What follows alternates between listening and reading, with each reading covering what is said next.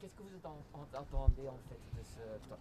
Bon, ça montre déjà qu'il y a je crois, une idée qu'on doit se réunir au niveau de chefs d'État et chefs de gouvernement. C'est une tournante. Ça veut dire que les leaders considèrent que la question nucléaire est indispensable et qu'il faut faire tout le nécessaire pour faciliter l'apport du nucléaire dans la situation actuelle. Il faut collaborer ensemble avec les petites réactions nucléaires. Il y a plus que 80 projets. Ouais. N'est-ce pas un défi? C'est un défi, mais c'est tout à fait possible. C'est à voir au niveau des politiques d'État, au niveau des financements, les pas nécessaires pour y arriver. Et tripler la capacité jusqu'à 2050. Oui. Ça dépend de chaque pays, c'est pas pour tout le monde. Il y a des pays qui vont tripler, il y a des pays qui vont doubler, mais ce qui est clair, c'est que le nucléaire est là, le nucléaire a une fonction importante, pas dans une vision d'avenir. Déjà, la moitié de l'énergie propre en Europe, elle est nucléaire, maintenant. Donc, comment on fait pour payer ça? Parce que les Français, par exemple, ça coûte très cher et c'est difficile de contrôler le coût. Ben, il faut faire en sorte que toutes les mesures et les instruments de financement, y compris politique d'impôt, subsides, etc., à un niveau pareil aux autres énergies, soient là. Donc ça, c'est pour le chef d'État et pour le chef de gouvernement. Il y a un aspect sécurité aussi. On a vu en Ukraine que Zaporizhzhia a posé beaucoup de problèmes. Comment est-ce qu'on s'assure que pour l'avenir, on puisse sécuriser les centrales il faut renforcer les instances internationales comme l'Agence internationale d'énergie atomique pour faire en sorte qu'on ait les inspections, qu'on a la capacité d'éviter des problèmes. Et des actions vraiment concrètes, on peut pas... Sinon, on split un petit peu. Est-ce qu'il n'y a pas une contradiction à Et organiser des actions. Attends, on va un peu là-bas. Parce que... Est-ce qu'il y a une contradiction à organiser un sommet mondial de l'énergie alors qu'on est censé en Belgique sortir du nucléaire dans 10 ans? Ben non, on vient juste de décider de prolonger nos deux centrales les plus récentes en Belgique. En Belgique, on a une stratégie qui est très balancée. Vous savez, il y a 2 ans, on a organisé un sommet énorme par rapport renouvelable aux éoliennes dans la mer du Nord. Aujourd'hui, on le fait dans le nucléaire et ce n'est pas l'un contre l'autre. Ceci n'est pas un sommet qui est contre le renouvelable. On aura besoin des deux. Et en Belgique, on est uniquement positionné pour faire les deux. On a finalement une stratégie qui est à 20 ans, qui est balancée en Belgique. Et honnêtement, si on veut décarboner, si on veut aller vers net zero en 2050, on aura besoin de toutes les technologies renouvelables, mais nucléaires aussi. Est-ce qu'il va falloir changer la loi alors? Non, parce qu'en Belgique, la loi, on la change par rapport aux projets qui sont là. Les projets qui sont là maintenant, c'est une prolongation de 10 ans, et donc on change la loi pour faire cette prolongation. Comme on l'a fait dans le gouvernement précédent, c'est exactement la même chose. S'il y a des projets qui, à un moment donné, vont plus loin ou d'autres réacteurs, ben on changera la loi à ce moment-là. Ça ne change rien. Est-ce qu'au sein du gouvernement, vous êtes tous sur la même longueur d'onde? Chez les Verts, on conteste cette vision d'une énergie atomique qui accélérerait la transition énergétique? Mais cet événement-ci n'est pas un événement qui dit que le nucléaire est la solution à tout. Ce que je traduis ici, c'est la position du gouvernement. Le nucléaire jouera un rôle. En Belgique, on a décidé par rapport à la prolongation de 10 ans. Et beaucoup avaient nous dit que c'était impossible de le faire. On l'a fait ensemble, Tine van der Straeten et moi, on l'a fait ensemble. Mais on investit massivement dans le renouvelable. On fait x4 dans les éoliennes dans la mer du Nord. Et donc, moi, je traduis ici la position du gouvernement. Les investissements dans le nucléaire, ils prennent souvent beaucoup de temps. Si on veut s'assurer un avenir nucléaire au-delà de 2035, c'est aujourd'hui qu'on doit le décider. Est-ce que vous êtes opposé à une autre prolongation, une prolongation au-delà de 2035 des réacteurs qu'on a aujourd'hui? Tout d'abord, ce qu'on fait dans ce gouvernement, c'est quand même déjà assez phénoménal. Et d'autres pays voisins ne le font pas. Si on regarde l'Allemagne, elle a décidé de ne pas prolonger. Beaucoup nous ont dit que la prolongation en Belgique, ça allait être compliqué, pratiquement impossible. On l'a fait. Alors, est-ce qu'il faudra aller au-delà des 10 ans? Là, je m'exprime personnellement et ce n'est pas au nom du gouvernement. Honnêtement, je suis en faveur d'aller vers 20 ans. Mais ne sous-estimez pas ce que ce gouvernement a décidé. Et on l'a décidé à 7 et il faut quand même applaudir l'effort que tous les 7 partis ont fait. Ils ont monté beaucoup de pragmatisme et de confiance à la science pour faire ce qui est nécessaire à ce moment-ci. À la COP 28, on a parlé d'un triplement des capacités mondiales du nucléaire. Quelle va être la part de la Belgique dans cet effort-là? Vous savez, si on veut tripler, la première chose à faire, c'est garder ce qu'on a. Et la Belgique le fait. Et je pense que c'est ça la première mesure. Il y a plein de pays qui pourraient garder ce qu'ils ont au lieu de la fermer. C'est déjà une première chose. Alors, le nouveau nucléaire en Belgique, pour l'instant, ce n'est pas sur la table du côté opérationnel. Parce qu'on a des actifs nucléaires, garder nos actifs nucléaires existants, c'est la première mesure. On a décidé d'investir 100 millions dans la recherche des nucléaires, des Small Modular Reactors. La Belgique a une position de connaissance et d'analyse qui est vraiment unique au monde. Mais ça, ce sera pour dans 10, je pense plutôt dans 20 ans, par rapport à la position belge, garder le nucléaire actuel est le plus important. Allez, in het Nederlands. Ja, een poging doen, hè? Ja.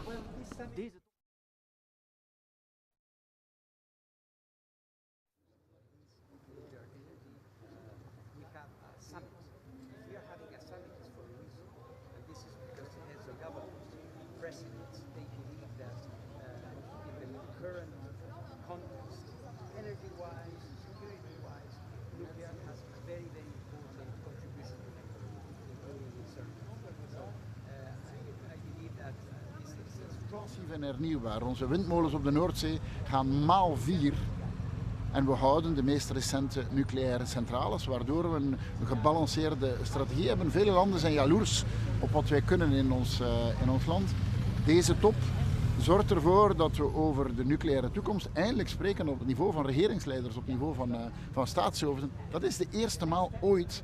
En ons land organiseert dat. Dat is een grote erkenning voor de bijzonder grote kennis die we hebben in het nucleaire domein. Ja, maar het is spreken, nog geen concrete acties.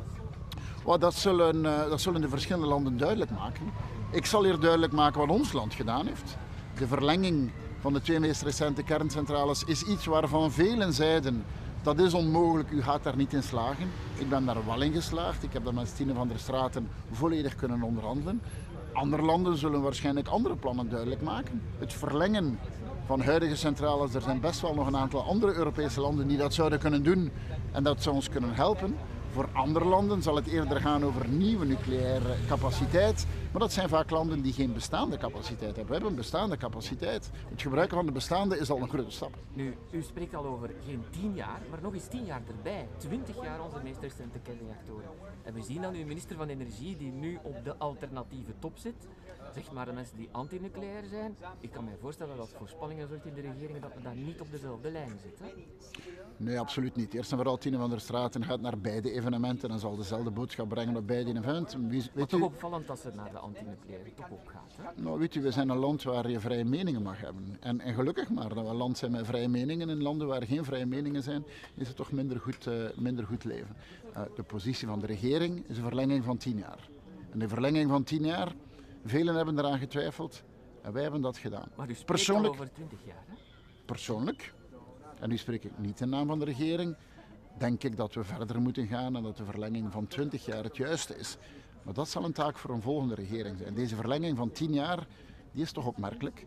En de verlengingen die zijn altijd in fases van 10 jaar. Dat is omwille van regulatoire redenen en operationele redenen. Maar deze stap die is al een zeer grote. Die houdt de nucleaire toekomst in ons land. Die was niet gegarandeerd. Deze regering heeft de nucleaire toekomst in ons land opengehouden. Volgende stappen, persoonlijk heb ik daar mijn mening over, maar ik ga hier natuurlijk de positie van de Belgische regering vertegenwoordigen. Eventjes, 100 miljoen nog investeren in die kleine modulaire reactoren, maar we zitten daar niet bepaald aan de kop van het peloton. Hè? Er zijn al meer dan 80 projecten die er liggen. Is dat geld dan wel goed besteed? Ja, omdat de Belgische positie is een beetje anders dan in andere landen. Wij hebben vandaag geen nood aan SMR's, want wij hebben nucleaire activa. En als je wil dat we zo snel mogelijk resultaat boeken om naar net zero te gaan, dan moet je de bestaande centrales openhouden. Voor ons zal die kleine modulaire reactoren van de volgende generatie, die zullen voor ons interessant zijn. Omdat die op het gebied van afval een enorme stap vooruit zouden zijn. Dus wat wij moeten doen, is niet research gaan doen voor SMR's binnen 5 jaar, maar research doen voor SMR's binnen 20 jaar. En daarin speelt het SCK een zeer belangrijke rol. En dus wij zorgen ervoor dat we mee aan de tafel zitten. Maar de Belgische positie is een beetje anders dan in landen die weinig nucleaire capaciteit hebben. Maar iedereen is nog niet mee. Hè? De Duitsers bijvoorbeeld zijn niet, de Spanjaarden zijn ook niet, andere landen ook niet. Gewoon probleem is. Nee, want nucleair zal niet voor alle landen zijn. De verschillende Europese landen hebben daar verschillende posities. En wat belangrijk is, is dat je de ganse Europese mix bekijkt. En die ganse Europese mix zal nucleair een belangrijke rol spelen, net zoals hernieuwbaar een belangrijke rol zal spelen. En net zoals... niet ten nadele van het hernieuwbaar dan? Nee, absoluut niet. Als wij net zero willen zijn in 2050, gaan wij alle technologie nodig hebben. Men moet stoppen met die tegenstelling. Het is geen tegenstelling tussen nucleair en hernieuwbaar, integendeel. Het hebben van nucleaire capaciteit gaat hernieuwbaar juist sterker maken. Dank u wel. Voilà. Ja. Okay. Ja, natuurlijk.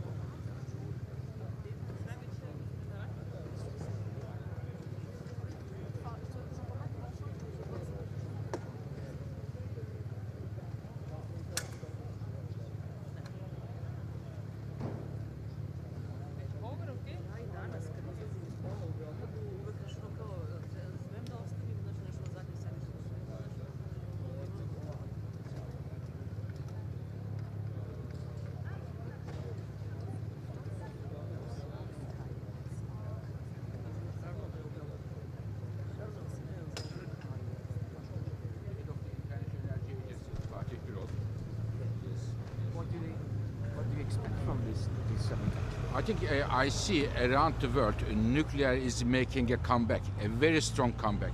From the countries where there is already a nuclear industry, there is a big pushback, and the other one is some new countries want to build the nuclear power. There are three reasons for that. One of them is to fight against climate change, because nuclear can provide electricity without emissions. This is the number one. Number two is the electricity security. After Russia's invasion of Ukraine, everybody understood the value, the real value of generating electricity at home rather than importing from outside. And I would say a major trigger of a nuclear comeback was the Putin's invasion of Ukraine. And the third one is nuclear power can produce electricity without any interruption, and the price of electricity coming from nuclear is not volatile. The industry, households can make their plan strategies on the base of that. So these three things together makes a strong comeback for nuclear power, but there is an important role for governments and the nuclear industry to play if we want to keep this momentum up. But the goal to triple the capacity by 2050, new power plants are extremely expensive. It takes a lot of time to construct them. Is that realistic? Yeah. I think you are right. The building a nuclear power plant is requires huge capital cost, and B, government involvement, and C, we don't have a very good record of complementing our nuclear power plants on time. Lots of delays. So we have to do whatever we can do to increase the current nuclear capacity, which is currently only less than 10% of global electricity generation. But I can tell you, without the support of nuclear power, we have no chance to reach our climate targets on time. Renewables will play the major role in terms of electricity, especially solar, supported by wind and hydropower, but we also need nuclear power, especially in those countries where we do not have major renewable potential. Yes, ma'am. Can you repeat your name? My name is Fatih Birol. I am the head of the International Energy Agency in Paris. Thank you. Okay, thank you very much.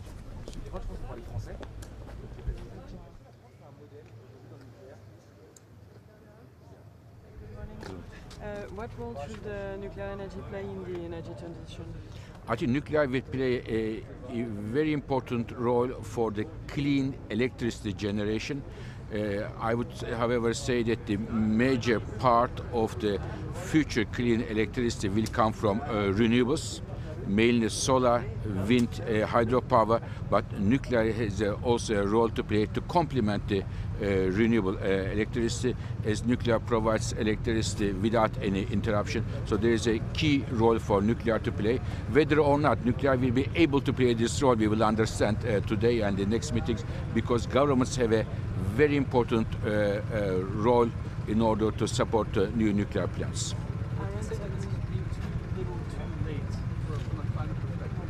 I think this is definitely late. I wish we wouldn't have seen a major decline of nuclear power, especially in Europe, which is important for climate and the European electricity security.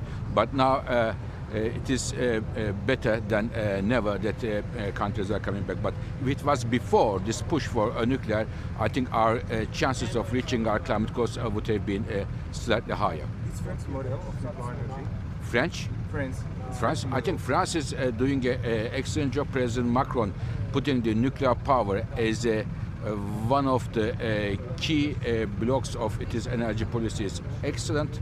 There was a lot of discussion in France whether or not France would need nuclear power or not. In my view, the nuclear power in France is as important as Arc de Triomphe in Paris. It's a national asset for France, and I hope that France will do the most out of it. So thank you. Is we are afraid of nuclear energy due to security or even? I think there, in France, you mentioned in your neighbor countries, there are no major problems if the nuclear is run in line with the rules and regulations. It is the same risk that you have for the other parts of the energy technologies. For me, the main risk is this momentum we are seeing now since almost 2 years, and the International Energy Agency has contributed this momentum is not going to continue, and it will die down. I see this is the main risk for nuclear power. I have to go. Thank you very much.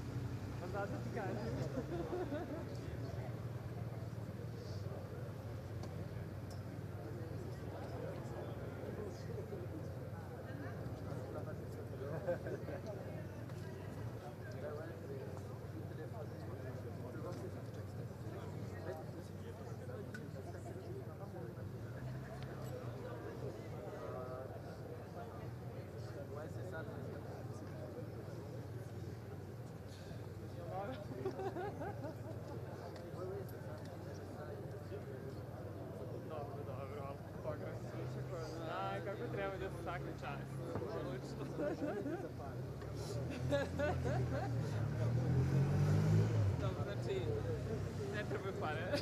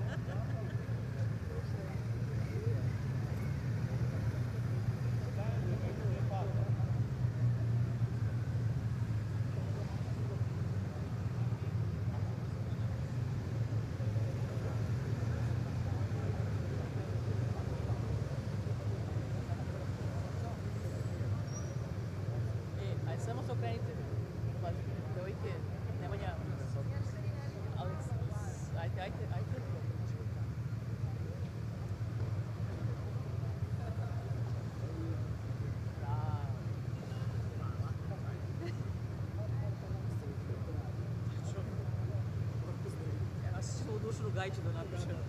Da se vidi ko radi, a ko je dušan gajči.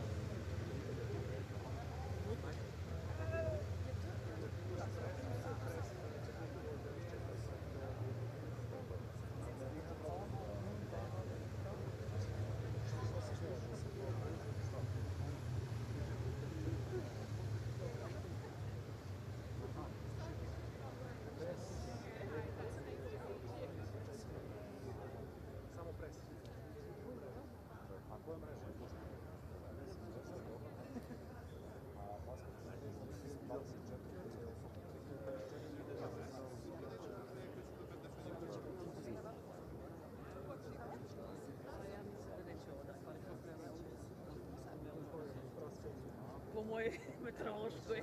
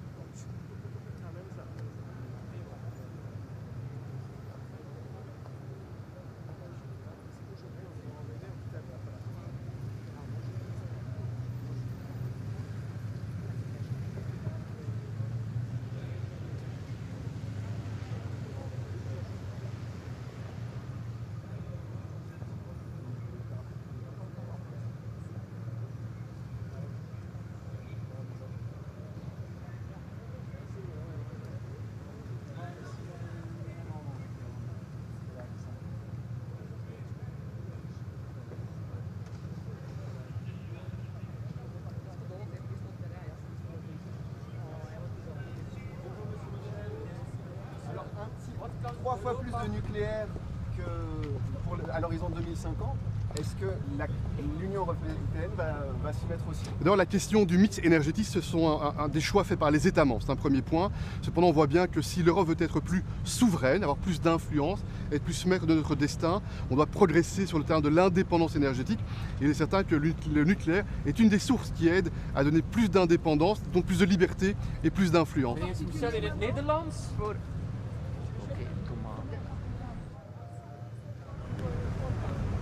The strategic autonomy of the EU is the top priority in my opinion, and we know that the energy sector is fundamental for our future, for our ability to control our future, and it's why we know that the nuclear is one source that can help us to tackle the climate crisis on the one hand, and it can help us to build our strategic autonomy. But of course, at the EU level, the member states have the responsibility to decide at the national level the energy mix, but this is good that we have a debate, that we decide to see how we can innovate, how we can invest to build more strategic autonomy and to tackle this climate crisis. Est-ce que la France est un modèle aujourd'hui sur le nucléaire, M. Michel?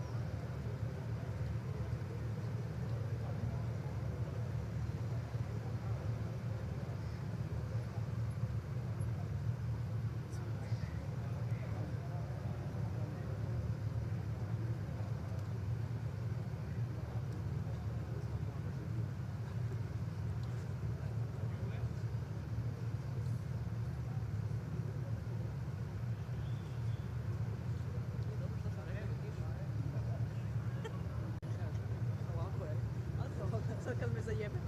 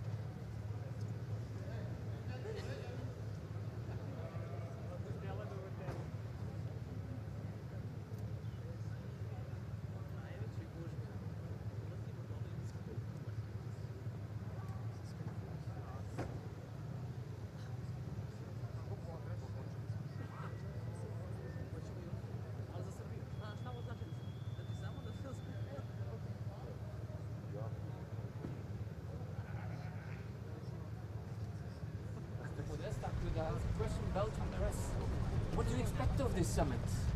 Well, I think we're very excited that this has been well organized by Prime Minister De Croo and Director General Grossi. As you know, at COP28, 25 countries led by the United States signed on to triple the amount of nuclear power by 2050. That is critical to meet the climate challenge. People, citizens of Belgium, citizens of the United States, and citizens of the rest of the world are feeling the extreme effects of weather. We have to utilize clean energy resources, and nuclear power will be part of that. We're undertaking that in the United States, and I think what this summit will do will put a marker down that expansion of nuclear power is critical for tackling the climate crisis that is really beginning to disturb virtually everyone across the globe. So Belgium and the United States have always worked together. Do you think Belgium and the United States should expand their collaboration on nuclear energy? I think that this demonstrates that we are beginning to expand our collaboration on nuclear energy, and we look forward to further discussions in that regard. But we're on a path through support from the Inflation Reduction Act in the United States, and we just secured $2.7 billion to restart our enrichment program, particularly for advanced fuels like HALEU in the United States. That happened just last week in the Congress. So we want to work with partners around the globe to ensure that we have secure supply chains. And what I would say is, particularly from the U.S. perspective, we have a long history with nuclear power and a commitment and a demonstrated prowess in safe, reliable, secure nuclear power. So we look forward to working with countries across the world, and certainly with Belgium. Yes, Belgium will invest €100 in a Westinghouse small nuclear reactor. That's an American firm. What do you think of that?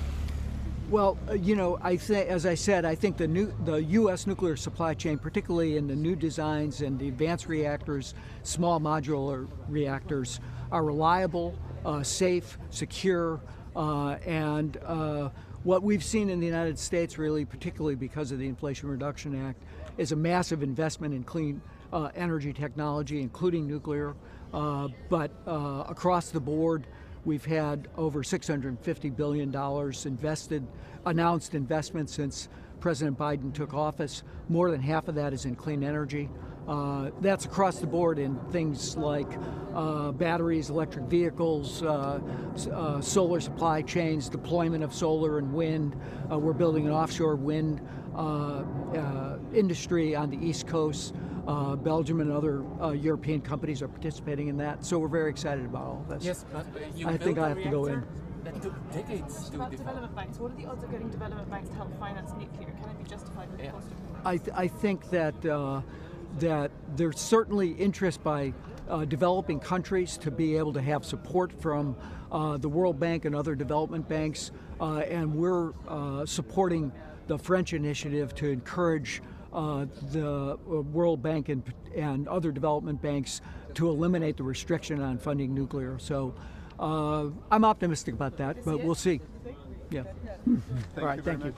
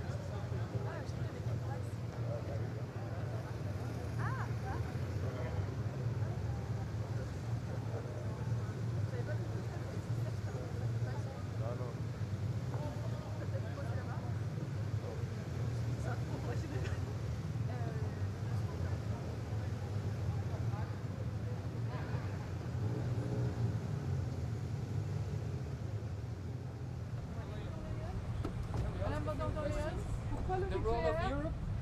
Petite déclaration.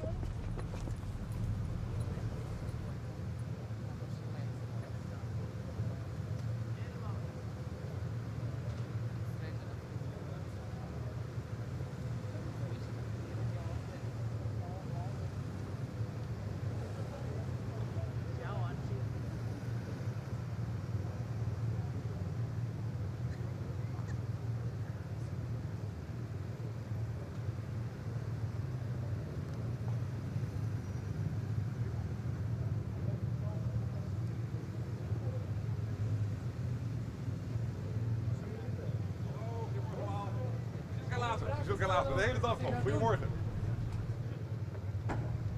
Goedemorgen. Just one question.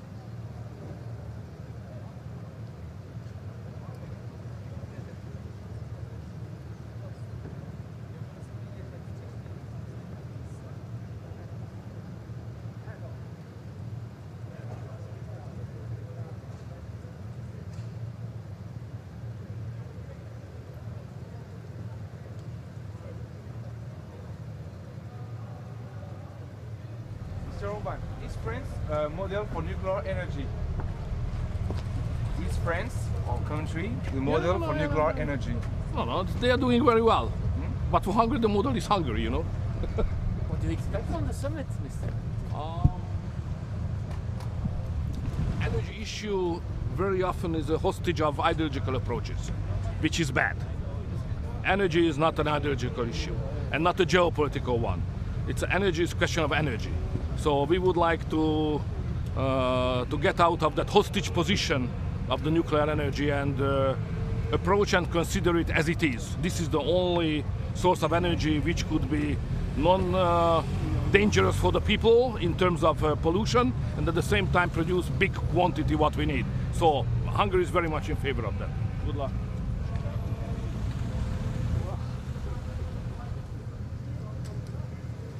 The energy issue sometimes in Europe is a hostage of ideological approaches, and we have to free out of that.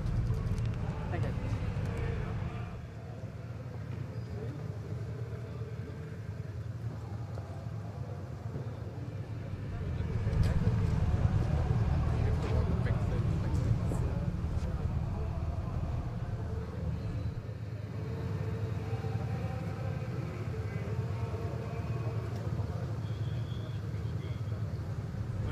Pakistan greatly appreciates the initiative of IAEA and the Belgian government for holding the first ever nuclear energy summit in Belgium. We have gathered here to highlight and promote the potential of nuclear energy. It's safe, clean and cost-effective source of energy, and this can, take care. It's the most viable solution for climate mitigation and adaptation. Pakistan has long-standing experience in nuclear energy, and we are ready to share our expertise and experience with the world.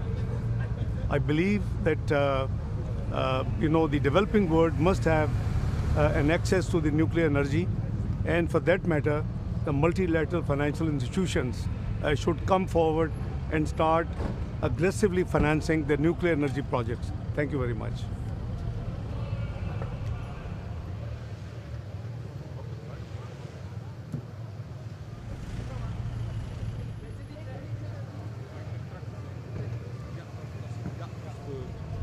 Danas važno to je da mi razumemo koliko smo za ostatku i kako smo pogrešne odluke donosili 35-40 godina ranije i značaj koji se pridaje ovom samitu nama ukazuje na to koliko će nam struja pre svih nedostajati u budućnosti. Da to pojednostavimo. Bez nuklearne energije mi nećemo biti u stanju da preživimo i dolazak veštačke inteligencije, električnih automobila, naša sve veća lenjost po pitanju iskopavanja otkrivki uglja, neophodnost da se odričemo fosilnih goriva, nuklearna energija je zelena energija i sve drugo nas stavlja u poziciju da ćemo morati da menjamo naše zakonske norme, da ćemo morati istovremeno da menjamo naše navike, ali da ćemo morati i da dovodimo ljude naše iz inostranstva jer nemamo dovoljan broj stručnih ljudi i da ćemo morati da obezbedimo značajna finansijska sredstva u budućnosti da bismo sve to mogli da napravimo. Tako da, bit će zanimljivo. Hvala, vidimo se.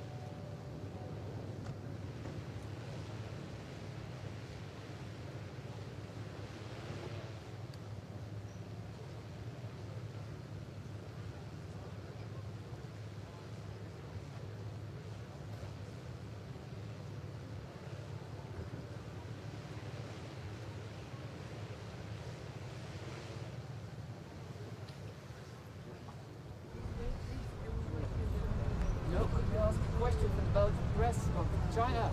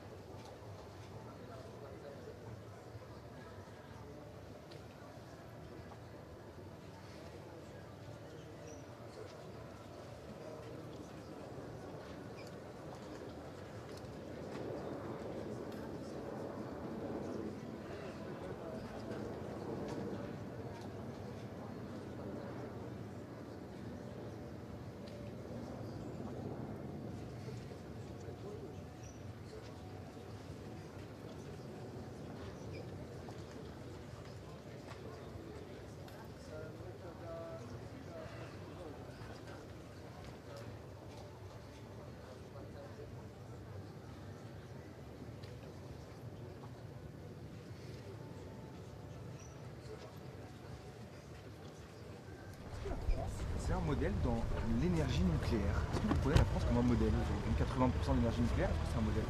Je crois que la France a beaucoup d'expérience avec l'énergie nucléaire et les idées que nous aborderons aujourd'hui, c'est comment faire que l'énergie nucléaire, qui n'ajoute pas aux émissions de CO2, peut aider pour tous les besoins de notre énergie dans les années à venir. Alors l'expérience de la France, qui a pas mal de stations nucléaires, c'est toujours utile.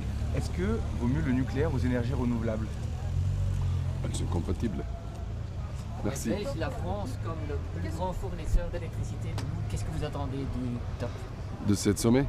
Je crois que c'est bien que dans le contexte de décarbonisation, qu'on aborde la question d'utilité de l'énergie nucléaire, parce qu'il n'y a pas d'émissions de CO2, et tous les pays qui ont les centrales nucléaires ont une certaine expérience que les autres pays membres de l'Union peuvent partager. Qu'est-ce que vous attendez de ce sommet concrètement? Qu'est-ce qu'elle doit refléter, la déclaration finale? Les idées de financement de l'énergie nucléaire dans l'avenir. Merci.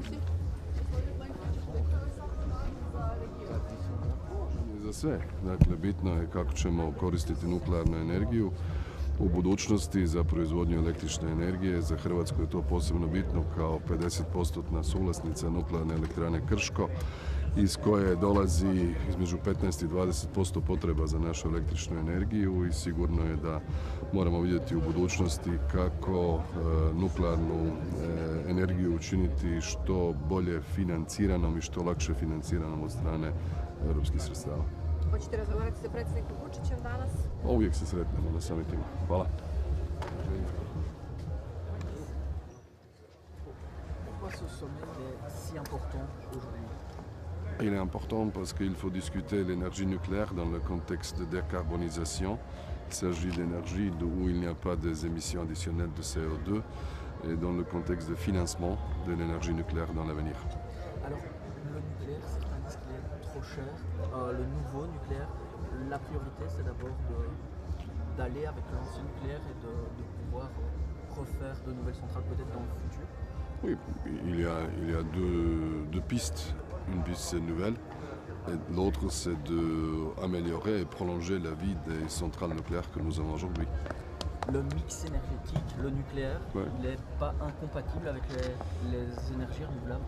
Pas du tout, je crois qu'ils sont compatibles. Chez nous par exemple, la centrale nucléaire que nous avons en Slovénie, qui est copropriétaire avec la Croatie de 50%, c'est entre 15 et 20% de nos besoins d'énergie électrique. Est-ce qu'ici on n'est pas trop tard en Europe? Est-ce qu'on n'a pas raté cette transition pour le nucléaire? Non, pas en arrière? Non, je ne crois pas. Tout ça qui se passe aujourd'hui, c'est dans le contexte de 2050, de l'idée que le continent européen sera neutre du point de vue de décarbonisation. Merci. Merci.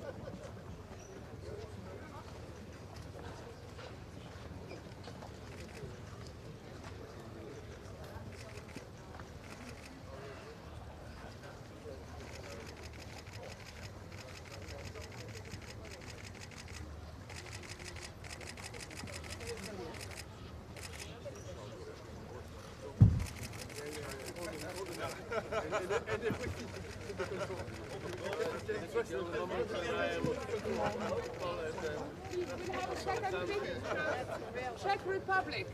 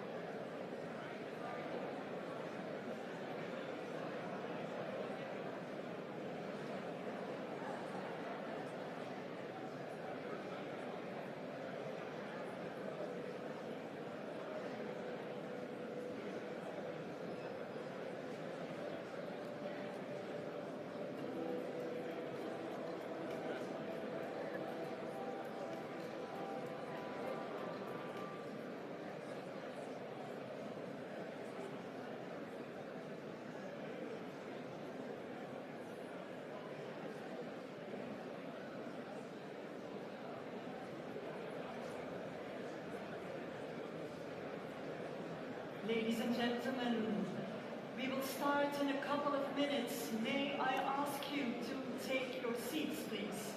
Thank you.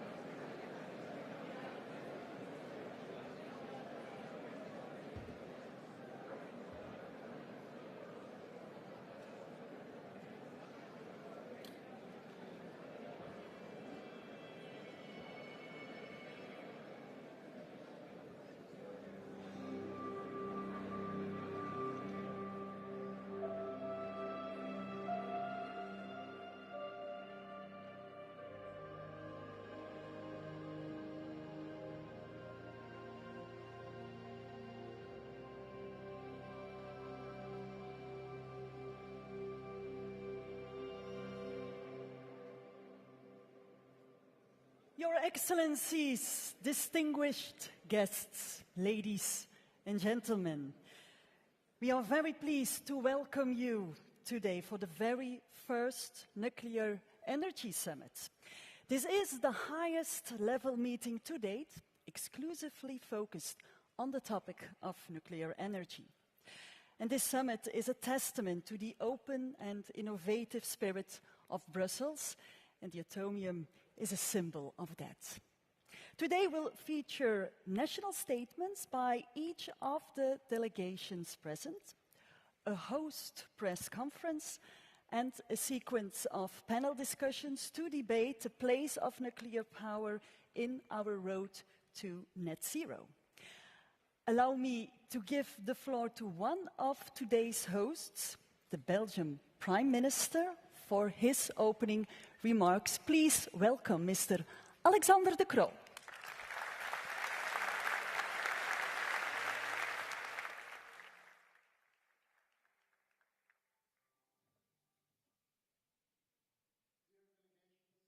Ladies and gentlemen, coming from around the world, a very warm welcome here in Brussels. We are just a few steps away from the Atomium.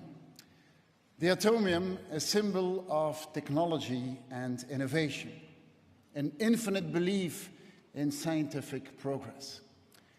When the Atomium was erected in 1958, it was very different from your everyday monument. It echoed the optimism about the atomic age, with gleaming spheres evoking scientific wonder. Reflecting human ingenuity, the Atomium inspired generations to come. This is the very reason why we meet today. Reaching net zero by 2050 will require the same human ingenuity. And nuclear energy will be part of achieving that ambitious goal. For Belgium, today's gathering is about accelerating our collective path to climate neutrality. Every day, in every corner of the globe, the consequences of climate change are becoming increasingly visible. We cannot waste any time when it comes to fighting global warming. The challenge we face is enormous. It will require vast, safe, and reliable amounts of carbon-neutral energy. It will require a perspective for sustainable growth. It will require us to have our citizens and industries on board. It will require nuclear energy as part of the mix. Energy abundance is the way forward. Our energy future depends on pursuing an and story, not and/or. And that is exactly what Belgium has done over recent years, by investing massively in offshore renewable energy. Our coastline is very limited, but we are quadrupling our offshore wind power production in the North Sea. By 2030, our production will cover the electricity consumption of 5 million households, almost all of our population. We are erecting the world's first energy island in our waters, with interconnectors that will connect wind farms from all over Northern Europe. But Belgium has also decided to extend the operations of its youngest power plants for a further 10 years. And we are investing 100 million in SMR research. Our approach must be comprehensive, embracing different energy sources, navigating the complexities of energy security in the 21st century. This first Nuclear Energy Summit brings together over 300 CEOs, entrepreneurs, scientists and civil society figures alongside 37 political leaders. You will plan our common energy future together, from intentions to projects, from PowerPoints to standardization and scalability. To achieve our goals, we will need your ingenuity. Governments, but even more so, our citizens and private partners. We will only succeed when innovation is brought to the market in a cost-effective manner. Repeatability is at its heart, pushing back the optimism bias that all too often hinders budgeting and planning. This is the key to achieve the promise of the atom once again. One final word of gratitude for your leadership, Director General Grossi de Rafael, for your recognition of Belgium's nuclear heritage, for your support to my government effort to reverse course and to achieve lifetime extension under difficult circumstances. I wish all of you here today creativity, perseverance, and of course, ingenuity. Enjoy this first global summit for nuclear energy. We are proud to be your host. Thank you very much.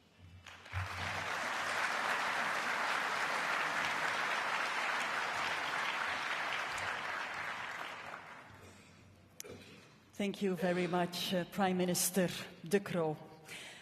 This summit is co-organized by the International Atomic Energy Agency, the World Center for Cooperation in the Nuclear Field, while promoting the safe, secure and peaceful use of nuclear technology. I would therefore like to give the floor to the Director General of the International Atomic Energy Agency for his opening remarks, Dr. Rafael Mariano Grossi.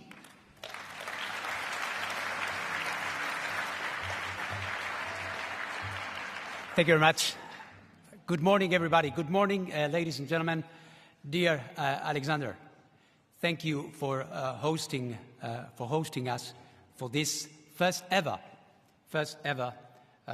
Nuclear Energy Summit. It is interesting to note that it took 70 years of commercial exploitation of nuclear energy to have the first meeting at your level, at our level, at the level of world leaders. And it's logical that it happens now. Could have happened before, but now it is not a good thing to have. It is a need. It is a necessary thing to have. There is a convergence of factors that we all know and you as leaders are dealing with every day. There is an energy crisis, an energy dilemma. There are also undeniable tensions in the world, and we know for a fact that nuclear energy today, not as a prospect, not as a plan, not as a utopian idea, is today, as we speak, providing a quarter, 25% of the clean energy which is produced in the world, and here in Europe, half of it. But more is needed in a collaborative way. As Alexander was wisely saying, this is not a beauty contest. This is a fight where we have to use all the available, dispatchable, CO2-free energy sources for the common challenge, which is to decarbonize our energy matrices as soon as we can. And we are moving in that direction. As I was saying, it took 70 years to get to the first summit. It took 28 conferences on climate change to recognize at long last that nuclear should be accelerated. And it's good that it has happened. Better late than never. And now we need to see what is needed so that this is done in the right way. And this is why the IAEA is part of the effort. This is why we are here. Because we were created in the 1950s, more or less at the time the beautiful atomium was being built. In fact, the atomium was 58. The IAEA was created in 57, after the 1953 Atoms for Peace speech by President Eisenhower at the United Nations. Atoms for Peace is what we need. And Atoms for Peace is all about the challenge that we have in front of us. The important thing is that this, in a world that is, of course, confronted with all these tensions and differences, this, as you can see here, this is a global effort. It's not Europe, it's Africa, it's Asia, it's Latin America, it's North America, it's the world that needs this to get its act together and to do it in a better way. But of course, when we meet at this level of leaders, it's not to celebrate or simply to commemorate something, it's to think about how to do it better and how to do it right. And this is why I'm very proud to say that all the participants from all over the world reunited here in Brussels have agreed on a declaration that addresses these points. This declaration addresses all these points, but also focuses on what we still need to do in order to facilitate, to make possible that this promise, that this factor, that the nuclear factor is there in the right way. And what we have in mind here, of course, is aspects that are very, very concrete, very tangible, like the financing, for example. And we know that still we do have, or we do not have, rather, a level playing field when it comes to integrating nuclear. We still have an international financial institutions and architecture that in some cases, even today, prevents, forbids financing of nuclear projects. But we have moved beyond that. A page has been turned, and we have to make sure that we are well aligned to do what we need to do. This is why we are so happy to be here. This is why the first ever nuclear energy summit is marking a way forward. And the IAEA is going, of course, to be playing its role, to make sure that whenever that happens, whenever nuclear energy is used, whenever we are benefiting from that, this is going to be done in a safe, secure, and in a non-proliferation way. So thank you again, Alexander, for having so graciously hosted this important historic meeting. We are there. We are going to be working together. This is a decision. Nuclear energy will be part of the solution, and we are very happy to be doing it with you. Thank you very much.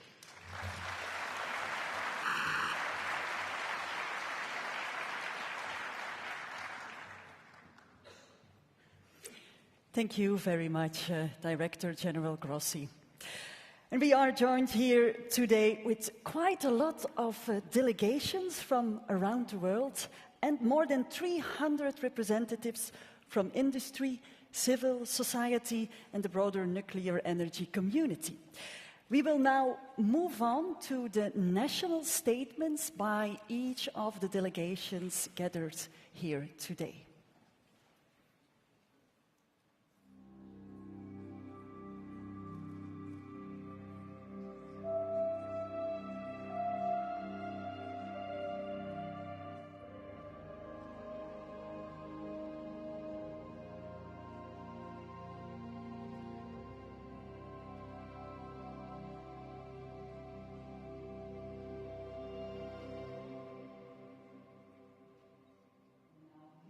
Welcome the President of the European Council, His Excellency Charles Michel.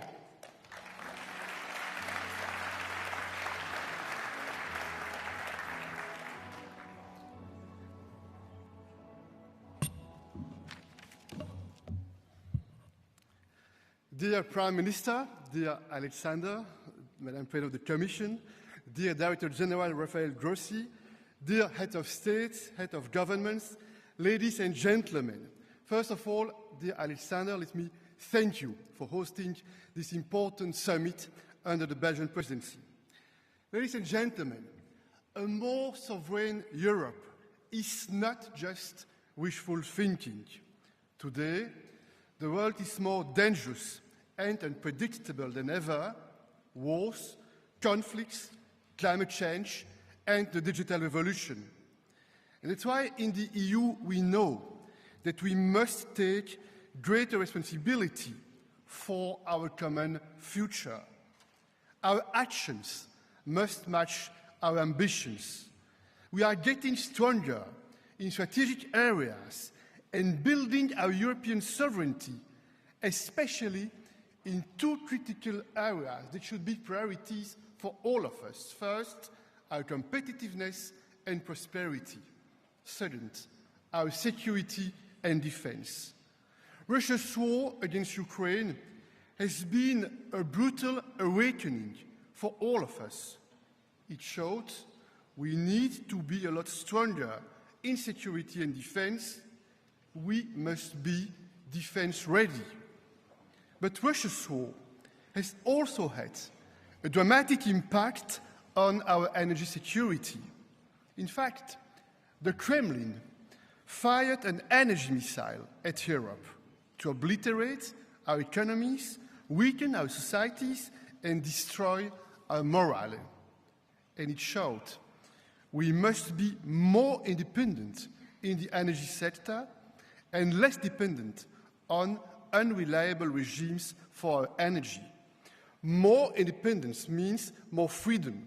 Freedom to act boldly, to defend our interests and to promote our fundamental values.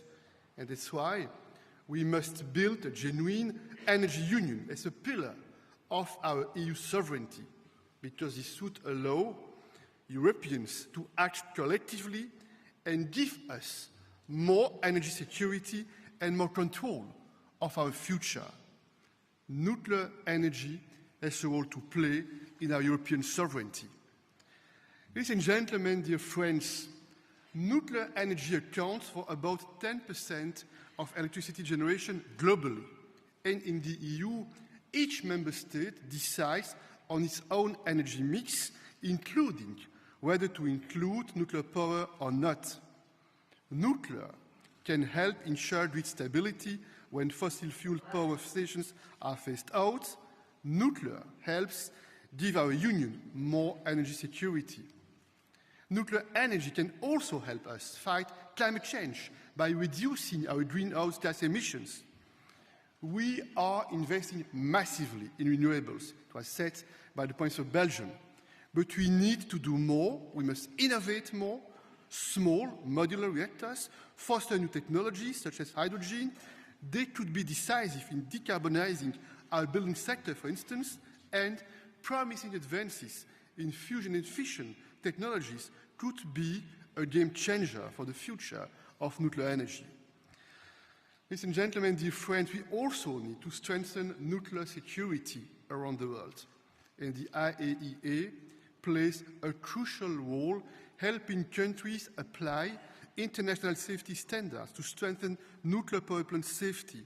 Dear Director General, dear friend Rafael Grossi, the EU fully supports you, your work. The agency is playing a fundamental role in ensuring nuclear energy is used for safe, secure and peaceful purposes.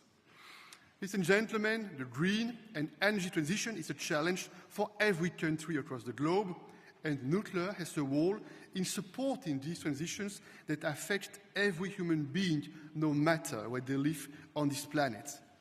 Today, again, Europe is being severely challenged.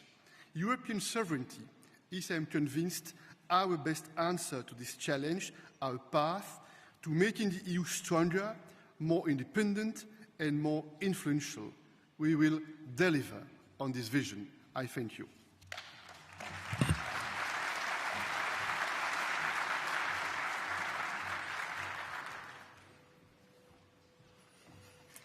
Thank you very much, Mr. President. And now I'm very honored to give the floor to the President of the European Commission. May I ask you a warm welcome to Her Excellency, Ursula von der Leyen.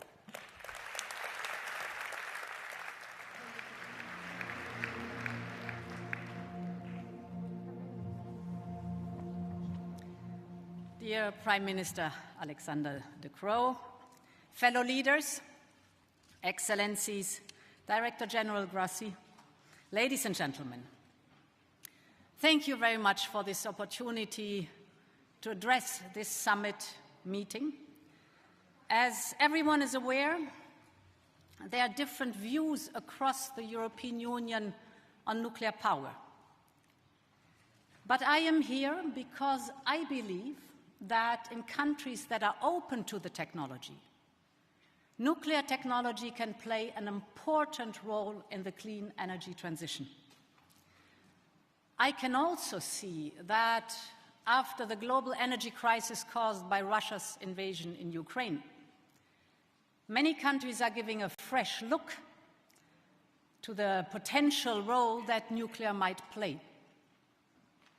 So why is this? First of all, of course, to reach our climate goals. Let us not forget that nuclear power worldwide is the second largest source of low-emission electricity after hydropower. Second, of course, to safeguard our energy security. Countries look to reduce their dependence on imported fossil fuels. And the third reason is to ensure our competitiveness. Nuclear power can provide a reliable anchor for electricity prices. Now, this renewed interest comes at a pivotal moment. Most pathways to net zero keep a place open for nuclear power. And if I look at the International Energy Agency's 2050 scenario, for example, nuclear power, nuclear capacity has more than to double till 2050, while renewables, of course, take the most of the work of decarbonizing global electricity supply. And yes, also our European Commission projections show that renewable energy sources in the majority are complemented by nuclear energy and will be the backbone of the EU power production by 2050. However, this future for nuclear technology is hardly assured.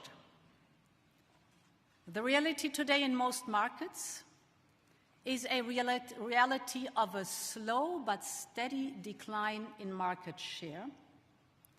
So if you look at the world as a whole, nuclear currently accounts for 9% of the global electricity mix. But in 1988, nuclear power reached 18% share. That is the double of today. And the same is visible within the European Union. Nuclear power is still the largest single source of electricity generation in the European Union, with a 22% share. But that share is substantially below the levels reached in the 1990s, when nuclear power generated 1/3 of Europe's electricity. So what would it take for nuclear to make a substantial contribution to our climate neutrality objective? And I see a few key tasks ahead of us. The main one is to secure new investments. The IAEA analysis tells us that investments need to accelerate already this decade and reach new heights in the 2030s to meet the Paris Agreement target. That requires support from governments to ensure that financing is available and that nuclear's contribution to electricity security is properly valued and remunerated. It secondly means discipline from the nuclear power industry. The future of nuclear depends on the industry's ability to deliver on time and on budget. Far too often, the realization of nuclear power plants has resulted in significant additional costs and overruns. Another task is to look at new opportunities to support the clean transition. The biggest opportunity is clearly in the electricity sector. But there are other potential avenues for nuclear, for example, to provide decarbonized heat or to supply low-emission hydrogen. These can help cut emission from industry, which will be critical to reach climate goals. Then there is, of course, also the issue of lifetime extensions for existing nuclear plants, provided, of course, they are safe operations. Given the urgency of the climate challenge, countries need to consider their options carefully before they forego a readily available source of low-emission electricity. Extending the safe operation of today's nuclear fleet is one of the cheapest ways to secure clean power at scale. So it can help pave a cost-effective path to net zero. The final task is to innovate. Innovation in nuclear technologies is a very dynamic space, particularly for nuclear power technologies such as small modular reactors. And of course, as with every emergent technology, there are ups and downs, successes and failures. That is quite normal. But SMRs are a promising technology, and there is a race underway. The race is among leading countries and companies to prove this technology and bring it to the market. More than 80 projects around the world are moving forward, and several of our member states have expressed a strong interest in SMRs, so let's go for it. So to conclude, I leave you with these 4 tasks. Invest now in climate neutrality 2050. Broaden your engagement with clean energy transition. Consider the extending of lifetimes of existing plants with full commitment to the highest level of safety, and innovate. If the industry and governments can deliver on these tasks, then I can see a way forward for nuclear power to make a significant contribution to a rapid, safe and secure net zero future. Thank you very much.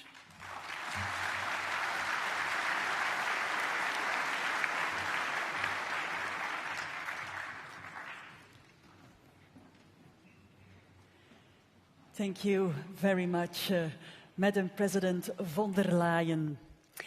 And now, please welcome the President of Romania, His Excellency Klaus Werner Iohannis.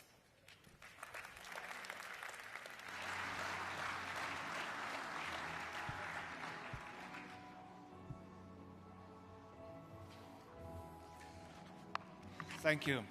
Prime Minister De Croo, Director General Grossi, heads of state and government, excellencies, ladies and gentlemen, allow me to start by thanking our hosts, Prime Minister De Croo and Director General Grossi, for organizing a summit stressing the urgency of climate action and the importance of nuclear energy in the global energy transition. This summit bears profound significance, emerging in the aftermath of the landmark inclusion of nuclear energy in the global stocktake at COP28 in Dubai. Climate change is a global challenge that requires coordinated action and ambitious measures. The International Atomic Energy Agency is crucial in facilitating cooperation towards increasing our social and economic development. Romania's cooperation with the agency will continue as we embark towards a more sustainable and energy-secure future. Ladies and gentlemen, Romania is determined to develop its nuclear energy program through enhancing large-scale production capacity and deploying the innovative small modular reactor technology by working with the United States and other key partners. Moreover, we aim to become a regional leader in nuclear energy operations and deployment, in training specialized workforce and a supply chain hub for nuclear energy production. In developing the National Nuclear Energy Program, we are committed to safety for the public and the environment, secure operation of our facilities, and full compliance with our non-proliferation requirements. Excellencies, I expect today's summit to strengthen the commitment to the expansion of nuclear power in the European Union and global energy mix. This commitment is essential for unlocking timely investments, for consolidating supply chains, and for training the next generation of nuclear energy specialists.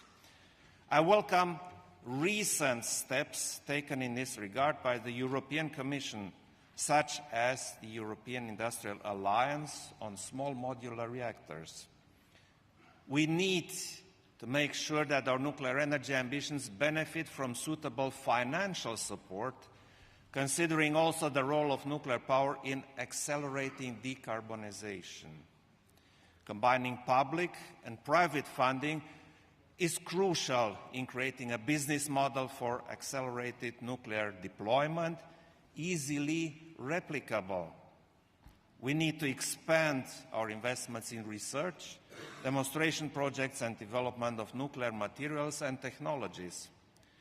In conclusion, allow me to call for unified action that leverages the massive potential of nuclear energy to drive us towards a net zero and energy secure future.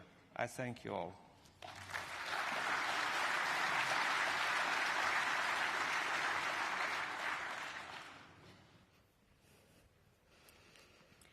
Thank you very much, Your Excellency. And now I would like to give the floor to the President of Serbia, His Excellency Aleksandar Vučić.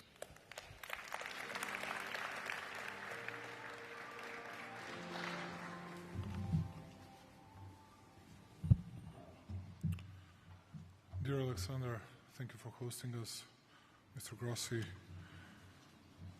dear colleagues, dear friends, will do my best to be as brief as it is possible. You cannot learn a lot from Serbia on these issues because after the breakup of former Yugoslavia, we haven't had any experiences with nuclear energy. But I believe that this summit is of an utmost importance for the future of my country as well for the future of an entire European continent, and much more important than many meetings, gatherings, forums we attended so far, and which were like bureaucratically organized just to see each other and not to do many things. Why I believe this is very important? Because we are all ready to discuss big plans, big things in the future and for the future, but we don't know how to implement it. Number one, we said to ourselves that we need to at least double the production of military ordnance, armament, weaponry, and everything else. Then we need to boost our growth rates, which are, speaking about European continent, so small that I don't know how we can provide not only a bigger growth rates, but this type of production and participation in or getting more SMRs or use of nuclear energy in the future. We have three problems. Number one is that we, at least in my country, we have know-how. We don't have know-how about use of nuclear energy, and we don't know exactly where to get it. Number two is how we're going to finance all these projects, and I can tell you in advance that we are very much interested in getting at least 4 SMRs that can replace 1,200 megawatts. We don't know how to do it, how to finance it, because it costs around 7.5 up to 8 billion euros. Anyway, we'll be ready to participate significantly, but we need to get some sort of support from the other sides, from the leading states, leading countries of European Union. And number three, it means that we'll always need to get a change of mindsets of our people, which is not easy, but we are ready to do it, which means that we'll not only adjust, but we'll have to change an overall legislative framework, and we'll do it. And at the end, if we're going to have a continuation of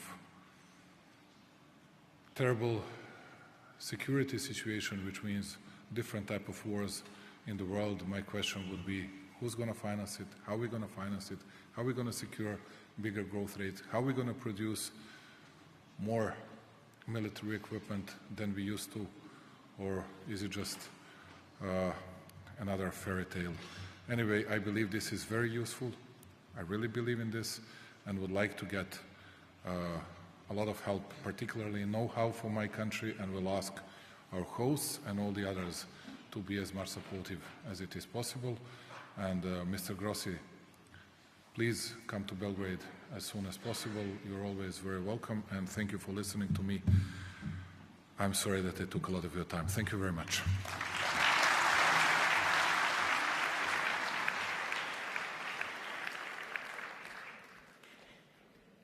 Thank you, Mr. President. And now please welcome the Prime Minister of Armenia, His Excellency Nikol Pashinyan.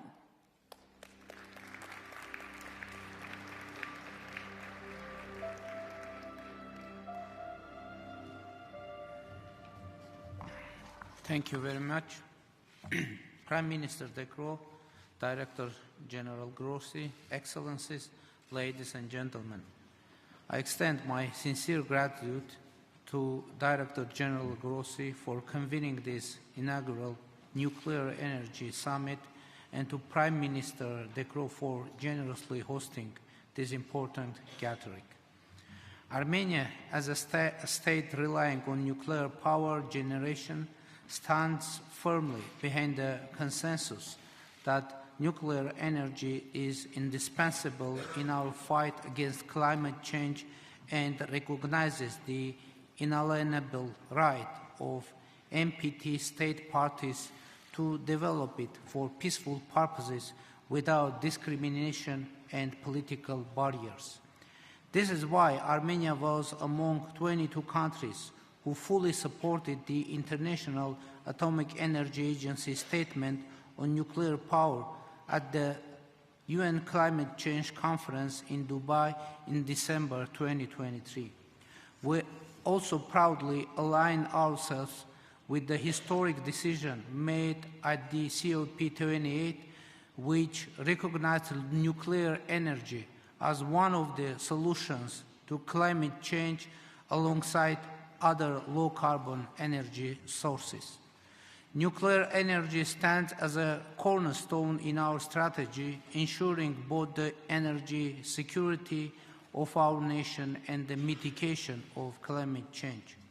We commend Director General Grossi's efforts to elevate nuclear energy to the forefront of high-level discussions on climate change mitigation. For Armenia, nuclear energy plays an essential role and helps to achieve our national determined contributions under the Paris Agreement. For decades, the Armenian nuclear power plant has been serving as a critical element of our energy system, ensuring the stability and sustainability of energy production. Presently, about 30% of our country's electricity derives from nuclear energy.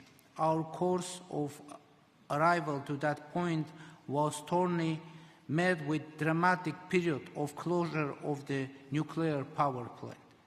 Today, we can proudly state that among other crucial things, it also symbolizes and strengthens our sovereignty. Armenia actively collaborates with the International Atomic Energy Agency, adopting a proactive stance to ensure nuclear safety and security while fulfilling all its obligations. We regularly host review and peer review missions, reports of which clearly indicate that Armenia is operating the power plant in line with IAEA safety standards. The absence of any nuclear or radiation safety incidents throughout the history of our plant's operations speaks volumes about our unwavering dedication to this cause. This achievement is a testament to Armenia's political will and expertise. We also acknowledge with gratitude the indispensable technical assistance, knowledge and guidance from the IAEA and partner countries, which have been critical in guaranteeing the safe, secure and reliable operation of our nuclear power plant.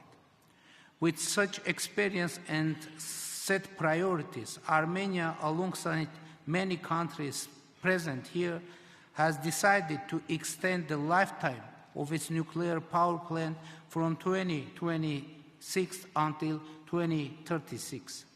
In December 2023, the government of Republic of Armenia approved the implementation project for the extension of the operational lifespan of the Armenian nuclear power plant. We are committed to implementing timely and adequate measures related to aging management and appropriate safety improvements in cooperation with partner states and under the guidance of the agency. This extension will lay a solid foundation for the smooth transition to a new power unit upon the end of the Armenian nuclear power plant's extended operational period, which is our ultimate objective. In this regard, Armenia is committed to fostering close collaboration with and leveraging the expertise of both IAEA and partner countries to identify the optimal solution for replacing the current unit. Our transparent and open policy for the safe and peaceful use of atomic energy will continue to guide our efforts as we explore advanced nuclear technologies to further enhance safety efficiency, and environmental credentials in our nuclear energy sector. Today, we renew our collective commitment to unleashing the full potential of nuclear power and fostering conducive conditions for its development. Regrettably, ongoing conflict worldwide not only jeopardize the safety and security of nuclear facilities, but also hinder the advancement of peaceful nuclear initiatives. Armenia calls upon all international partners to seize the historic opportunity of the current summit and with the joint efforts advance the commitments and goals set out in the summit declaration to pave the way towards a cleaner, safer, and more sustainable future for the generations to come. Thank you for your attention.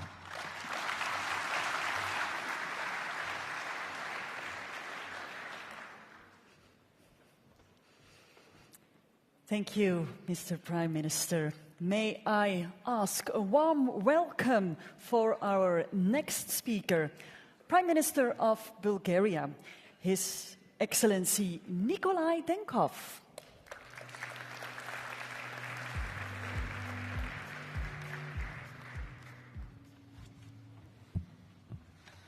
Dear Mr. Chairperson, dear Alexander, dear Excellencies and distinguished guests. First, I would like to thank the International Atomic Energy Agency and to Belgium for hosting this inaugural Nuclear Energy Summit. Nuclear power plays an important role in ensuring national, regional and global energy security. It's a key element in achieving the European Union's targets for reducing greenhouse gas emissions and advancing climate-neutral economy. These are also among the main priorities of my own country, Bulgaria. Safety and security of the nuclear facilities are a major factor for the development of nuclear energy. Russia's unprovoked and unjustified war against Ukraine poses the gravest threat that we have today to the safety and security of our nations. Russia's illegal seizure of Zaporizhzhia nuclear power plant has led to unprecedented nuclear safety and security breaches that threaten Ukraine and the wider European region. That's why we commend the professional and indispensable work of the international energy experts to prevent a nuclear accident in Ukraine. We urge Russia to return full control to the Ukrainian authorities and to immediately withdraw its troops from the territory of Ukraine within its internationally recognized borders. Bulgaria has a proven 50 years of experience in the safe and secure operation of nuclear power plant, as well as unique experience in the decommissioning of nuclear units.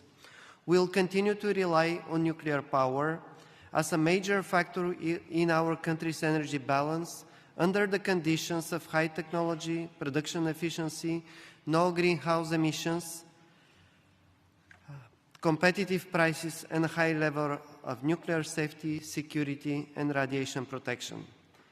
Investing in new nuclear generation is seen as one of the cornerstones of our national strategy, allowing scale-up of renewables and achieving net zero industry in the country and the whole region.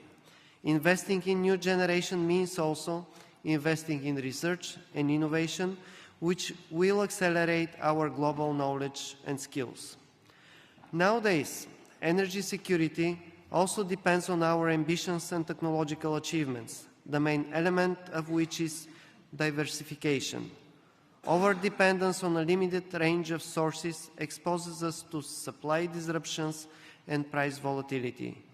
To achieve, Bulgaria has taken important steps toward nuclear fuel diversification by securing independent and competitive suppliers from several different countries.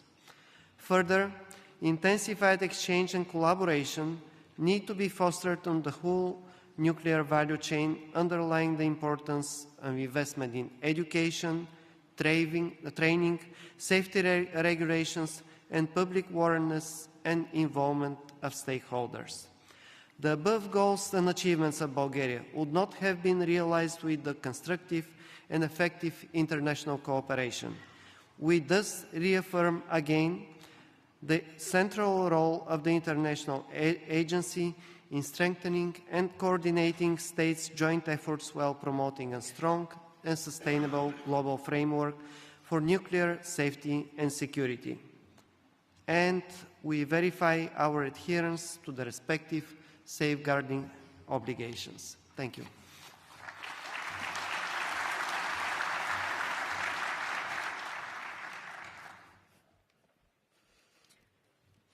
Thank you, Your Excellency. And now please welcome Xi Jinping's Special Representative and Vice Prime Minister of China, His Excellency Zhang Kuntin.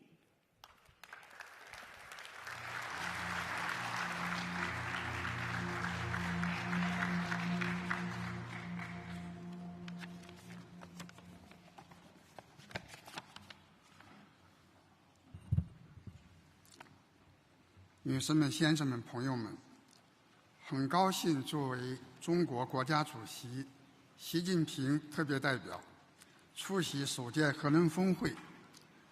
首先，我荣幸地转达习近平主席对国际原子能机构和比利时举办首届核能峰会的良好祝愿，预祝峰会取得圆满成功。核能在应对气候变化、保障能源安全中具有独特的优势。10年前，习近平主席提出理性、协调、并进的核安全观。2020年，习近平主席郑重宣布，中国将力争2030年前实现碳达峰，2060年前实现碳中和。为了实现这一目标，我们将核电作为构建新型能源体系的重要选项，制定实施了积极、安全、有序发展核电的政策措施。截止到2023年底，中国大陆在运核电机组55台，在建机组36台。去年核电发电44万吉瓦时，相当于节约标煤1.3亿吨，减排二氧化碳3.5亿吨。与此同时，我们积极帮助发展中国家培养核专业人才，协助发展中国家开展核能基础设施建设，在农业、医疗、污染治理等领域拓展核技术应用合作，支持国际原子能机构技术合作计划。中国以自己的实际行动和成效，为促进全球能源绿色低碳转型做出了积极贡献。各位同事，应对气候变化、保障能源安全是全人类共同面临的挑战。习近平主席提出了全球发展倡议、全球安全倡议、全球文明倡议。我们愿同各方携手行动，共同推动核能更好助力全球经济、社会和环境可持续发展。我们要推动技术创新，在核能基础研究、第4代核能技术研发和示范应用、小型模块化反应堆应用、核能综合利用、可控核聚变技术研发等领域加强合作，努力提供更加先进、更加安全、更加普惠的核科技解决方案。我们要守护核能安全，持续加强核安全、核安保、核不扩散的努力，在核电站运行监管、乏燃料和放射性废物管理等方面深化交流合作，推进核安全共建、共治、共享、构建核安全命运共同体。我们要促进普惠包容，加大对发展中国家的核能发展的技术投入和资源投入，支持发展中国家将核能纳入其能源体系，让核能发展成果更多地惠及发展中国家。我们要坚持开放有序，推动全球核能治理朝着更加公正合理的方向发展，加强国际核能产业分工协作，增强全球核能产业链、供应链韧性和安全，反对将和平利用核能问题政治化。各位同事，国际原子能机构是全球核领域合作的中心，其宗旨是原子能用于和平与发展。我们愿意继续与机构及各方一道，为实现这一宗旨而不懈努力，建设持久和平、普遍安全、共同繁荣、开放包容、清洁美丽的世界，构建人类命运共同体。谢谢大家。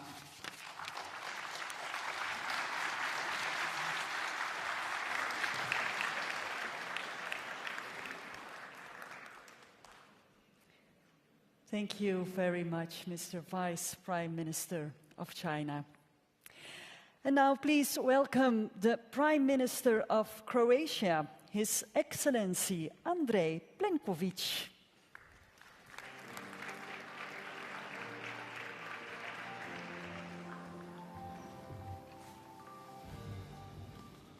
Thank you very much, dear Alexander. In 2022, nuclear energy represented 21.8% of the EU's electricity production. This shows the importance of this technology for the energy transition in the European Union. Moreover, in light of recent geopolitical developments, particularly Russia's aggression against Ukraine, it is crucial that this technology is recognized and supported as a key element, helping to secure the European Union's energy independence alongside with energy coming from renewable resources. In order to achieve our goals by 2050 and strengthen our global competitiveness, we need to set a clear and predictable framework for the research and development and financing of nuclear technology. This is important not just for our citizens and businesses, but also for potential investors and the scientific community who are working tirelessly on different types of projects based on nuclear technology. In this regard, I would like to highlight a major change has been brought about by the recognition of nuclear energy as an environmentally sustainable, because the taxonomy adopted in the EU legal framework paves the way for private investments in this strategic technology for the implementation of the European Green Plan. Thanks to our efforts, the next step should be to open the discussions on the possibility of financing new nuclear projects through the EIB and other relevant financial institutions. My country, Croatia, does not have a nuclear power plant on its national territory, but we are equal co-owners with Slovenia of the Krško nuclear power plant located on Slovenian territory. This is the reason why international statistics sometimes incorrectly present the share of nuclear energy in the Croatian energy mix, which is not zero, since it represents 20% of our electricity production, which is not imported from Slovenia but actually repatriated to Croatia. Over the years, we have invested more than 350 million euros in strengthening nuclear security, an essential prerequisite for extending its lifespan. We have thus guaranteed that this plant will remain operational until 2043. Furthermore, regarding the nuclear energy for the future beyond 2050, we are very much interested in the development of small modular reactors. This is why we welcome the initiative to launch the European Industrial Alliance on Small Modular Reactors. It is important for this technology becomes commercial and is led by the European industry. When it comes to the strategic development of nuclear energy, we must not forget about fusion, clean nuclear energy without radioactive releases. It is the future of nuclear energy for the second half of the century. Great progress has already been made with ITER, International Thermonuclear Experimental Reactor, being an excellent example of successful international cooperation. We are strongly involved in the EU's nuclear fusion program. On the one hand, we have an industry that is very actively involved in the construction of ITER, and on the other hand, with our Spanish friends, we are actively working on the Doorsteps project, which is an important segment of the nuclear fusion program. I am convinced that the nuclear fusion will ensure the continuity of nuclear energy beyond 2050 and become an important segment in a world where CO2 emissions have, I hope, been significantly reduced. To achieve this, it is necessary to work even more intensively on the implementation of ITER, Doorsteps, and ultimately the construction of the nuclear fusion power plant demo. The EU is able and must provide all the necessary support for the future development of nuclear fusion, in particular by adopting a European strategy for nuclear fusion as a first step towards the accelerated development of nuclear fusion. This will create synergies and ensure that the EU becomes an important link in the future global nuclear fusion industry. If all member states decide to work together, the European Union will be able to mobilize the scientific, technical and financial capital necessary to tackle the biggest challenges in the nuclear sector and pave the way for clean nuclear power, whose resources are virtually unlimited without radioactive waste. Thank you very much.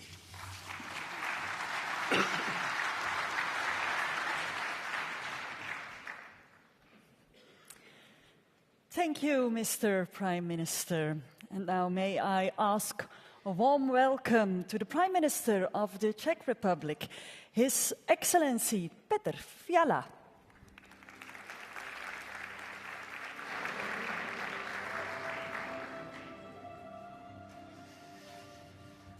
Dear Prime Minister, dear Alexander, dear Director General Grossi, Excellencies, ladies and gentlemen, thank you for today's summit. The time is limited, so I will give you only 3 short perspectives of the importance of nuclear energy, global, European and Czech. For more than 2 years, we are facing the Russian war of aggression against Ukraine and energy blackmail of many other countries. This is combined with geopolitical issues in other parts of the world. It is important to end our dependency on fossil and nuclear fuels from aggressive and unreliable countries. We should work to achieve energy security by cooperating among reliable partners. Together we need to work on ensuring sustainable, affordable and secure energy. Nuclear energy, together with renewable energy, is and will be the essential part of our energy mix. At a European level, we have initiated the Nuclear Energy Alliance. It now includes more than half of EU member states. Nuclear Alliance countries and our industries are leaders of the nuclear renaissance in Europe. Together we stand for respecting nuclear energy as low-carbon source in key EU legislation. This will help us reach our climate goals. We must include this nuclear strategy into the policy program of the next European Commission. We cannot waste any more time. Finally, from the Czech perspective, nuclear is a cost-effective way to decarbonization. It brings grid stability and security of supply. It is the only way to reach our energy independence. Our goal is to reach a 50% share of nuclear energy in our power generation in 2050. We strive for long-term operation of our current 6 reactors for the next 60 years. Last year we made sure that we will not be dependent on Russian fuel anymore. We make progress with our planned new nuclear unit in Dukovany and prepare to decide on additional units soon. To support our ambitious plans for new nuclear builds, we enabled more efficient permitting and licensing processes. We also prepared a national roadmap for small modular reactors. We have a long tradition of nuclear industry and research. We are ready to collaborate on projects abroad. International cooperation will bring all of us bigger benefits in the peaceful use of nuclear energy. Ladies and gentlemen, to conclude, let me tell you a short story, very short story. More than 125 years ago, Marie Curie Sklodowska and her husband managed to isolate a phenomenal new element, radium. It is connected with a small Czech town called Jáchymov. Radium could light in the darkness. In the hands of a doctor, it could cure serious diseases. Today, the Czech spa town Jáchymov is known as a cradle of the atomic age. Dear friends, nuclear technology can significantly improve our lives in many areas, from public health to sustainable energy. The momentum for nuclear energy is now. Let's not miss it. Thank you.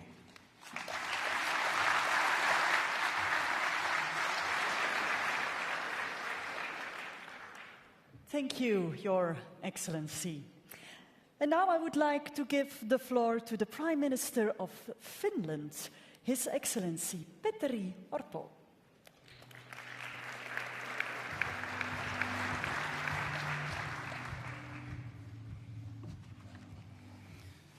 Prime Minister De Croo, Director General Grossi, President Macron, dear colleagues, this summit is a great opportunity to discuss nuclear energy both in European and in global context. Nuclear energy is a key in building clean, secure and affordable energy system. For Finland, nuclear energy is a very important part of our sustainable energy system, and we need to work together in order to find right solutions in Europe and globally.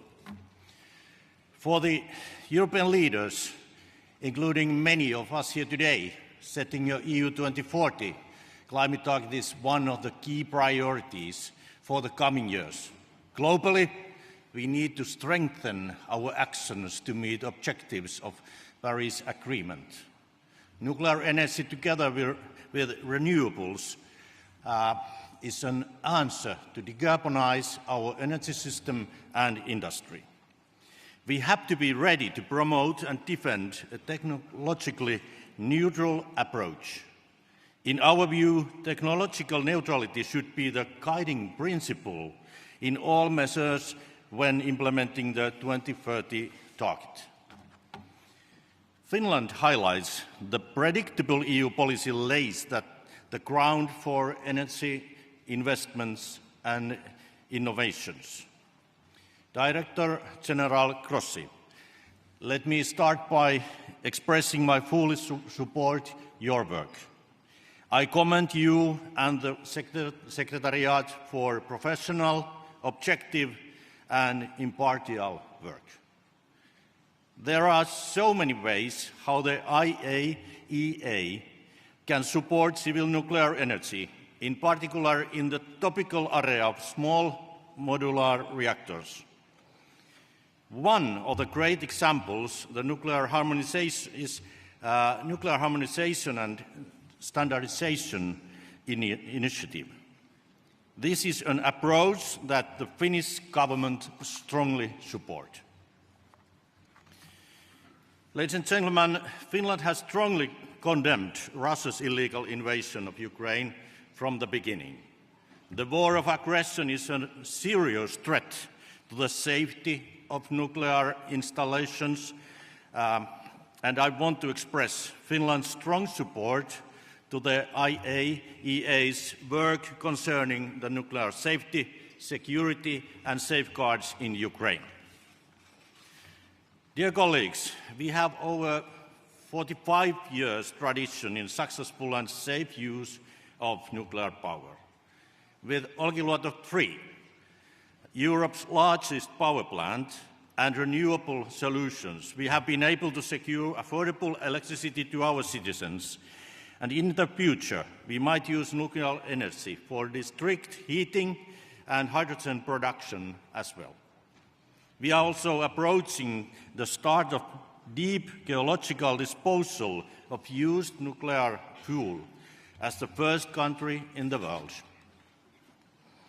Finland calls for deep international collaboration to ensure safe and secure usage of nuclear energy and for enabling development of new kinds of nuclear solutions. Thank you so much.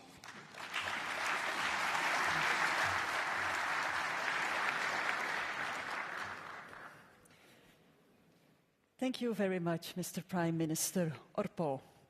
And now please welcome the Prime Minister of Hungary, His Excellency Viktor Orbán.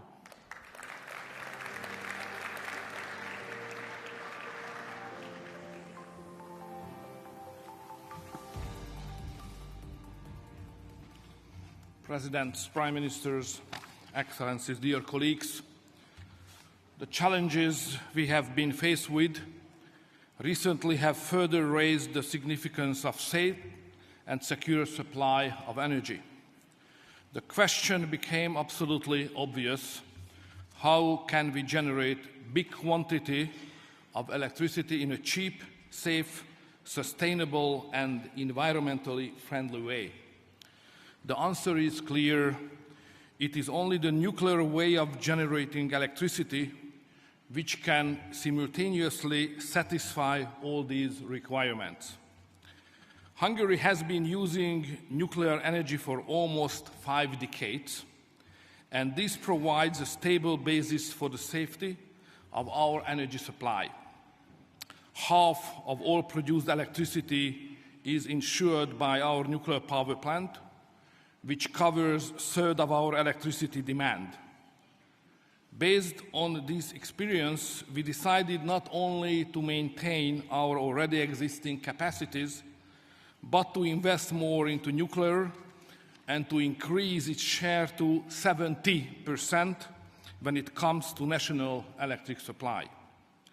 According to the current state of play, a new capacity of 2,400 megawatt will be connected to the grid during the beginning of the next decade.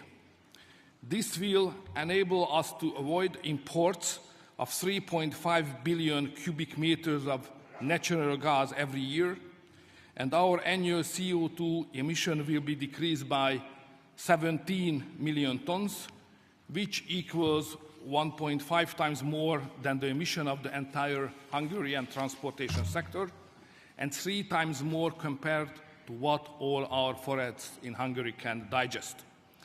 We are happy to note that regardless of the geopolitical difficulties, a wide range international, professional and scientific cooperation still exists on the field of nuclear energy, while Russia became the #1 uranium supplier of the United States last year.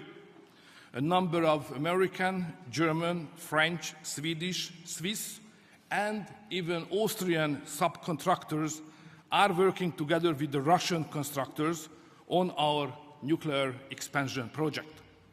It is the interest of all of us to prevent nuclear energy to become hostage of geopolitical conflicts, hypocrisy, and ideological debates. Therefore, let me finally thank all of you to interfere into the European Court case regarding our nuclear investment and to ensure the safe delivery of nuclear fuel to our existing plant. Thank you for your kind attention.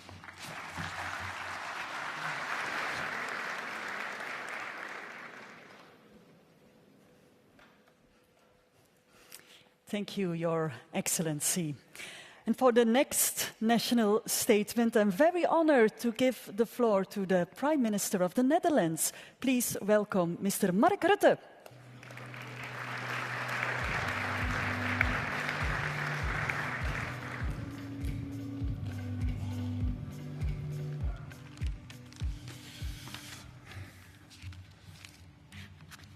Ladies and gentlemen, dear colleagues, Alexander, thank you for hosting this important event. I think our presence here this is the first ever nuclear energy summit. It illustrates, I believe, a widespread recognition of the crucial role that nuclear power can play in and combating climate change and providing energy security.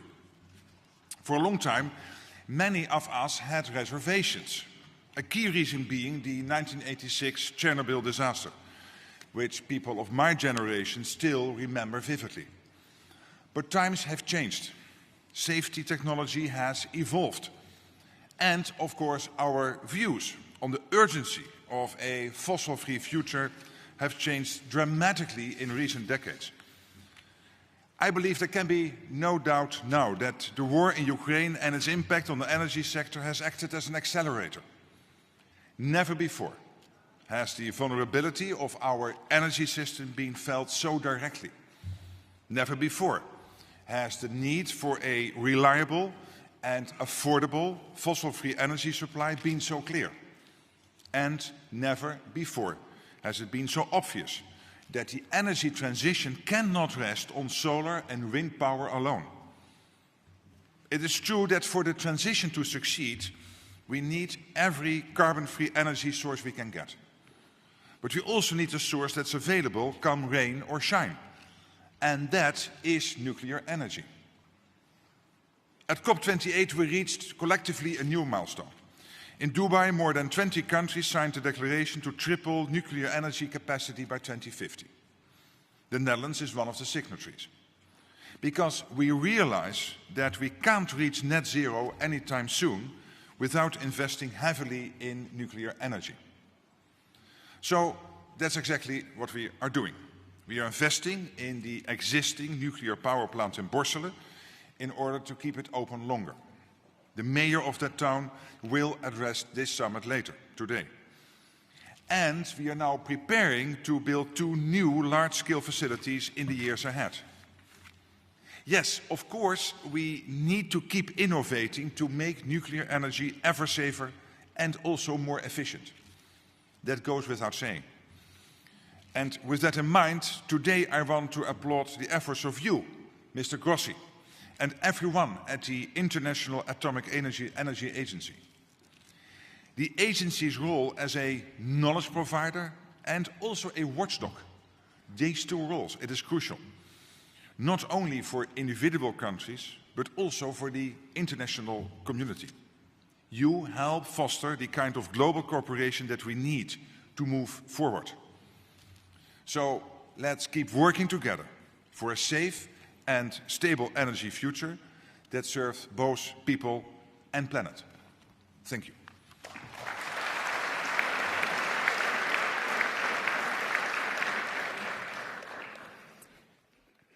Thank you very much, Mr. Prime Minister Rutte. And we now invite the members and observers of the Nuclear Alliance on the stage for a family picture. We will resume the order of the national statements right after. So please, may I welcome all the members and all the observers of the Nuclear Alliance. Thank you.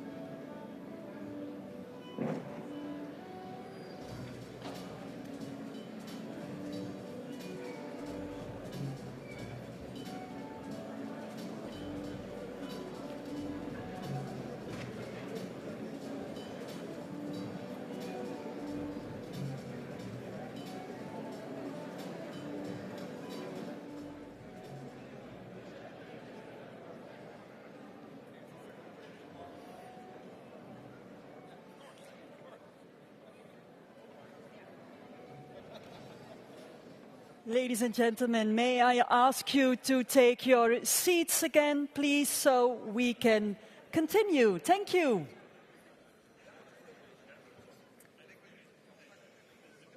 I'm sure it's going to be a beautiful family picture.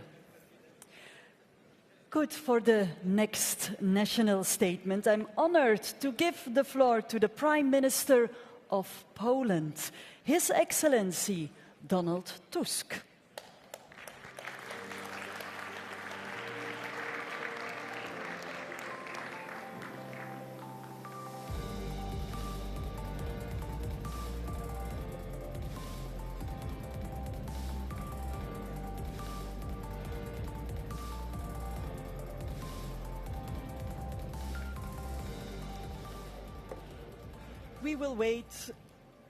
We will wait for Mr. Tusk, but I will continue with the Prime Minister of Slovakia, His Excellency Robert Fico.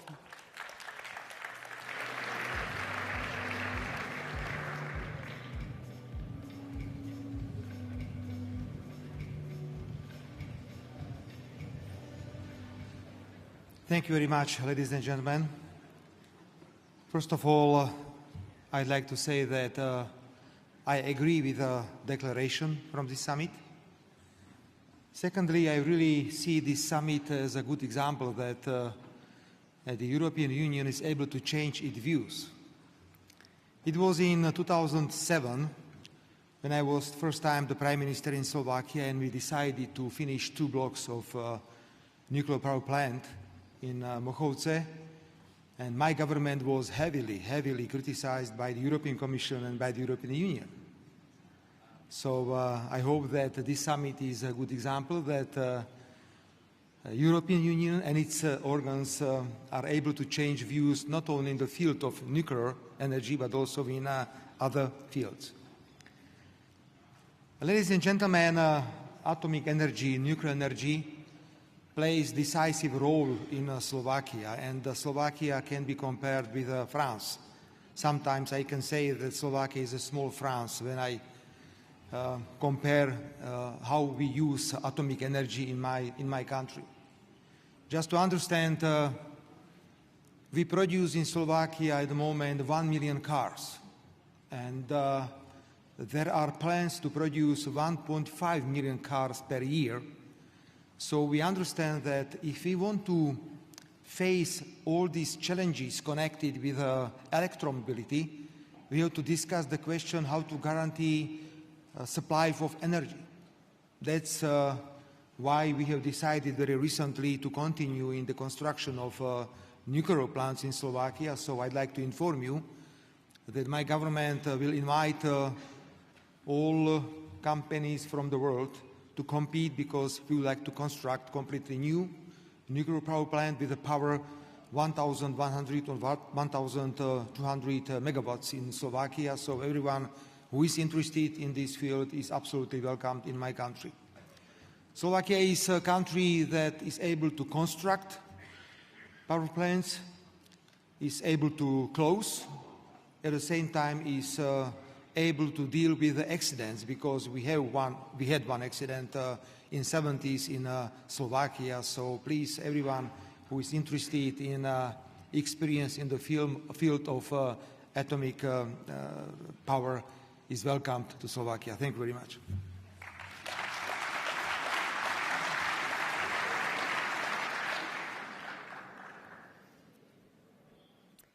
Thank you, Mr. Prime Minister. And now may I ask a warm welcome to the Prime Minister of Slovenia, His Excellency Robert Golob.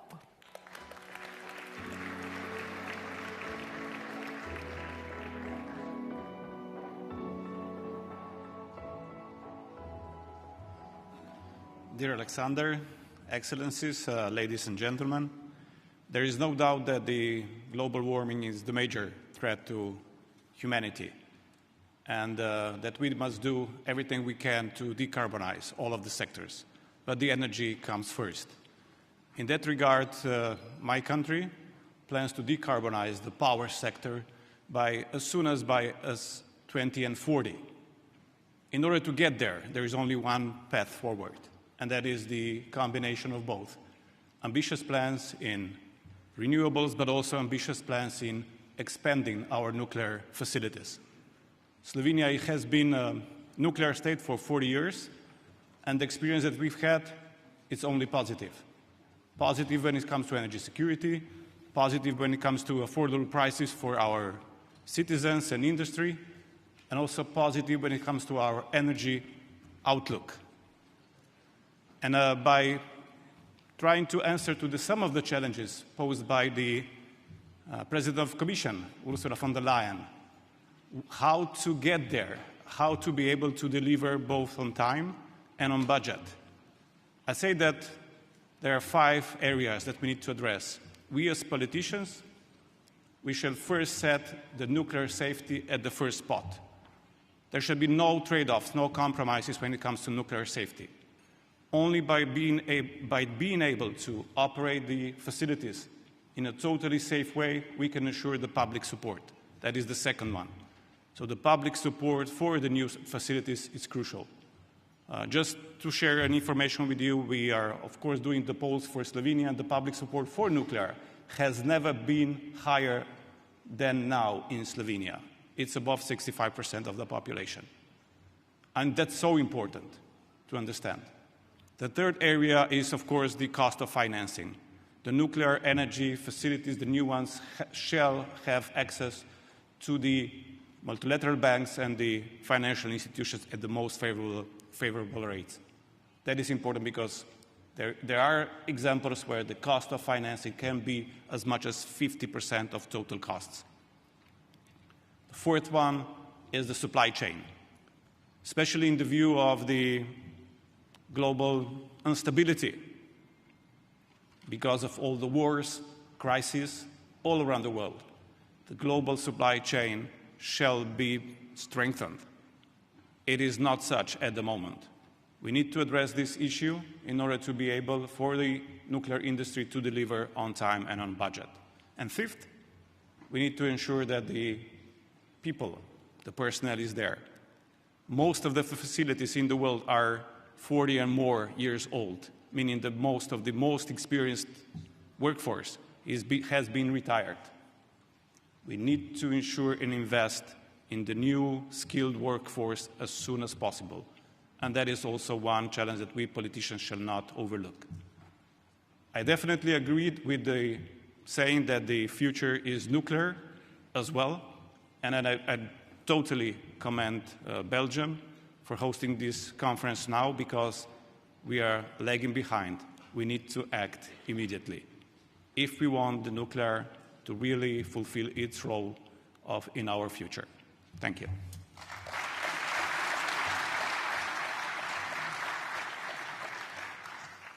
Thank you, Your Excellency. And now please welcome the Prime Minister of Sweden, His Excellency Ulf Kristersson.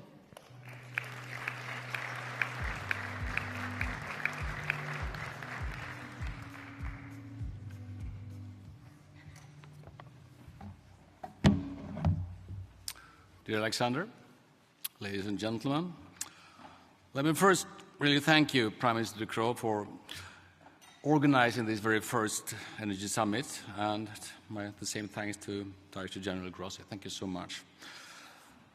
As everybody knows, the world needs more clean electricity, and an important part of that is more nuclear power as well.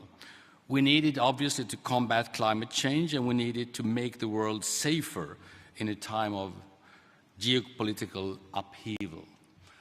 At COP28, more than 20 countries, Sweden included, launched the Declaration of Triple Nuclear Energy. The declaration recognizes the key role of nuclear energy in achieving global net zero greenhouse gas emissions by 2050 and keeping the 1.5-degree goal within reach. On the topic of COP28, I will also underline Sweden's support of IAEA's landmark statement that net zero needs nuclear power. Sweden already has an almost fossil-free electricity and heating system, thanks to a large share of nuclear power traditional hydro and other renewables. But to meet our climate targets by 2045, we need to electrify transportation and industry, which could double the electricity demand in only 2 decades. Less than 10 years ago, Sweden was decommissioning nuclear reactors. Those days are over. My government has reversed that policy and is now planning a significant expansion instead. The government has launched several initiatives to enable the rapid expansion of new nuclear power in Sweden, with the goal of at least 2,500 megawatts installed capacity by 2035. At the same time, we maintain a high level of nuclear safety. We are doing so to improve our electricity system, but it will also improve the electricity supply in neighboring countries to Sweden. One of the main barriers to the expansion of new nuclear energy is securing funding. It is therefore necessary for governments to share the financial risks, to strengthen the conditions and provide additional incentives. Other stakeholders, including international financial institutions and multinational development banks, must affirm the place of nuclear power in our fossil-free future. In January, 14 Swedish industrial leaders wrote an op-ed stating that they are ready to assist if they get clear answers from policy makers. That is something all of us must consider going forward, because without energy policies, you have nothing like climate policies. We need to continue strengthening international collaboration to harness the full potential of civil nuclear energy and triple nuclear energy globally, while ensuring the safe, secure, and exclusively peaceful use of nuclear technologies. The IAEA plays a vital role in all these aspects. I am looking forward to working closely with you all to achieve our common goals. Thank you so much. Thanks.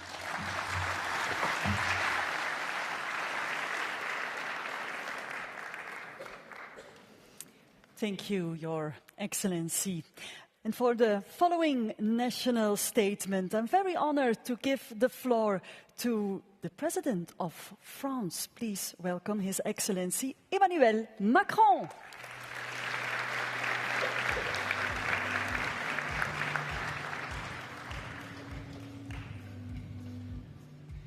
Thank you very much, President, Prime Ministers, dear Alexander, dear Raphael. Thank you. Thank you for this great initiative. And I think this is a very important moment because collectively we embody definitely this alliance of strength and willingness to do much more for climate, economies, and with business leaders, researchers, and so on, to build new solutions. I don't want to repeat what my colleague perfectly expressed, but our challenge is to deliver on climate change and reduce our CO2 emissions, is to improve our sovereignty by securing our energy, and it's to improve our competitiveness in order to create jobs at the same time. And it's true for all the regions of the planet being present here in this room. If you want to reconcile these three objectives, you need the relevant and consistent energy approach. Let me say that we can electrify our mobility, but if the electricity is produced with fossil fuel, it's a stupid move. You can decide to make a big move towards more electrification, but if you are totally dependent on complicated regions, let's say, in order to produce your own electricity, it could be a complicated move. And we experienced this type of vulnerability during the past few years. So how to reduce and produce a relevant low-carbon energy, for me, is based on three key elements. Efficiency, and how not to consume energy, which is definitely the less expensive energy. So innovation and efficiency. Second, renewables, which is a very smart way to produce low-carbon energy, but it's not pilotable. matter of fact. And third, nuclear energy, because it's a low-carbon, pilotable energy and source of electricity. This is why the comprehensive approach in order to deliver this agenda is based for me on efficiency, renewables, and nuclear energy. And this is why this alliance is so important, and the commitment taken in COP28 is so relevant. In order to do so, I just want to add a few remarks in the line of my colleague. First, we have to produce much more capacities. In France, we will produce 9 gigawatts, it's already on track. And on top of that, I will announce 14 gigawatts on top of it. All in all, it's around 50 gigawatts for the European countries to be produced in the years and decades to come. But in all the regions of the world being present here, it's a very important source of energy. And from Caucasus to Asia, Latin America, obviously the US, this is a very important way to do it, and de facto to reduce cost. Second, financing. Cost of financing, Robert mentioned it, is a very important part of precisely the competitiveness of this type of project. This is why we have to put the European Investment Bank, but to streamline our regulatory framework, to be neutral from a technological point of view in all the different regions, and to attract a lot of private investments because it's a relevant move. Third, it's very important to secure as well the industry and all the blocks of the value chain. And de facto, energy could be a huge source of jobs creation, a huge source of industrial development, because we will create or recreate in the different countries a lot of this value chain and a lot of jobs in order to produce the nuclear plants, to secure them, and to be in charge of the full-fledged function. It's very important as well to secure this different block of the value chain. Fourth, competences. One of the big issues, and we had this problem during the past decade in France, it's when you have shortage in some competences. This is why, building this alliance and this commitment, we have now to be sure that we have the relevant planning in terms of education, training programs, to be sure that we have all the workers we need in order to produce. 5, waste management. One of the big issues, we discussed that with Alexander, and a big source of sensitiveness in our countries is obviously about the waste management. Let's still innovate. We have solutions. We do it in France and in a lot of countries being used of nuclear energy. But we can create new solutions, more regional solutions, and I speak for the Europeans especially. We can have a European approach in terms of waste management. It's something to be invented. 6, innovation. Obviously, we have mature projects we want to deploy, but SMRs and ASMRs are a huge source of creation for smaller needs, but as well in order to decarbonize our industrial sites and in order to deliver precisely our decarbonization agenda on, in our ports and in the big existing plants and industrial plants, because it will be a huge source of innovation as well. So this innovation track is absolutely critical, and I want to commend those who will participate to this SMRs Alliance. 7th, interconnection. On top of what we do, we have to work actively all together on electrical grids and interconnections, which will be a huge game changer in order to provide pilotable, sustainable, and low-cost electricity, and to try to fix the fragmentation of the existing market, especially in Europe, but to connect all the different parts of the market. EU, but as well Caucasus and Western Balkans should be interconnected, and we have to invest on this electrical grid. And my last point, obviously, is about safety. I think we improved our safety, and I think all of us here are re-engaging post-Fukushima, because we invested a lot in order to increase the existing standards. And I think the cooperation between our safety agencies And the best standards we have is absolutely critical. I think this is a source of competitiveness and acceptability for nuclear energy. And I want to commend the role of as well of the international agency, Cher Raphael, because from Iran to Zaporizhia in Ukraine and all the sensitive issues, having an independent international coordination through your agency is so important. Here were the key elements I wanted to mention on top of the remarks made by the colleagues. But I want to thank you here for your presence. But now let's deliver a very concrete and an action plan with the governments, with the agency, and I want to salute as well the l'Agence internationale de l'énergie, cher Fatih, and all the business leaders and the researchers, because we have for decades now a huge agenda of growth, innovation, jobs creation, making us able to deliver our objective for carbon neutrality in 2050. Thank you.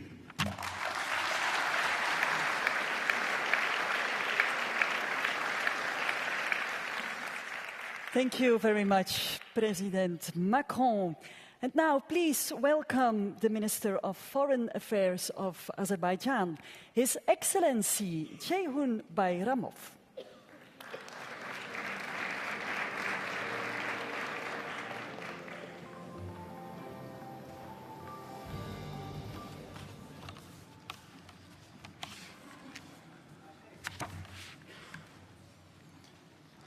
Mr. Prime Minister, Director General, Heads of States and Governments, Ministers, ladies and gentlemen, we extend our thanks to Belgium and the International Atomic Energy Agency for the kind invitation. We are gathered here at a crucial time to deliberate on the environmentally conscious pathway of our global energy landscape. The inclusion of nuclear energy in the global stocktake at COP28 as a means for reductions in greenhouse gas emissions was indeed a historic milestone. This development is a testament to the progress made collectively in ensuring the safety and security of nuclear energy and highlights the instrumental role of the IAEA. The IAEA steps focusing on the environmental impacts of nuclear energy, most notably the Atoms for Climate initiative, are commendable and deserve our full support. As we explore expanded use of nuclear energy, it is imperative that we redouble our efforts in addressing nuclear safety. Moreover, facilitating affordable access to nuclear technologies for peaceful purposes should remain a cornerstone of our collective endeavor. We, as the host country for COP29, are committed to spearheading efforts to produce tangible outcomes at this milestone event to be held in Baku later this year. Ensuring the inclusion of facilitated and affordable nuclear energy technologies in the resource deliberations of the COP process is essential. In this context, we look forward to contributions by the IAEA to this process. At the national level, Azerbaijan benefits from the peaceful use of nuclear technology in medical, agriculture and other fields. Together with the IAEA, we are also exploring the possibility of use of nuclear applications in detecting landmines, which is a significant challenge for Azerbaijan. We are currently finalizing our framework document with the IAEA for the next 5 years, which contains provisions on studying jointly with the IAEA the feasibility of use of nuclear energy in the context of Azerbaijan's efforts in transitioning to clean energy. In conclusion, the path forward necessitates a balanced approach integrating the safe, secure, equitable and affordable expansion of nuclear energy while ensuring environmental sustainability. I would like to assure you that in our national capacity and as the COP29 chair, we will spare no effort in this regard. Thank you for your attention.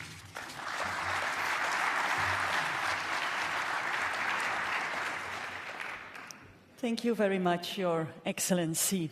And now I would like to give the floor to the Minister of Foreign Affairs of Pakistan, His Excellency Mohammad Ishaq Dar.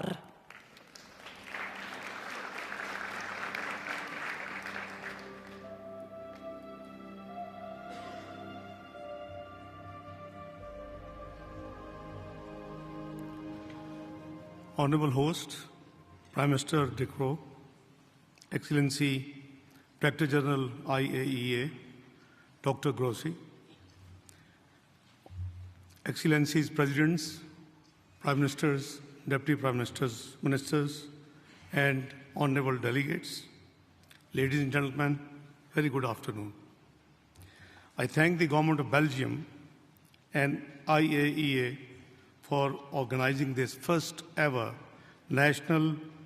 nuclear energy summit. This summit is taking place in times of rising energy demands and associated supply-side challenges triggered by wars, contestations, and climate change concerns. Energy security stands high on global priorities for both developing and developed world. We need clean and cost-effective energy. With immense power density, negligible carbon footprints, and the greenhouse emissions, nuclear energy offers a viable solution for the future. We endorse nuclear energy as one of the low-emission technologies in the recent COP28. Ladies and gentlemen, it is gratifying that technology innovations continue to make nuclear energy safer and more cost-effective.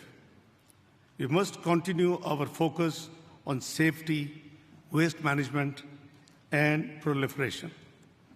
States must also continue to ensure focus on nuclear safety and security, waste management, and compliance with non-proliferation obligations.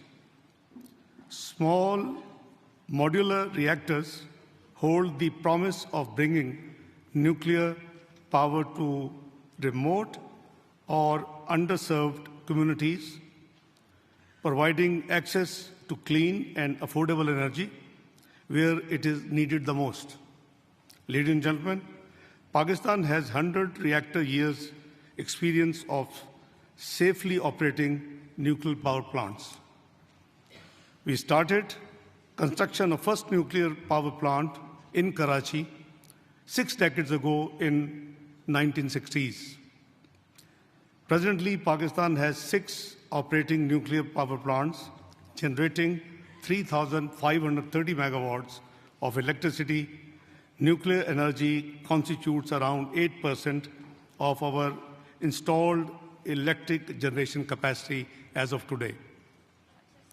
Given rising domestic energy demands and climate vulnerabilities, nuclear energy is being prioritized in both our national electricity policy and national climate change policy. The installed nuclear energy capacity in the country has avoided more than 100 million tons of CO2 emissions so far. Pakistan has fully trained human resource capable to support nuclear power infrastructure.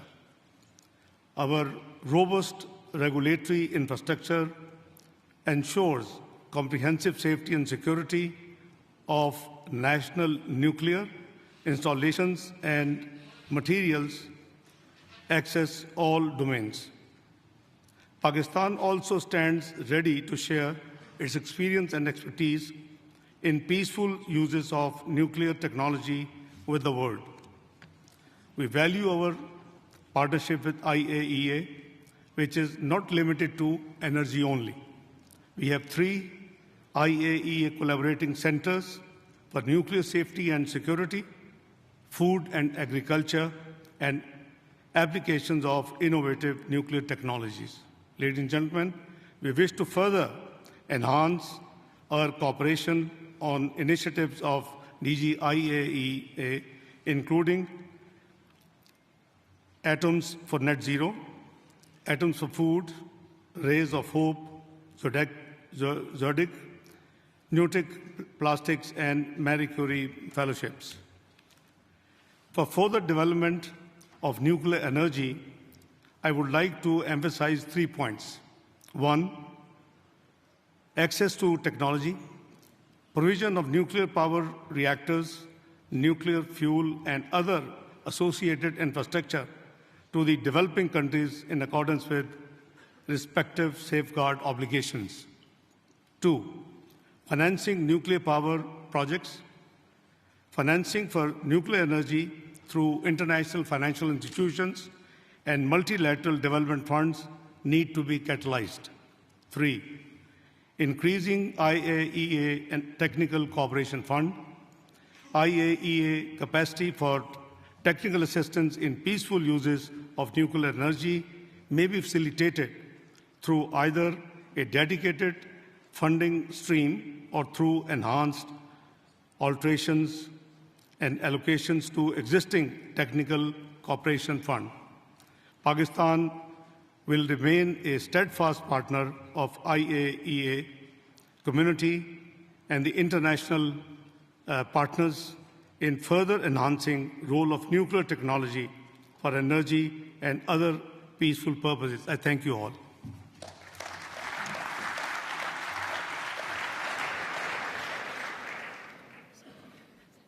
Thank you, Minister Dar. And now please welcome the Minister of Foreign Affairs of Turkey, His Excellency Hakan Fidan.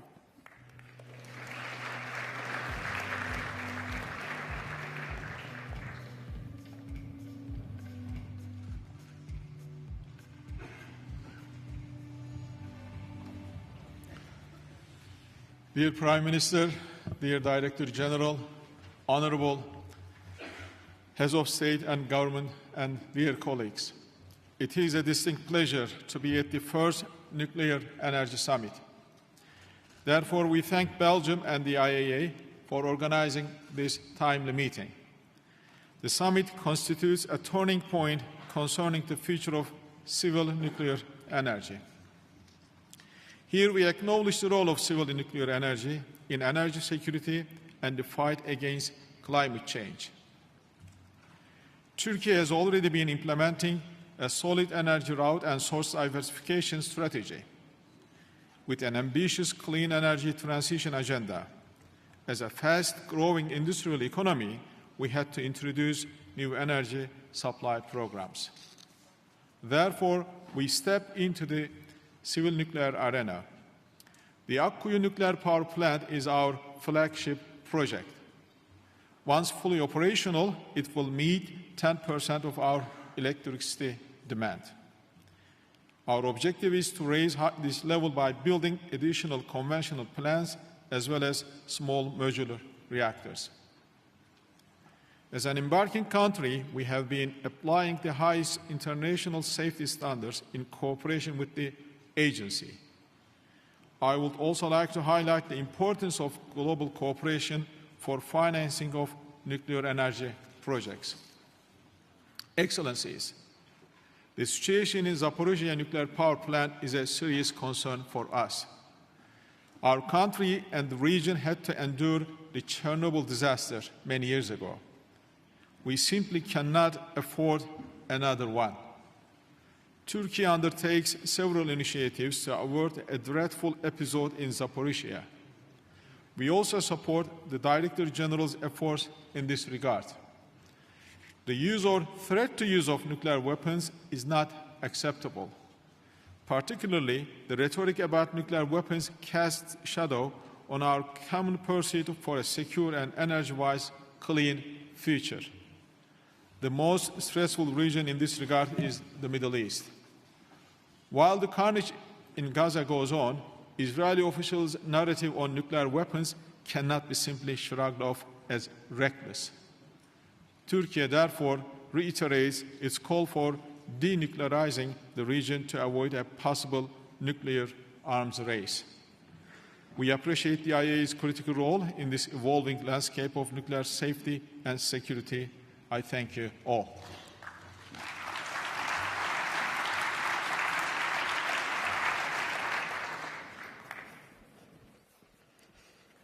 Thank you very much, Your Excellency. And for the following statement, I would like to ask a warm welcome to the Parliamentary Vice Minister of Foreign Affairs of Japan, His Excellency Masahiro Komura.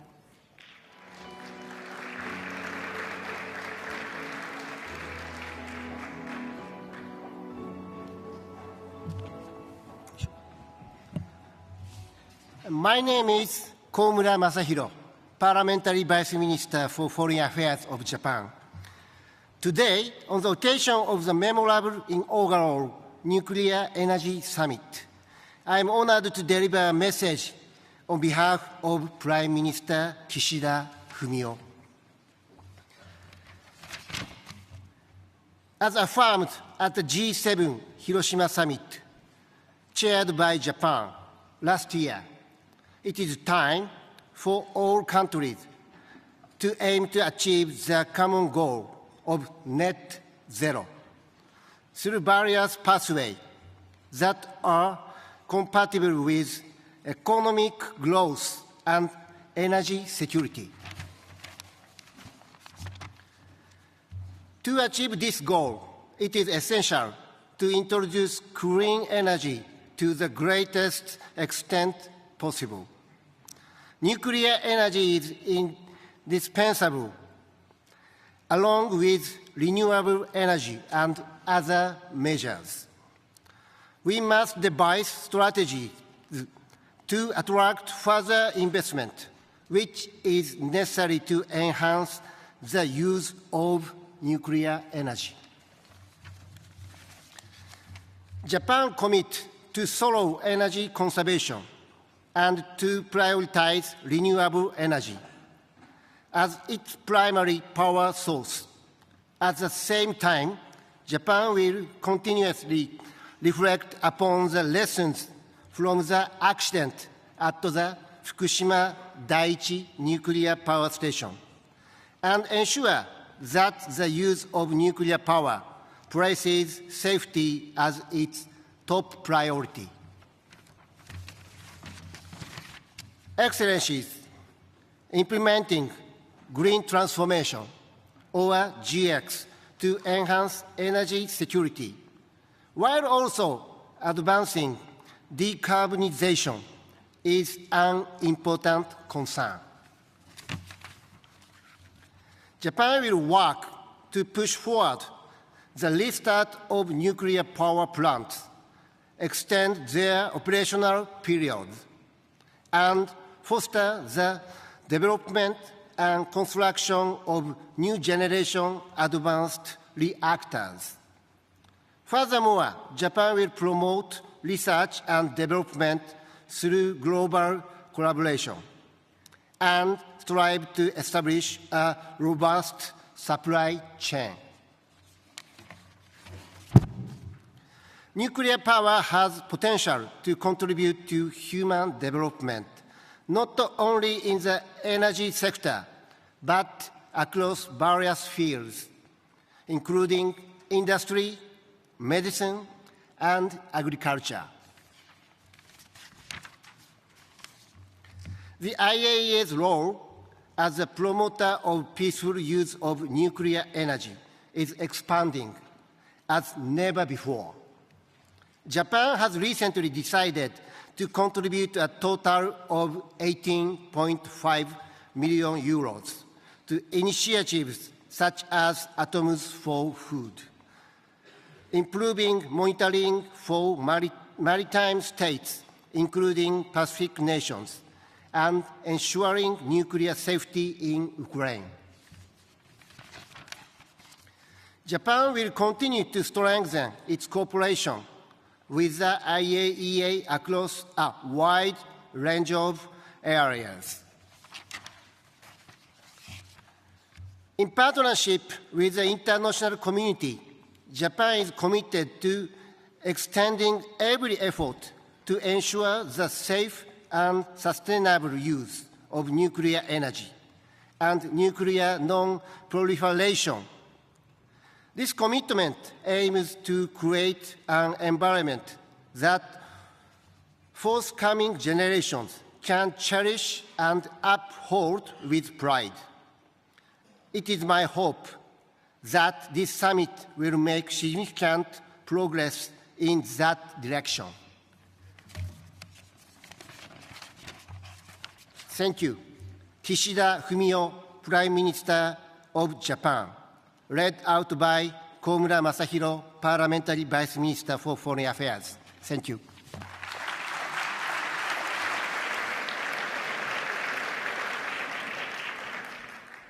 Thank you very much, Mr. Vice Minister. And now I'm very honored to give the floor to the Senior Advisor to the President for Clean Energy, Innovation and Implementation of the United States of America, Mr. John Podesta.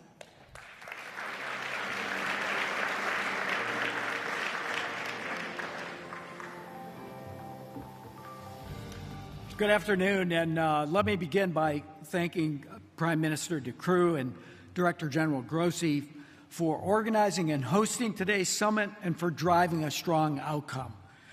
The United States has long been a global leader and proponent of peaceful use of nuclear energy under the highest standards of nuclear safety, security, and non-proliferation. As Director General Grossi noted, since President Eisenhower's Atoms for Peace speech, we have been undergirding that approach to nuclear power. And today we're engaged in a 21st century update to that Atoms for Peace vision.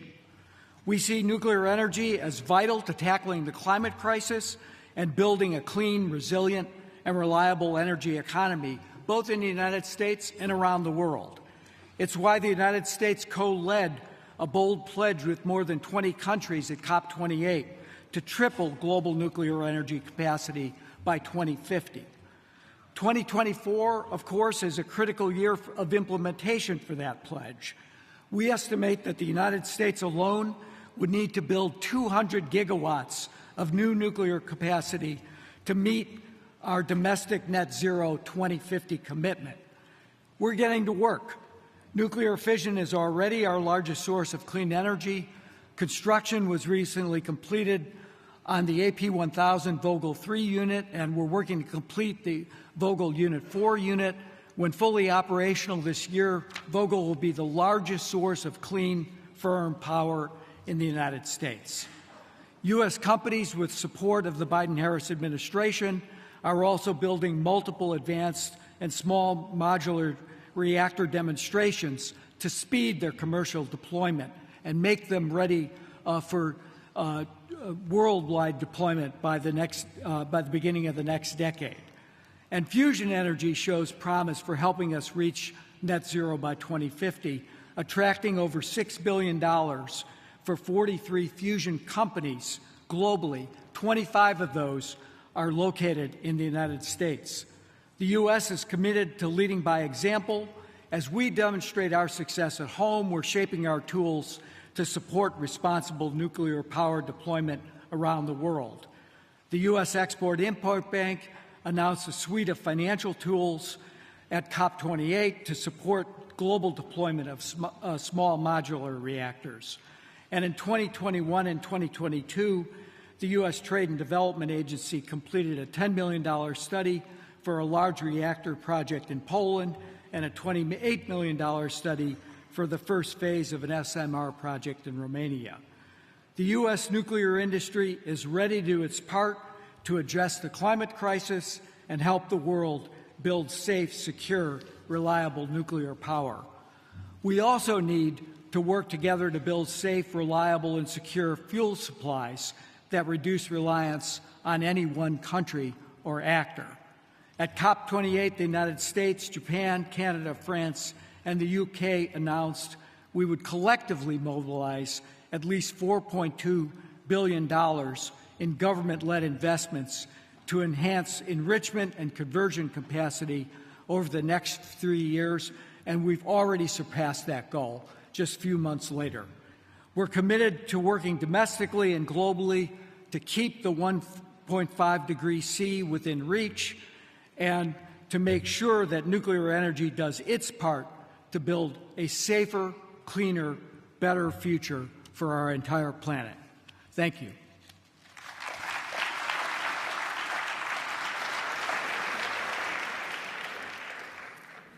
Thank you very much, Mr. Podesta.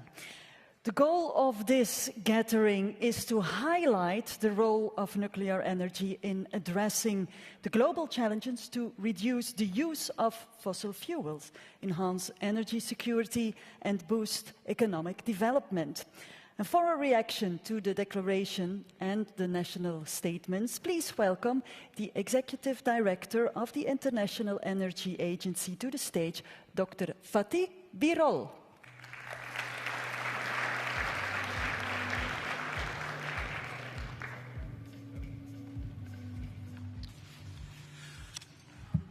Prime Minister De Croo, dear Rafael, ladies and gentlemen, a very good afternoon to all of you. Dear colleagues, at the International Energy Agency, we are a very lucky organization, fortunate organization, because we have all the energy data at our fingertips. All the projects, investments, numbers. And 2.5 years ago, in Paris, there was a major nuclear meeting 2.5 years ago.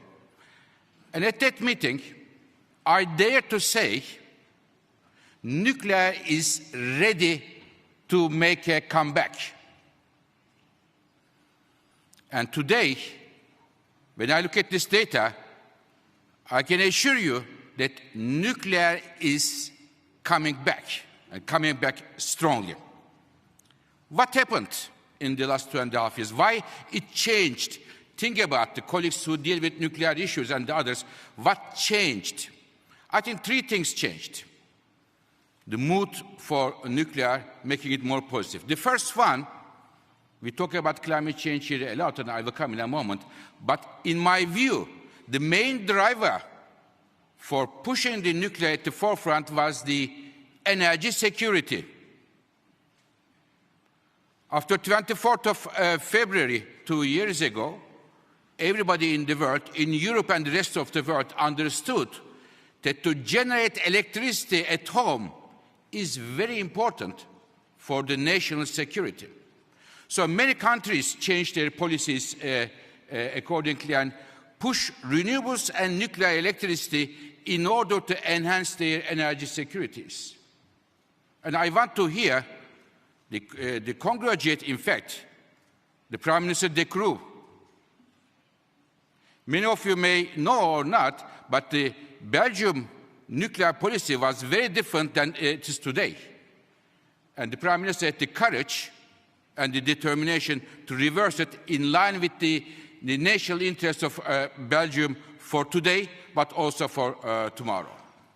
So the first driver was the energy security of nuclear making a comeback. Second one is, many colleagues mentioned climate change. If we want to reach net zero without having any nuclear, it is impossible. It plays a crucial role. And the third and last point, dear colleagues, in today's economy, if you want to compete, you need stable electricity prices. So the third one is the competitiveness gave a boost to nuclear power.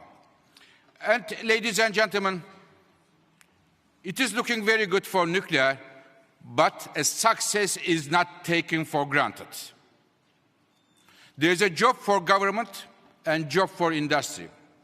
For governments, please, please, please value the job that nuclear industry, nuclear electricity generation is providing zero emission and 24/7 electricity to your economies. Through different ways, because nuclear projects are not easy projects. They took a long time. You built a solar or wind plant, 2-3 years of time. Nuclear takes a long time. There are many construction risks. They require huge capital, the upfront capital. So there is a role for governments to play here. The job also for industry. Now, we have many, our colleagues said, the moderator, 300 representatives of the nuclear industry.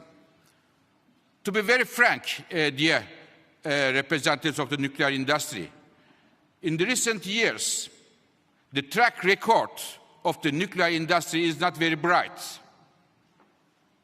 And I think nuclear industry needs to, now, as Madame von der Leyen said, the President, more disciplined and try to deliver on time and on budget.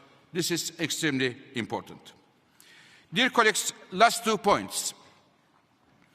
Another challenge coming for the new nuclear builds around the world, which is competitiveness with the changing the dynamics of natural gas markets.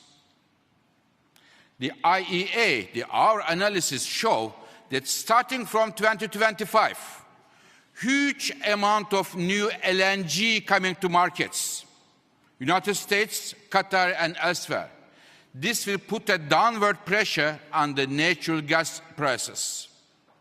Therefore, the appetite for building the gas-fired power plants might be much stronger than today, which could make the life of nuclear power rather challenging.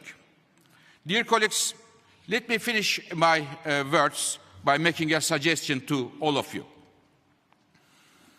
Nuclear industry, unlike the other parts of the energy industry, it is very important to show international political determination, as we are showing here today.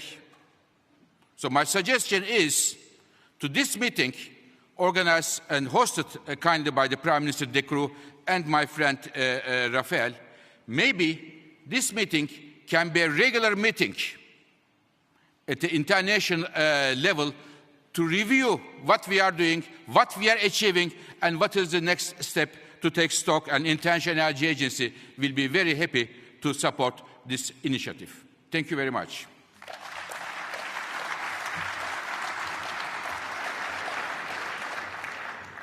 Thank you, Dr. Birol. And as announced by the International Atomic Energy Agency's Director General, Mr. Grossi, in his opening remarks, the declaration has been adopted. So, once again, thank you and yes. Thank you, dear Excellencies, for your contributions to this summit. And we will now take a break and continue at approximately 1:30 p.m. with the remaining national statements. Allow me to invite you all for some refreshments, for a light lunch in the Delegates' Lounge in Event Hall 10. Thank you.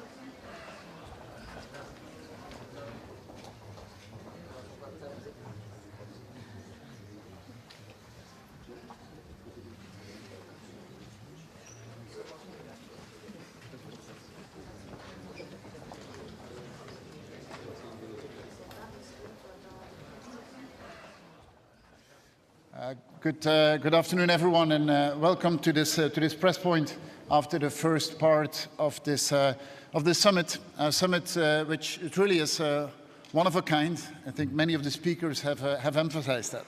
As you know, 37 delegations from across the globe that were here with really one clear ambition: is how do we become CO2 net zero by 2050? And as I said in my statement, we do this in the shadow of the atomium. And the atomium really is a showcase of the belief that in the 50s we had in science and in scientific progress, on how scientific progress can solve our big endeavors. More than ever, we need that. As humanity, we have never solved our big endeavors by putting progress in reverse. It's actually quite the opposite. We need to put progress one gear higher, and that means more investment, more innovation, more growth, but a different growth. And let us be clear on that. A different growth, a growth which is decarbonized. And if we want to decarbonize it, we will have to look at all technologies. And really for us in Belgium, it's not about ideology. It's about science. And the debate on nuclear has been way too much ideologically dominated over the last decades. And what we see today is that if you talk with a young generation, it's not about the ideology, it's about science. And it's about the scientific characteristics of the solutions that are on the table here. And dear Raphael, I really thank you for helping us in organizing this event, and also in the energy choices that we have made over the past years. COP28 in Dubai really was a changing moment, and this is the first time that it was really clear that nuclear is part of the solution. It is not the solution, but it is part of the solution to fight climate change, to make sure that we have energy independence, to have enough competitiveness in the world of today, where this is crucial. If we want to electrify our society, our industry, we will need abundance of energy and of electricity. If we want our mobility to become green, then we need to make sure that electricity produced is also produced in a green way. If we want to have the benefits of AI, we will need abundance of energy. And AI is really involved on both sides.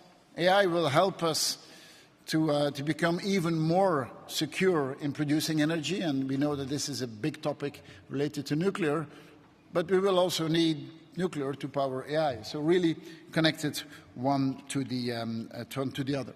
My main point is this is not a polarized discussion. And you might have seen in all the interventions here, this event is an event that also embraces renewables. Nuclear and renewables go hand in hand. And if we want to achieve our goals, and we want to achieve as fast, then nuclear is going to play a role in it, but as much renewable is going to play a role in it. And I think the Belgian energy strategy really is a case in point. Up to now, we've heard political statements, but one of the big elements of this event is that the private sector is here, civil society is here. More than 300 CEOs and representatives of the industry is here. And it is time that this industry opens up. I mean, this industry has a past of being quite closed, being a bit secretive, and there were many reasons for that in the past. Today, it's time to open up, and today we see the innovation that is happening. We see all the new developments in this industry, and this can only be to the benefit of everyone. So I'm extremely happy with the way this event has happened up to now, and I think that actually this afternoon the best is actually yet to come, because the discussions will be real interactive discussions this afternoon. Some of the interventions talked about the follow-up for this event. I agree. It does not have to be every year in Brussels. It can, but it does not have to be. But I think really it is the debate on nuclear has moved to center stage, and that's a good thing. Let's continue on that and have discussions that are as open, but especially as ambitious as possible. Rafael. Thank you, Alexander. And I wouldn't mind coming every year to Brussels. Brussels is a place of diplomacy. Brussels is a place for meeting halfway in so many ways. So I think it was of all logic that we would start this year. I think what you said, Alexander, I would subscribe word by word. What is the added value of having the IAEA? Of course, the IAEA is the global platform. We have European platforms, we have regional platforms, but the IAEA is the global platform that is there to make sure that we have a level playing field, that what we do is safe, that we have the necessary standards to move forward with the traditional technologies, with the new technologies, that we facilitate also access to nuclear energy for those who are lagging behind and need the necessary institutions to do so, that needs the capacity building to move forward. And also, again, for the globality, in the sense, as you can see by the flags behind, nuclear is Europe, but nuclear is also what you see here. Nuclear is Asia, nuclear is Latin America, nuclear is Africa, nuclear is North America. So it's a global effort, and for that we need the IAEA to be there. So again, happy to be a part of this effort, to be coordinating. Of course, there will be follow-up of this. The important thing, and I guess this is something concrete that we are taking from this first summit, is the idea that we have to tackle still the knots we have to untie. I wouldn't call them challenges. For every human activity, there are things that need to be solved. In this case, we have a lot of work to do in terms of the financing, nationally, regionally, with banks, with institutions, so that they are up to speed as well with what the market wants and what countries want. So I will stop here, also take your questions. Thank you very much. Thank you, Rafael. Any questions? Yes, please, go ahead. There is microphones that will come your way. Please, short. Thank you. State who you are and then your question.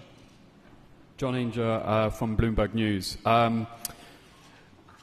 Viktor Orban, in his statement today, talked about Russian nuclear fuel, but it's not just a problem that Hungary has. A lot of European countries are reliant on Russian supplies of nuclear fuel. How worried are you that this push for a nuclear revival is just going to play into the hands of Moscow when providing these kind of fuels? Thank you. Well, adapting supply chains take time, and doing it in a secure and a reliable way takes time, but it is clearly one of the assignments to the industry and to governments working on this is to adapt supply chains as fast as possible, and also there to disconnect from Russian supply. But we need to balance things. I mean, in a sense, if you want to decarbonize, if you want to reduce CO2 production, we need to make sure that our nuclear power plants can continue. And as said, we can do all the renewable in the world, and I'm a big fan of doing more renewables, but we'll need nuclear as well to reduce CO2 emission as fast as possible. Yes. Yes, please go ahead. Sir? Yeah. Hello, Rumiana Vakarelska from NucNet News Agency, Nuclear Power News Agency. My question is specifically to Mr. Grossi. How is your organization changing in line with the tripling of nuclear power capacity building across the world? Tell us a little bit if we are going to look at any changes in the International Atomic Energy Agency. Certainly, we are doing that very actively. One thing that we have done, for example, is that, you may have heard in the statements, there is a lot of reference to small modular reactors. People talk about that more than they know what exactly these are. And we at the IAEA have all the technology, information, and the capacity to help countries that are interested in this type of technology. We are giving countries the necessary, indispensable elements on a regulatory level to be able to host nuclear infrastructure safely. We are also, at the request of many countries, we are assisting them in evaluating the bids. You know that there is, of course, the IAEA is commercially neutral. We are at the service of every state, but they are approached, and very rightly so, by many vendors, and countries come to us so that we can give them an impartial look at things, considering what is their national infrastructure, their national possibilities, so that any move, any concrete move, is based on more solid, assumptions. Thank you.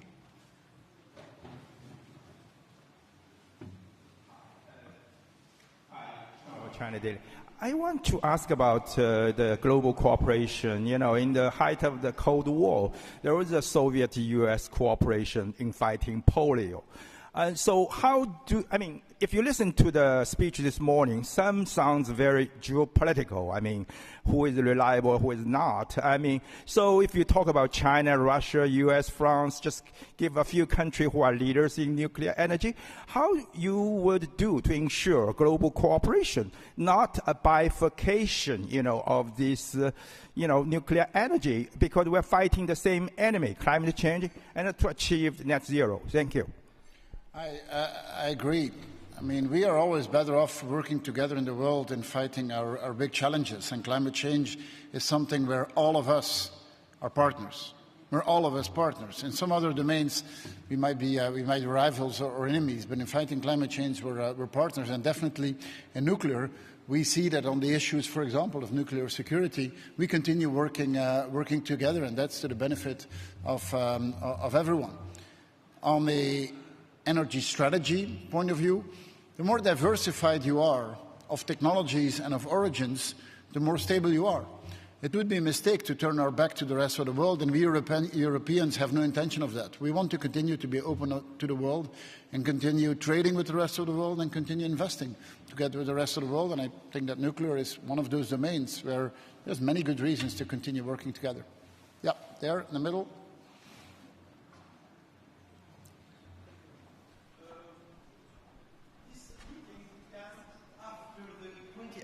COP in Abu Dhabi, how do you think that, how the impact of the outcomes of COP28 in Dubai to organize this meeting and to discuss the issue that was a result in COP28 in Abu Dhabi? Yeah, well, thank you, Alexander.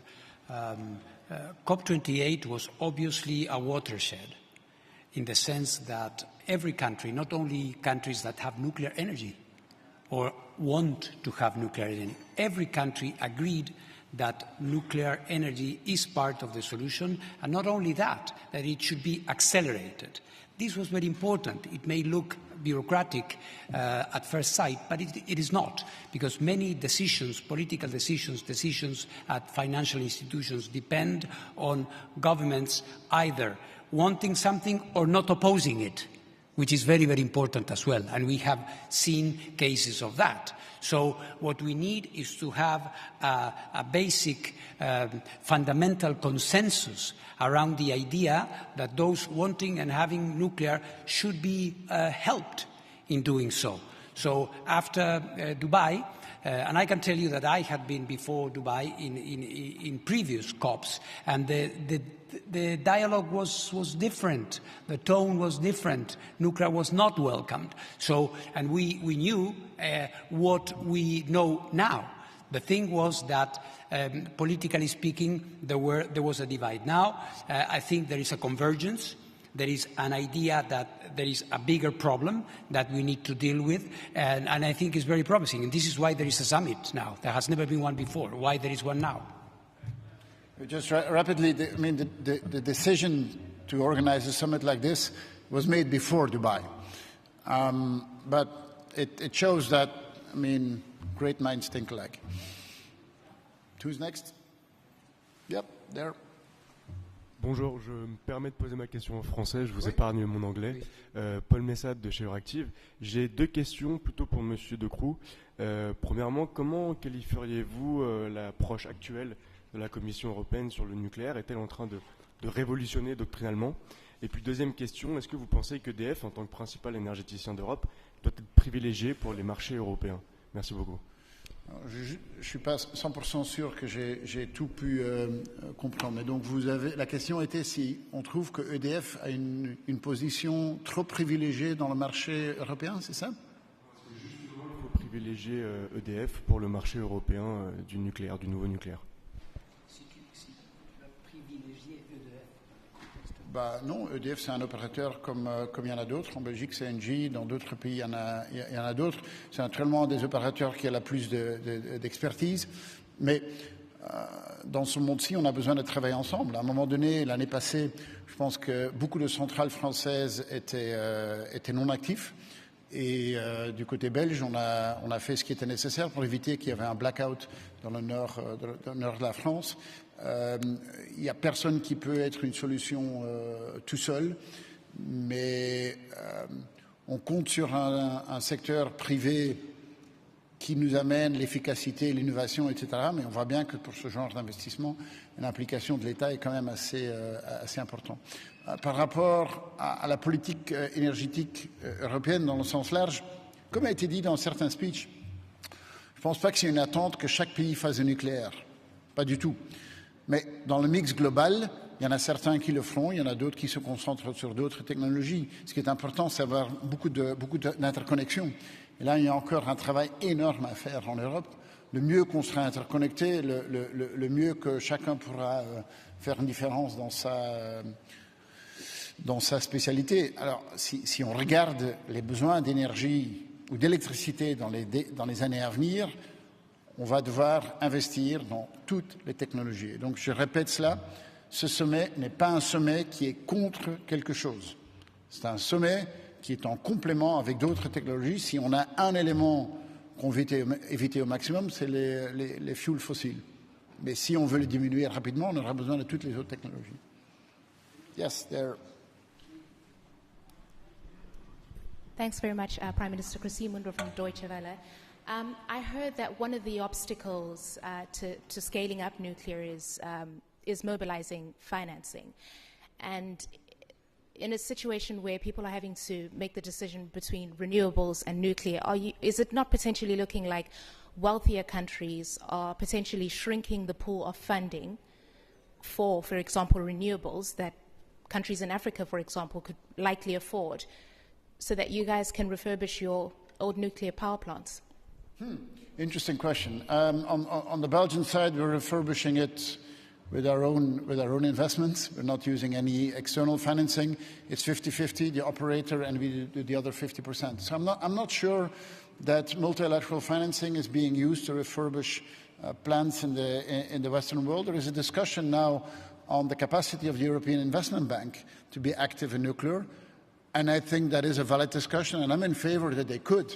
I think that we as legislators, we have to be clear on the objective. And the objective is reducing CO2 as fast as possible. But you need to be open on the method being used. Innovation is not something that governments are good at. The private sector is good at that.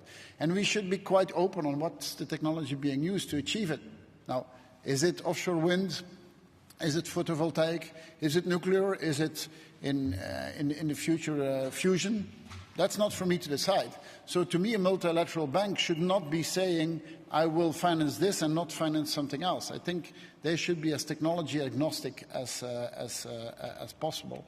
I think multilateral banks are effective when they are a lever for private financing. There is not a lack of private financing in the world today. Quite the contrary. What lacks is the right circumstances to get that private financing going, and then the multilateral bank should be a lever to multiply the private investment. Maybe two more questions, and then I fear we have to go. Yes, there, and then we'll go that side. Afsa Alami, Al Jazeera Net. First, you were talking about all the flags behind you. And in the Arab world, we have a lot of countries. So my question is, what is the problem? Why we don't have a lot of Arab countries talking nuclear now? My second question, where did the Iranian nuclear agreement reach? Thank you. Well, maybe rapidly, Egypt is here, Saudi Arabia is here.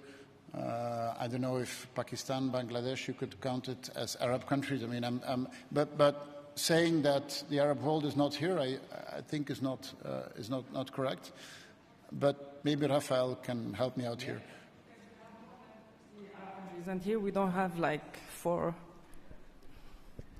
Okay, that's an assignment for the next summit. But I think that if you look here, every continent is present except for Australia and New Zealand. Okay, last one there.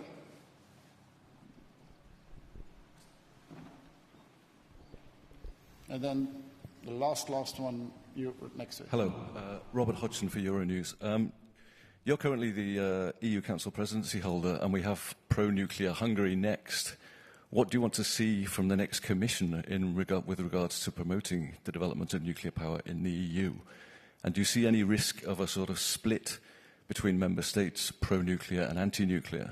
Thank you. No, I don't see that at all. I see respect for the choices that countries make, and I definitely see a discussion that is much more scientific than the ideological discussion that we used to see in the past.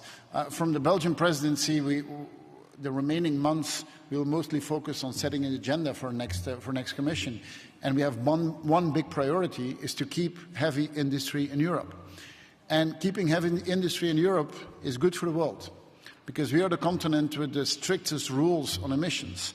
So if heavy industry leaves here, everyone loses, because it's moving away from a place where the rules are extremely strict. And keeping heavy industry here, there's a number of elements in that, but access to clean energy is one of the main factors.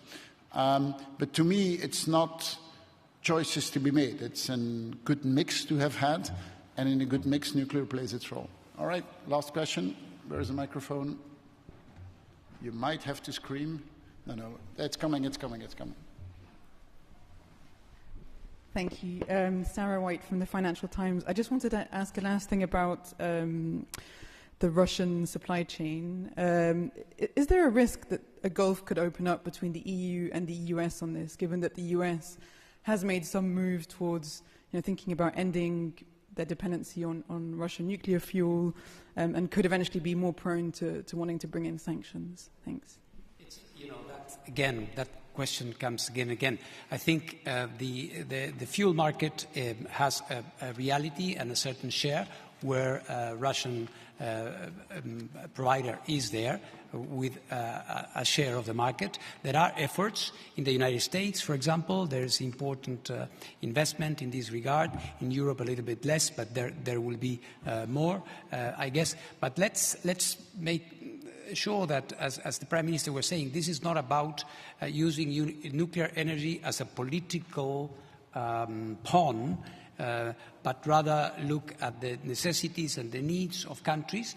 There are certain long-term infrastructure projects where you may have Russian fuel that may change in the future. It will take some time. In other cases, new builds are coming without any Russian supply of fuel. So I would warn again against this point of having good nuclear against bad nuclear. I don't think this is conducive to what we need to have in the global energy market. Okay, thank you. Enjoy. Thank you. I have to run to do some interviews.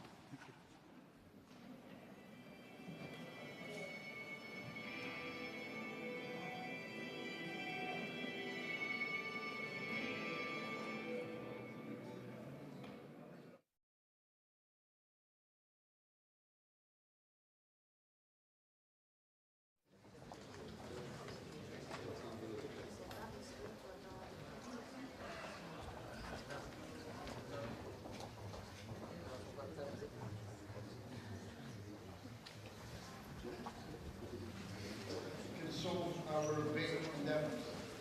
More than ever. And that means more investment, more innovation, more growth.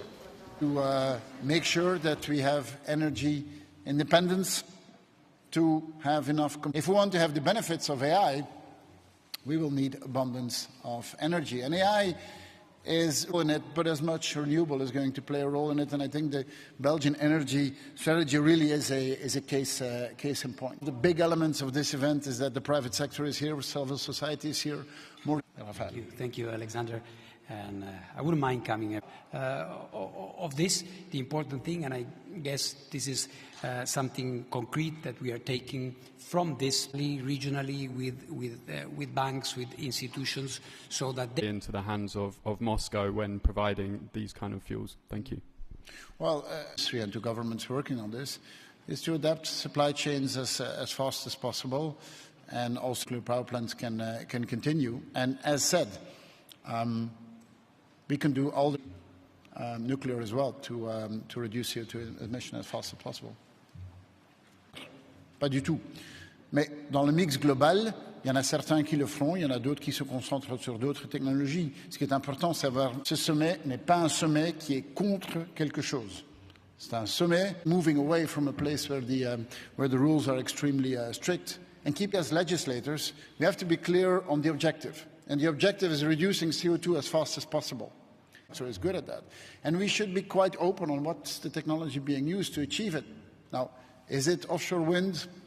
Is it photovoltaic? What lacks is the right circumstances to get that private financing going. And then the multilateral bank should be a lever to multiply. But it is not, because many decisions, political decisions at financial institutions depend on governments either wanting something or Europe.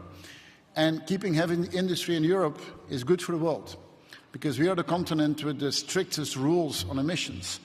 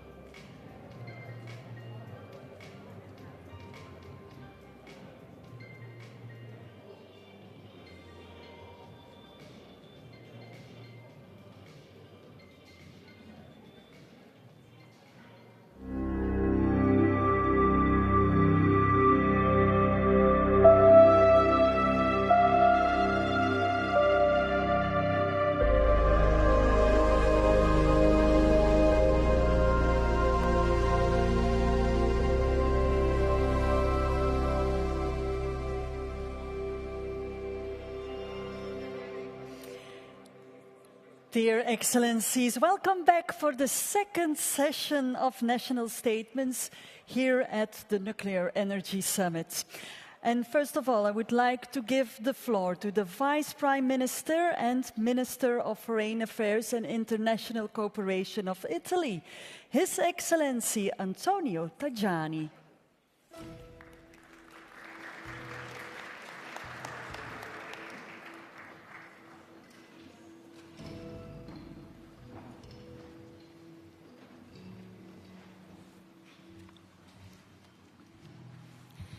Good afternoon, everybody.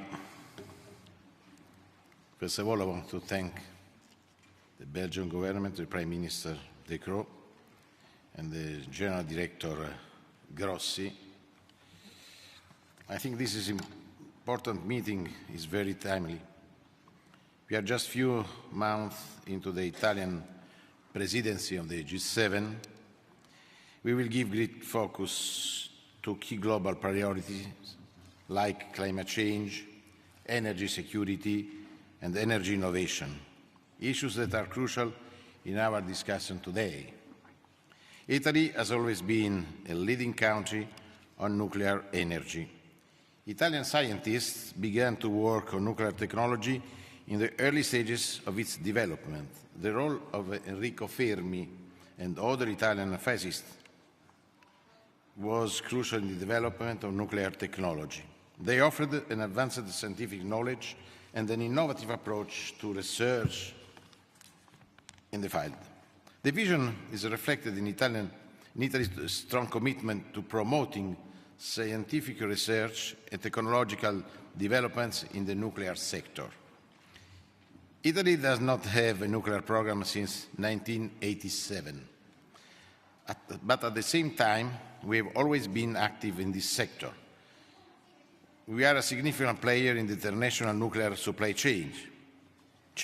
Italy has a unique position in promoting technological solutions that benefit the global community.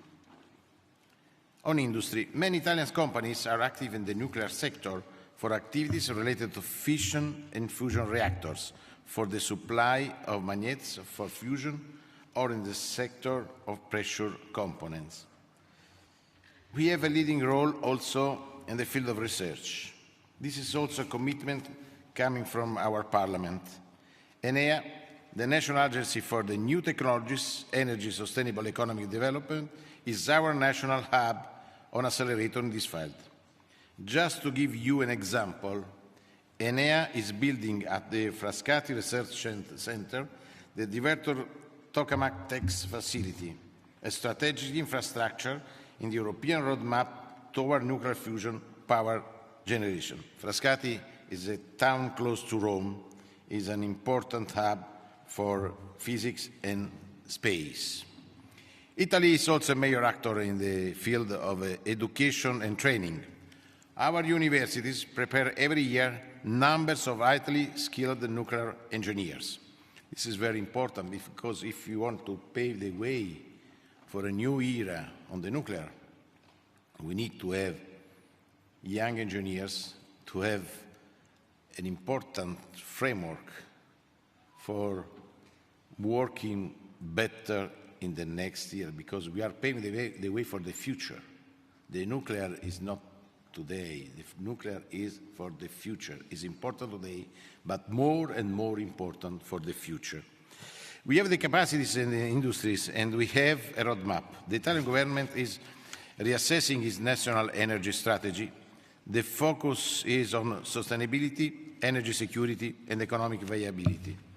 In line also with the vision of the last COP28 in Dubai, we join the EU goals and these priorities in this critical sector. The inclusion of nuclear technologies in the EU Net Zero Industry Act is a key development as is strengthen EU energy independence. I think if you want to be independent, is also to be free.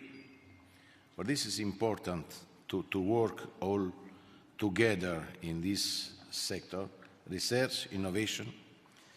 The fourth generation nuclear is the future also for the small companies, because the private sector is crucial if you want to back the small and medium-sized companies. In Italy, there are 4 million of small and medium-sized companies.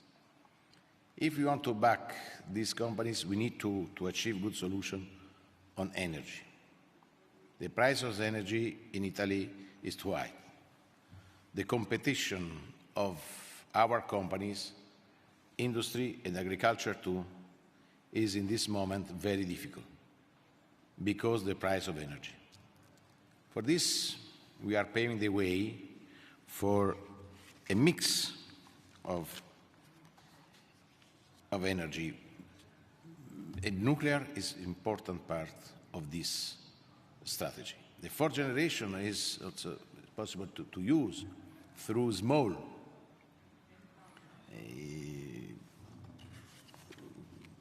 sections. For this, I think it's possible to use also for the private sector more in the next 20 years. This is our strategy, and we want to work with other countries for this.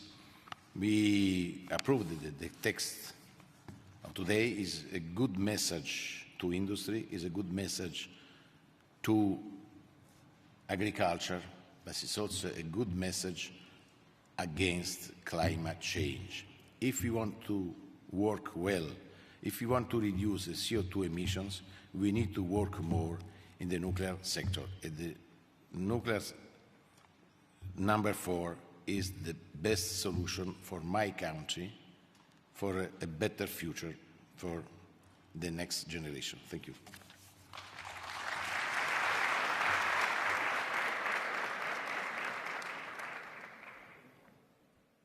Thank you very much, Mr. Vice Prime Minister. And now, please welcome the Secretary of National Strategy of Argentina, His Excellency Jorge Jesus Antelo.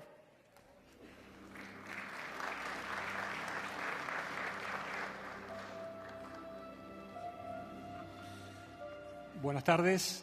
En primer lugar, en nombre de la República Argentina, quiero agradecer al señor Primer Ministro del Reino de Bélgica y al Director General del Organismo Internacional de Energía Atómica por organizar esta cumbre y especialmente por considerar la participación de nuestro país en ella. Asimismo, quiero transmitir el agradecimiento de nuestro presidente, el señor Javier Milei, por la invitación que le fuera cursada y lamentablemente no ha podido asistir. Para la Argentina esta cumbre representa un hito. Es la primera vez que tenemos reunidos a los principales actores en materia de energía nuclear, tanto representantes de estados como del sector industrial y de la sociedad civil. Es importante poner de relieve y discutir sobre el papel de la energía nuclear en materia de transición energética, seguridad energética y desarrollo económico. La declaración que se acaba de adoptar el día de hoy representa un claro mensaje en ese sentido y expresa un firme compromiso en pos del uso y despliegue responsable de la energía nuclear. La Argentina es un país en expansión en materia de energía nuclear. Posee ya 74 años de experiencia en el uso pacífico de la misma, con un ecosistema nuclear amplio y altamente desarrollado, lo que nos ha dado un perfil de exportador responsable de tecnología nuclear a distintos países en todos los continentes. Es por ello que se encuentran presentes en esta cumbre representantes de la industria nuclear argentina. Este año, nuestra primer central nuclear, Atucha 1, cumple 50 años en operaciones y ya estamos comenzando las actividades de extensión de vida para que opere por otros 20 años más. En esta ocasión, quiero destacar especialmente el proyecto del reactor pequeño y modular CAREM, cuya planta de demostración se encuentra en etapa avanzada de construcción. Se trata de un reactor modular pequeño, de diseño íntegramente nacional, que tendrá una versatilidad y adaptabilidad únicas en el mercado. Este es un proyecto real y en curso, que se destaca por sus características de eficiencia, versatilidad y facilidad de implementación. El reciente informe publicado por la Agencia de Energía Nuclear de la OCDE, SMR Dashboard en inglés, al analizar un total de 21 diseños de reactores pequeños y modulares y su estado de situación, refleja el grado avanzado del proyecto CAREM. Recientemente, la Comisión Nacional de Energía Atómica Argentina, junto con la empresa INVAP, ha firmado un memorando de entendimiento con el fin de explorar futuras oportunidades de exportación del reactor CAREM y otros servicios asociados. En este sentido, la Argentina reafirma su apuesta por continuar trabajando en pos de los usos exclusivamente pacíficos de la energía nuclear, bajo la firme creencia de que tanto sus aplicaciones energéticas como no energéticas contribuyen a alcanzar importantes objetivos del desarrollo.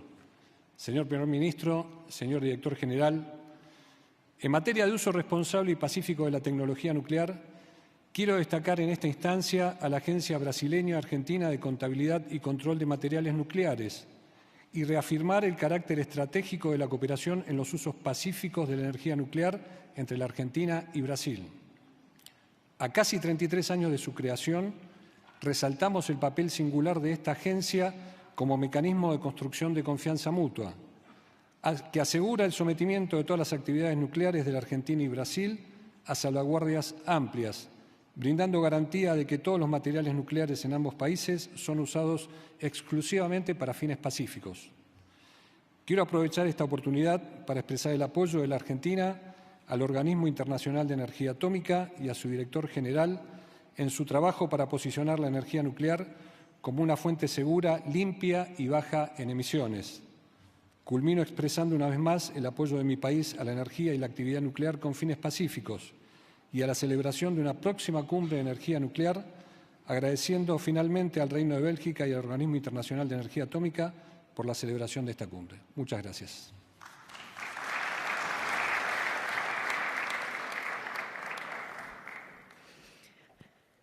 Thank you very much, Your Excellency.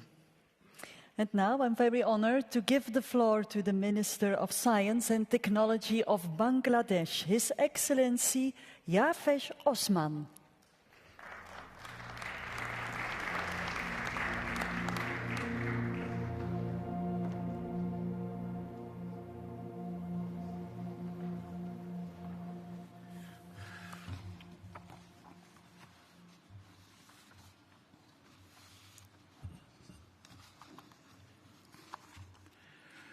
Let me begin by thanking His Excellency Alexander de Croo, Prime Minister of Government of Kingdom of Belgium, and Excellency Rafael Mariano Grossi, DG IAEA, for their opening remarks and inviting Bangladesh to the first ever Nuclear Energy Summit 2024 in Brussels. As the representative of Prime Minister of Bangladesh, Her Excellency Sheikh Hasina, I stand before you today at the Nuclear Energy Summit 2024 with a proud sense of responsibility, commitment to advising the global discourse of nuclear energy. As we stand at the cusp of a new era, marked by unprecedented challenges and opportunities, and countries grapple with climate crisis and growing energy security concerns. Nuclear energy is integral, recognized for the role it can play in an accelerated transition to net zero. We stand firmly behind the appeal of global stocktake, the final agreement and assess where the world stands and achieving objectives of 2015 Paris Agreement and how shortcoming might be retracted.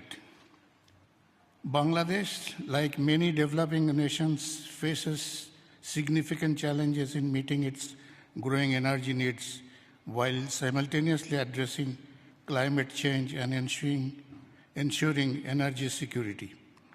As a densely populated country with limited indigenous energy resources, we recognize the importance of diversifying our energy mix to meet the aspirations of our people for a brighter and more prosperous future and smart Bangladesh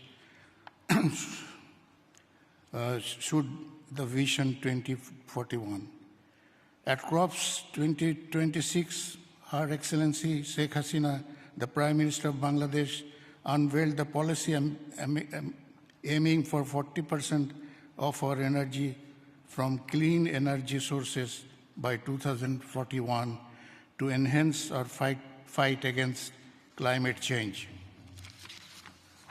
For us, nuclear energy presents a complying solutions to challenge the offering a reliable source of low-carbon electricity that can help activate poverty, drive economic growth, and improve living standards. The path of the successful commissioning of the Rupur nuclear power plant with the support of our international partners stand as a testament to Bangladesh's commitment to embracing nuclear energy as key component of our energy portfolio. However, we are also acutely aware of the responsibilities and obligations that come with harnessing the power of atom. Bangladesh is firmly committed to upholding the highest standard of nuclear safety and security, both at home and in collaboration with the international community. In conclusion, let me seize this opportunity to reaffirm our collective commitment to harnessing the potential of nuclear energy for benefit of humanity while ensuring the highest standard of safety, security, and non-proliferations. Together, we can build a safer, more sustainable future for the generations to come. With these remarks, I wish the summit all the success. Thank you so much.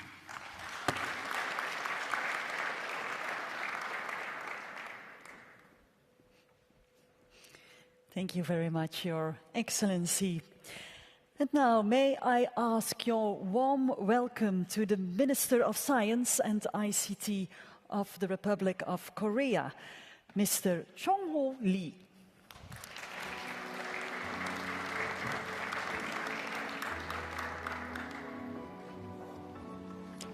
Distinguished guests, it's an honor for me to join you here today.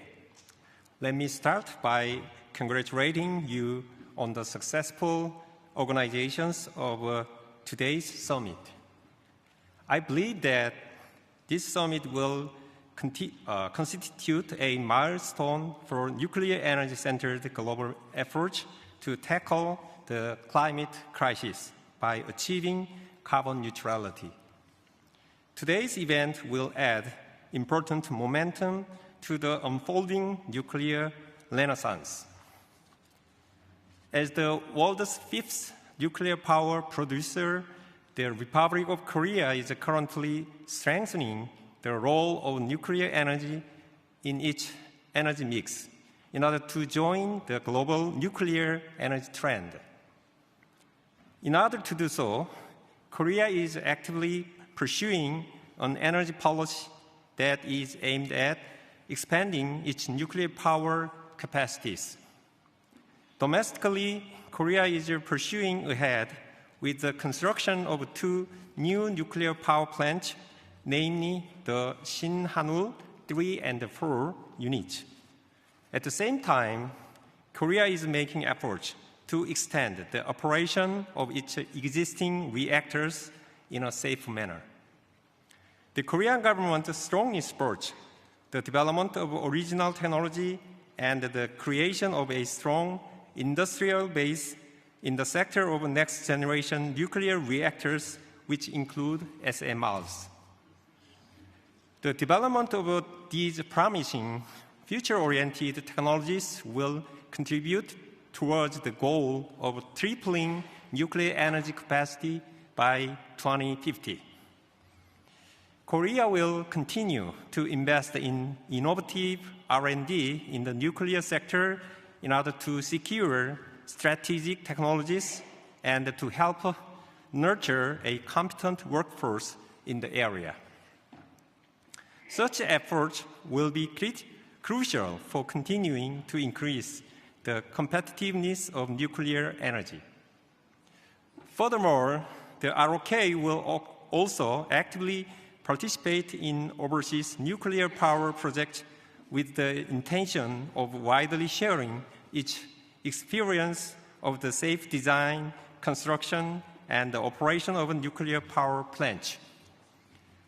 In fact, after constructing its first nuclear reactor in 1971, Korea has built a solid track record of successfully constructing 36 nuclear reactors, including the 4 units of the Baraka nuclear power plant in the United Arab Emirates. As the worldwide demand for clean energy keeps rising, my hope is that Korea's effort will contribute to the increase of the global nuclear energy supply and the strengthening of our common response to climate change. As part of its efforts, the ROK recently launched the Carbon-Free Energy Initiative, a global proposal to enhance cooperation with regard to the use of various carbon-free energy sources. As we enter into the era of artificial intelligence, the global community will be facing an ever-rising demand for electricity. Yet the particular conditions for the use of renewable energy may vary by each country. In order to achieve the twin objectives of industrial development and carbon neutrality under such circumstances, we need to step up the use of carbon-free energies, such as nuclear, renewable, and hydrogen energies. Going forward, the Korea government will continue its efforts to promote the global discussion on the use of various carbon-free energies, including nuclear power. We are committed to supporting the swift expansion of demand and investment in this field. Distinguished guests, I would like to conclude by thanking the government of Belgium and the IAEA for organizing the summit. I also express my deepest appreciation to all the delegations that are here today. Thank you.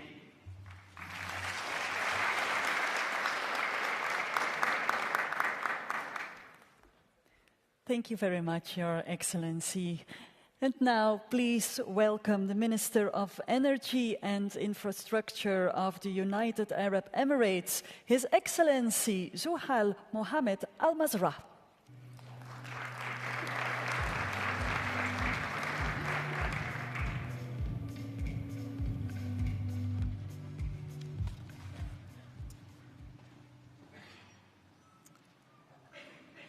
Honorable Presidents, Prime Ministers, and the International Atomic Energy Agency,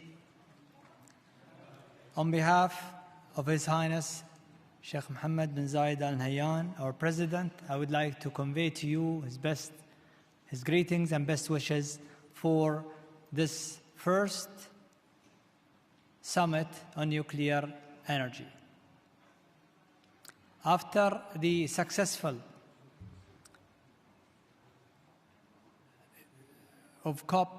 success of COP28 and the alliance that was set together by 20 countries to commit to tripling the capacity of nuclear energy, this summit comes to show the world that the interest in nuclear energy is increasing. The number of participant countries have increased, and now today we have 36 countries attending, either with a program that is completed or an expansion, or interested to pursue a program on nuclear. For us in the United Arab Emirates, I feel we sit at a unique position. One, the drive for us to venture into nuclear energy was not energy security. As you all know, we are a rich fossil fuel country, and we are a reliable supplier to many of the countries here and others as well.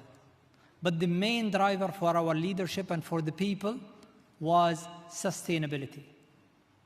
we believe that we need to venture into a cleaner forms of energy. That transition, we started venturing into it at around 16 years ago, when we start thinking of this program that we completed today. And I'm happy to report to you that we completed probably the world's fastest full program in the past 30 years, from the beginning to the end, from structuring everything for a country that was not a nuclear country.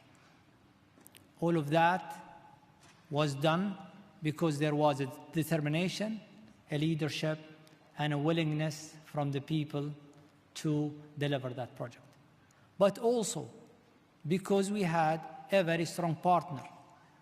I don't know if it was a coincidence that His Excellency, the Minister from Korea, was before me, but Korea was our partner. And together with them, we managed to deliver one of the state-of-art plants that I believe one of the world's safest plants, and which can be a reference for many of you, especially in the Middle East if someone is looking at it. The second thing that is important is that we have also ventured into complementing the nuclear program with renewable energy. So we are aiming to triple both, contribute with you to triple the nuclear energy in the world, and we have done our 5.6 program, of a 5.6 gigawatt program, but we are also venturing to triple the capacity of renewable energy. The combination of two, plus the conventional gas, is necessary for the world to convert quickly to sustainability and to ensure that we are preventing our planet from carbon or the emissions of carbon, or decarbonization our energy sector. I know the time is short, so it's just I'm here to offer to all of you our experience. We are a reliable investor as well, so we could look at investments, and we could look at sharing our best practices with whoever want to learn from it. And thank you very much, and we look forward to continue this journey with all of you.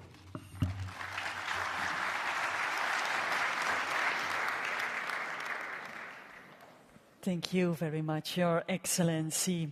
And now, please welcome the Secretary to the Government of India, Department of Atomic Energy, His Excellency Dr. Ait Kumar Mohanty.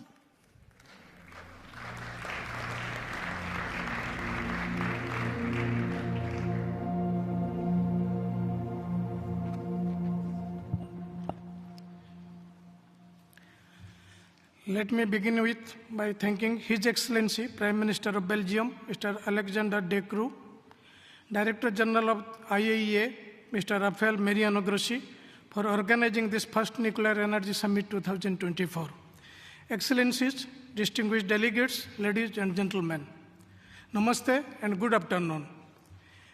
India is committed to achieve the net zero emissions target by 2070, as announced by our Honorable Prime Minister Shri Narendra Modi. In this regard, India has initiated steps to increase the share of nuclear power capacity. India firmly believes that nuclear power is a clean and environment-friendly source of electricity, which is available 24/7 and can provide the country's long-term energy security in a sustainable manner. Excellencies, ladies and gentlemen, our aim is for nuclear energy to have significant share in the electric mix of India by the year 2047, when India celebrates 100 years of independence. As a medium-term target, we aim to achieve tripling nuclear power generation capacity by 2030 from around 7.5 gigawatt at present. Excellencies, ladies and gentlemen, you may be aware that India has a 3-stage nuclear power program. India has recently added 2 indigenously designed 700 megawatt pressurized heavy water reactor, which is first of its kind. Another historic milestone was marked recently with the initiation of the core loading of our first indigenous first breeder reactor of 500 megawatt electrical capacity. This is the beginning of India's second stage power program and future thorium utilization. We are also considering steps for development of small and modular reactor as well as advanced modular reactors. Excellencies, ladies and gentlemen, we thank the City of Brussels, the people and the Government of Belgium and the agency for hosting this first Nuclear Energy Summit. I thank you all for your kind attention. Thank you.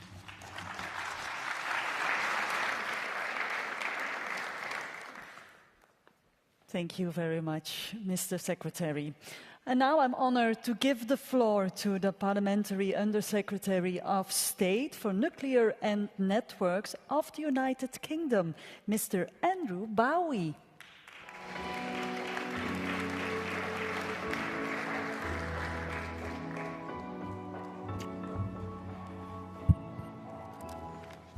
Thank you very much.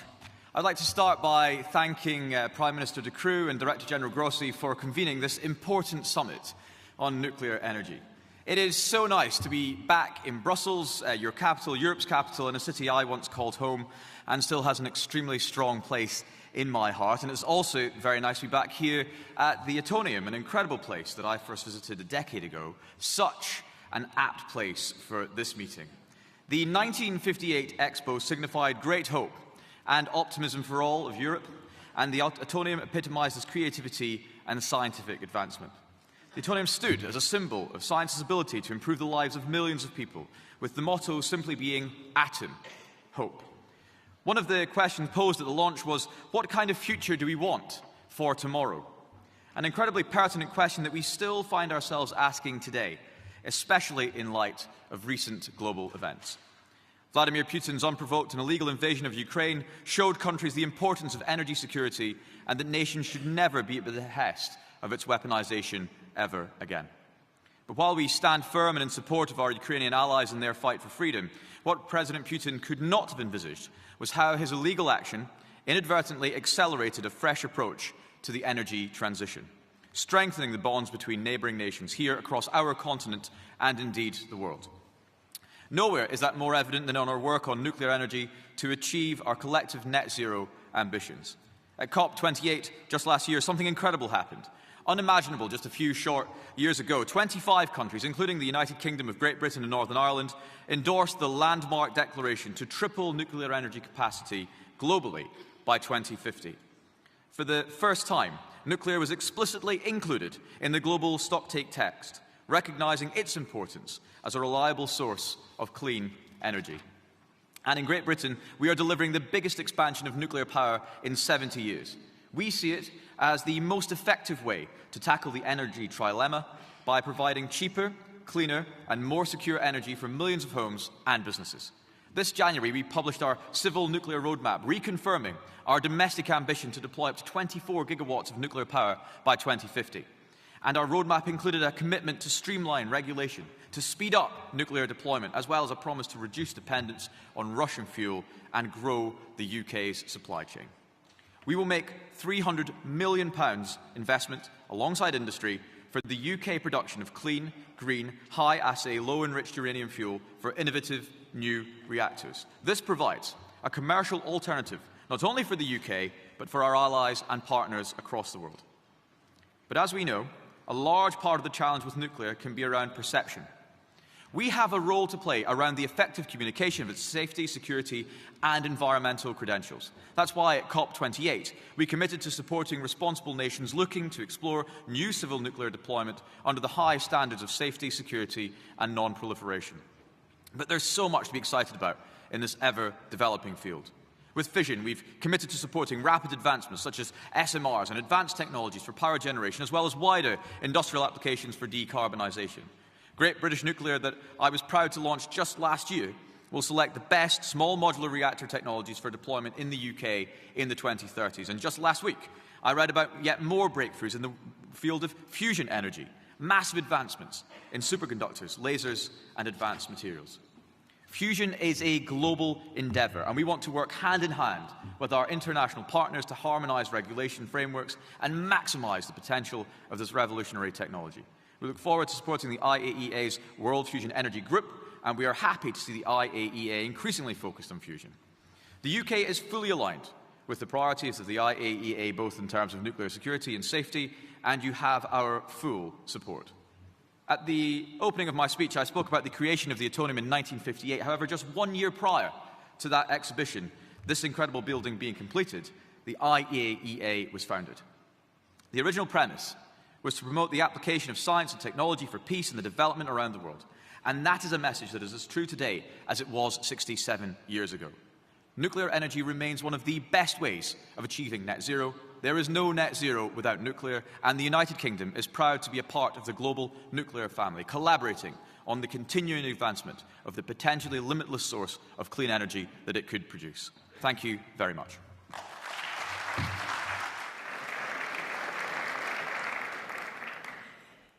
Thank you very much, Mr. Undersecretary. And now, please welcome the Special Envoy and President of the National Nuclear Energy Commission of Brazil, Mr. Francisco Rondinelli, Jr.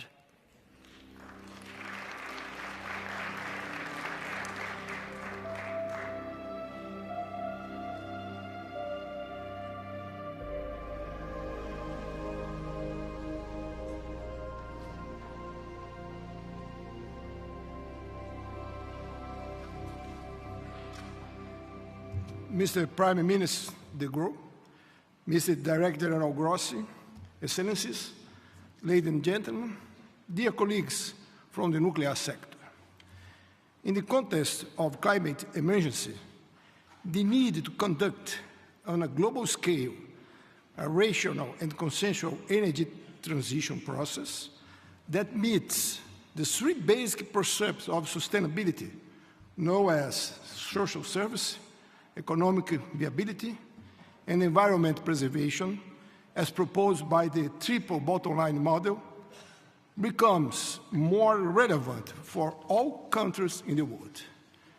This summit serves that purpose by seeking to promote a high-level forum that highlights the need to identify common needs among countries regarding the insertion or expansion of nuclear energy generation in the energy matrix, covering the entire supply chain of the nuclear fuel cycle, the large-scale construction of new power plants, nuclear power plants, the treatment and safe disposal of radioactive waste, in addition to a comprehensive regulatory framework that encompasses the safety, security, and safeguards aspects inherent to this energy source.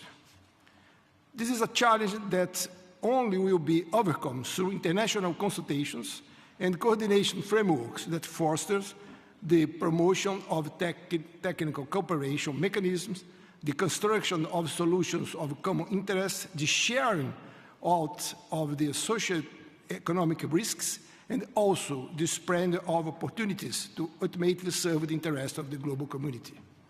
In this sense, some key elements must be raised during this discussion that will take place here. Take advantage of this unique opportunity to identify common needs, priorities, choices, and cost of action in order to achieve an effective improvement in the sustainability of the global electrical energy matrix.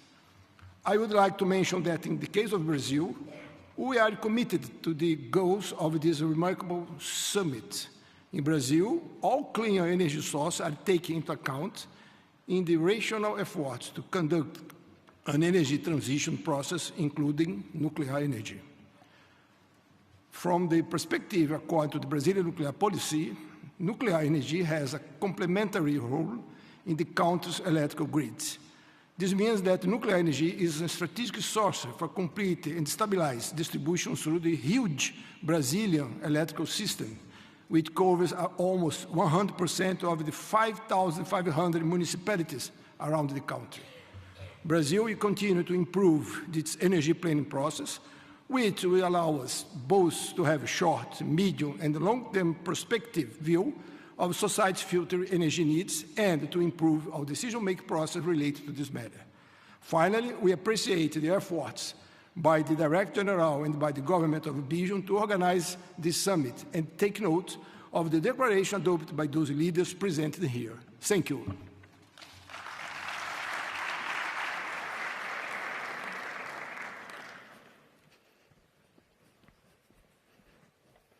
Thank you very much, Your Excellency. And now I'm very honored to give the floor to Canada's Ambassador of Climate Change, Her Excellency Catherine Stewart.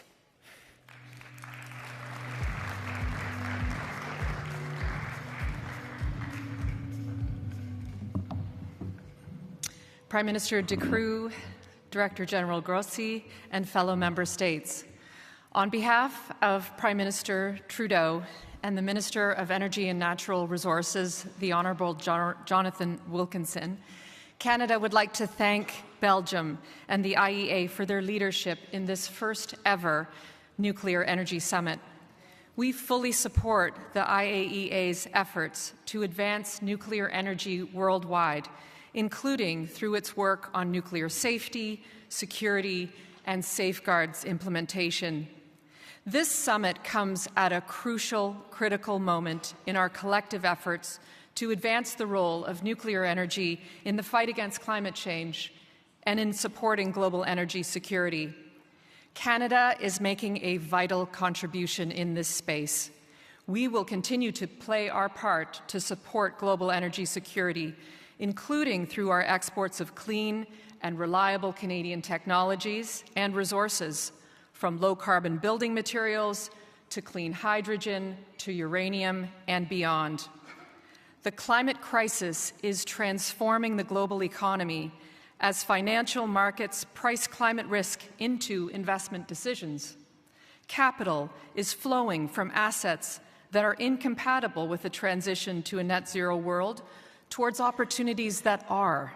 This very much includes nuclear.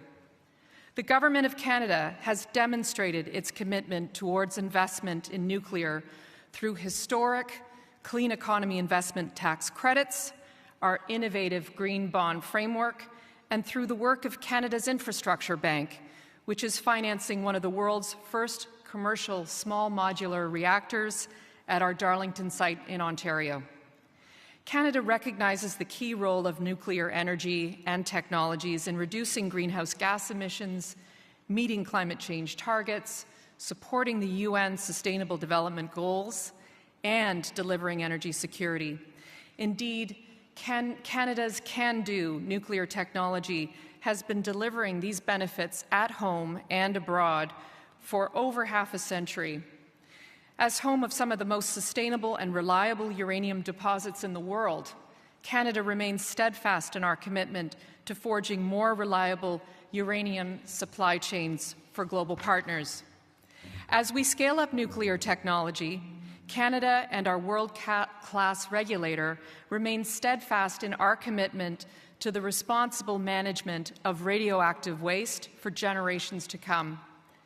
And as Canadians are working hard to revitalize our domestic nuclear industry, many partners around the world are looking to Canada as a trusted supplier of nuclear technology and fuels, including CANDUs, small modular reactors, reliably sourced uranium, and life-saving medical isotopes. With decades of expertise across the nuclear supply chain, Canada stands ready to support our global partners. In an increasingly complex world, the most reliable partnerships represent the most responsible investments. In this regard, Canada is actively advancing progress with a number of partners in Europe and globally, including through the provision of Canadian technology solutions, fuel supply agreements, as well as export financing that collectively support the phase-out of coal and the generation of clean, reliable, and affordable energy. These efforts directly support Europe's efforts to end energy dependency on Putin's regime while demonstrating how Canada and our world-renowned CANDU reactors will play an increasingly important role in decarbonizing and securing energy systems globally, both today and for decades to come. As a global community, this summit presents us with a critical window of opportunity to strengthen our collective resolve towards reaching net zero. Canada is proud to work alongside our partners and friends as we endeavor to meet our collective future energy needs while taking bold and necessary action to combat the climate crisis. Thank you very much. Merci.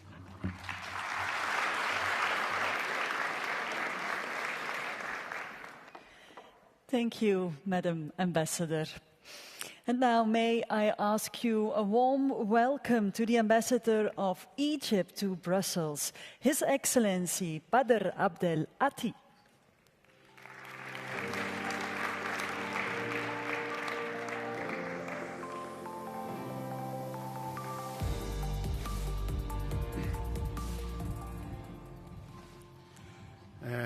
Excellencies, ladies and gentlemen, it gives me a great pleasure to participate in this summit on behalf of His Excellency President Abdel Fattah al-Sisi and to deliver this statement.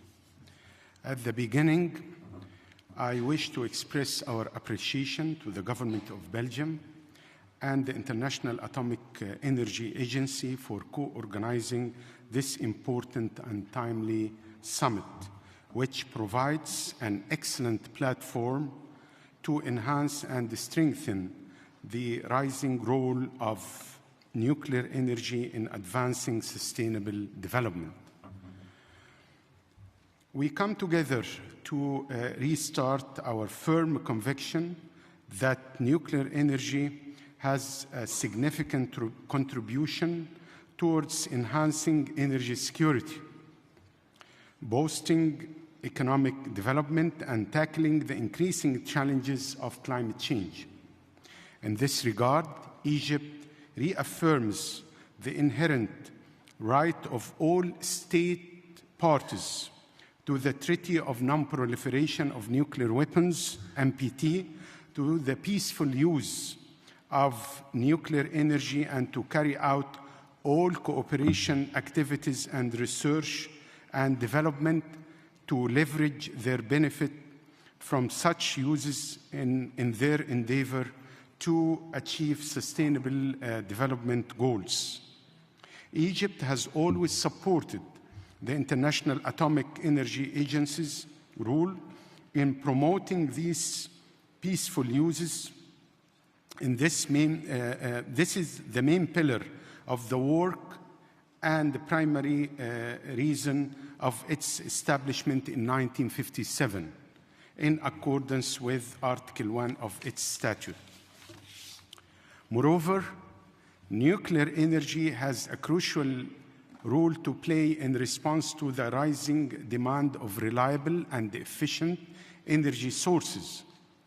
Climate change has encouraged more countries to consider nuclear power as the solution to their energy security challenges, while reducing carbon emissions.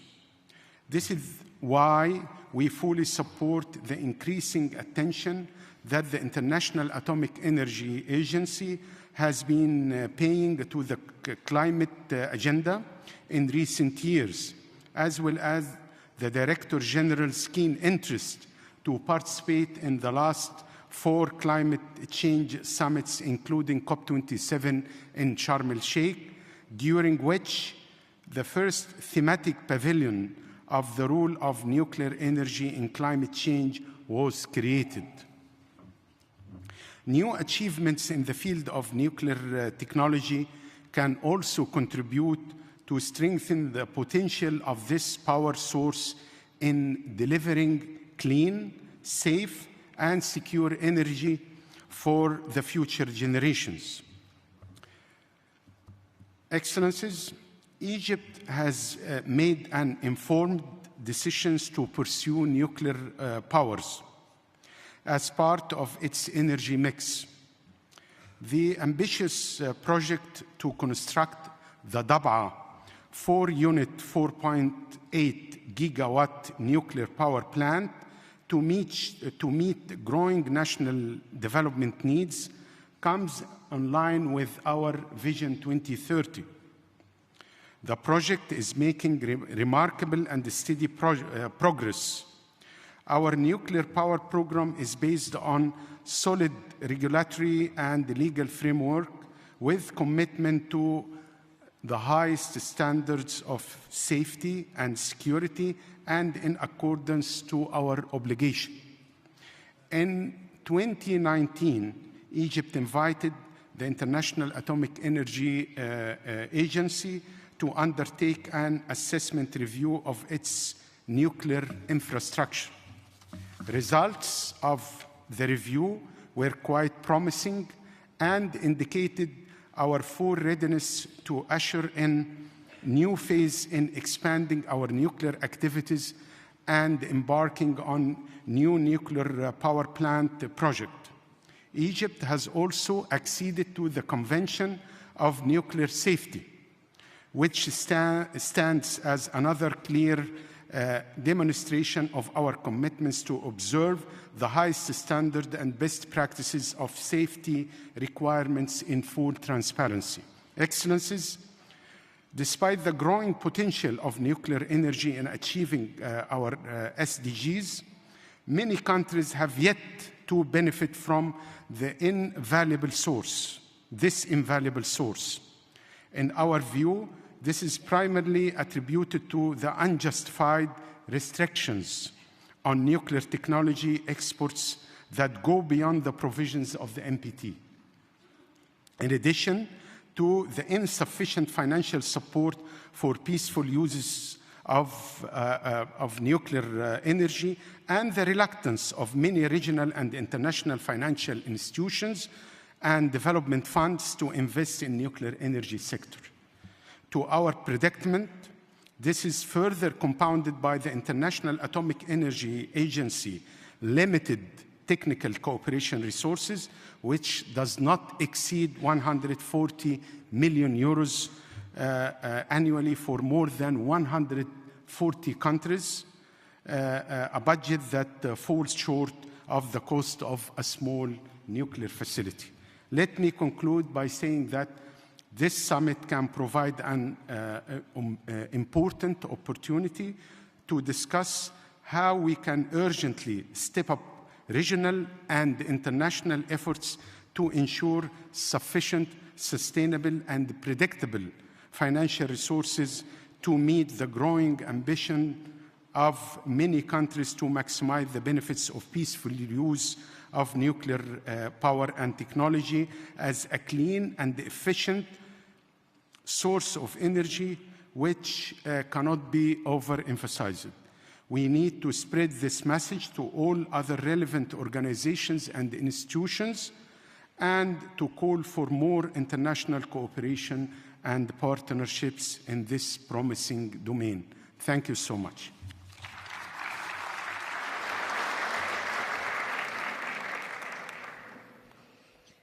Thank you, Mr. Ambassador. And now, please welcome the Ambassador and Permanent Representative to the UN in Vienna of the Philippines, Her Excellency Evangelina Lourdes Bernas.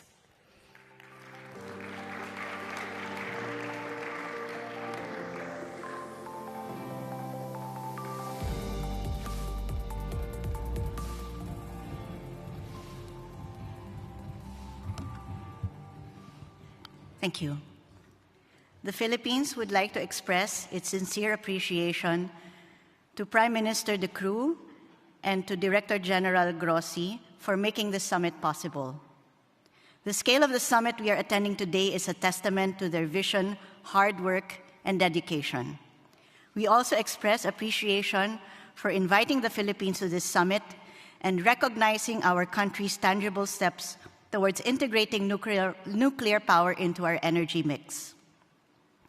The Philippines appreciates the IAEA's efforts to ensure that nuclear energy is more widely accepted by the mainstream, not only as a safe, reliable, and cost-effective power source, but also one that contributes to climate change adaptation and mitigation.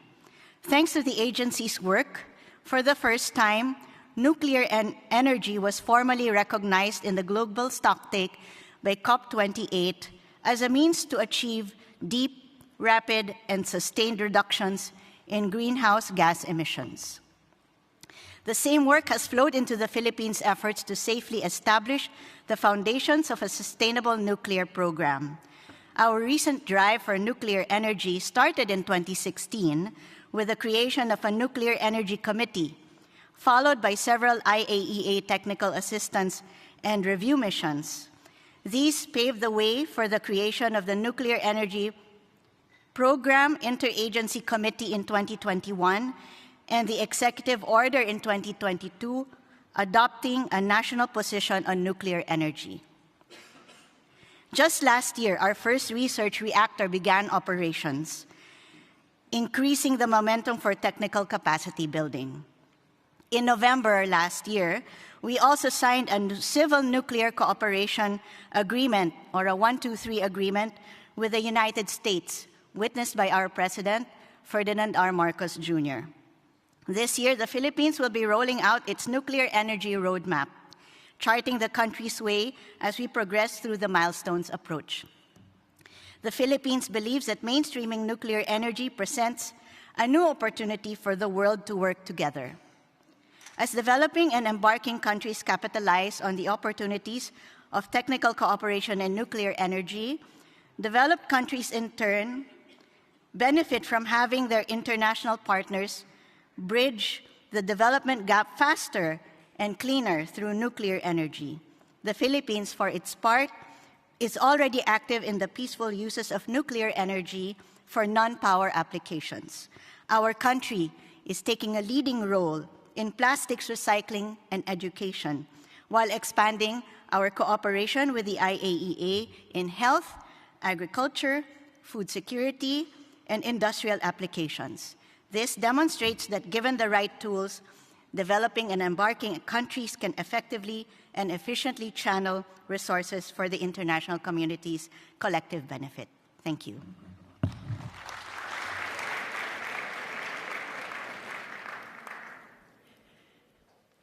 Thank you very much, Madam Ambassador. And now, please welcome the Ambassador to Brussels of South Africa, Her Excellency Thokozile Naza.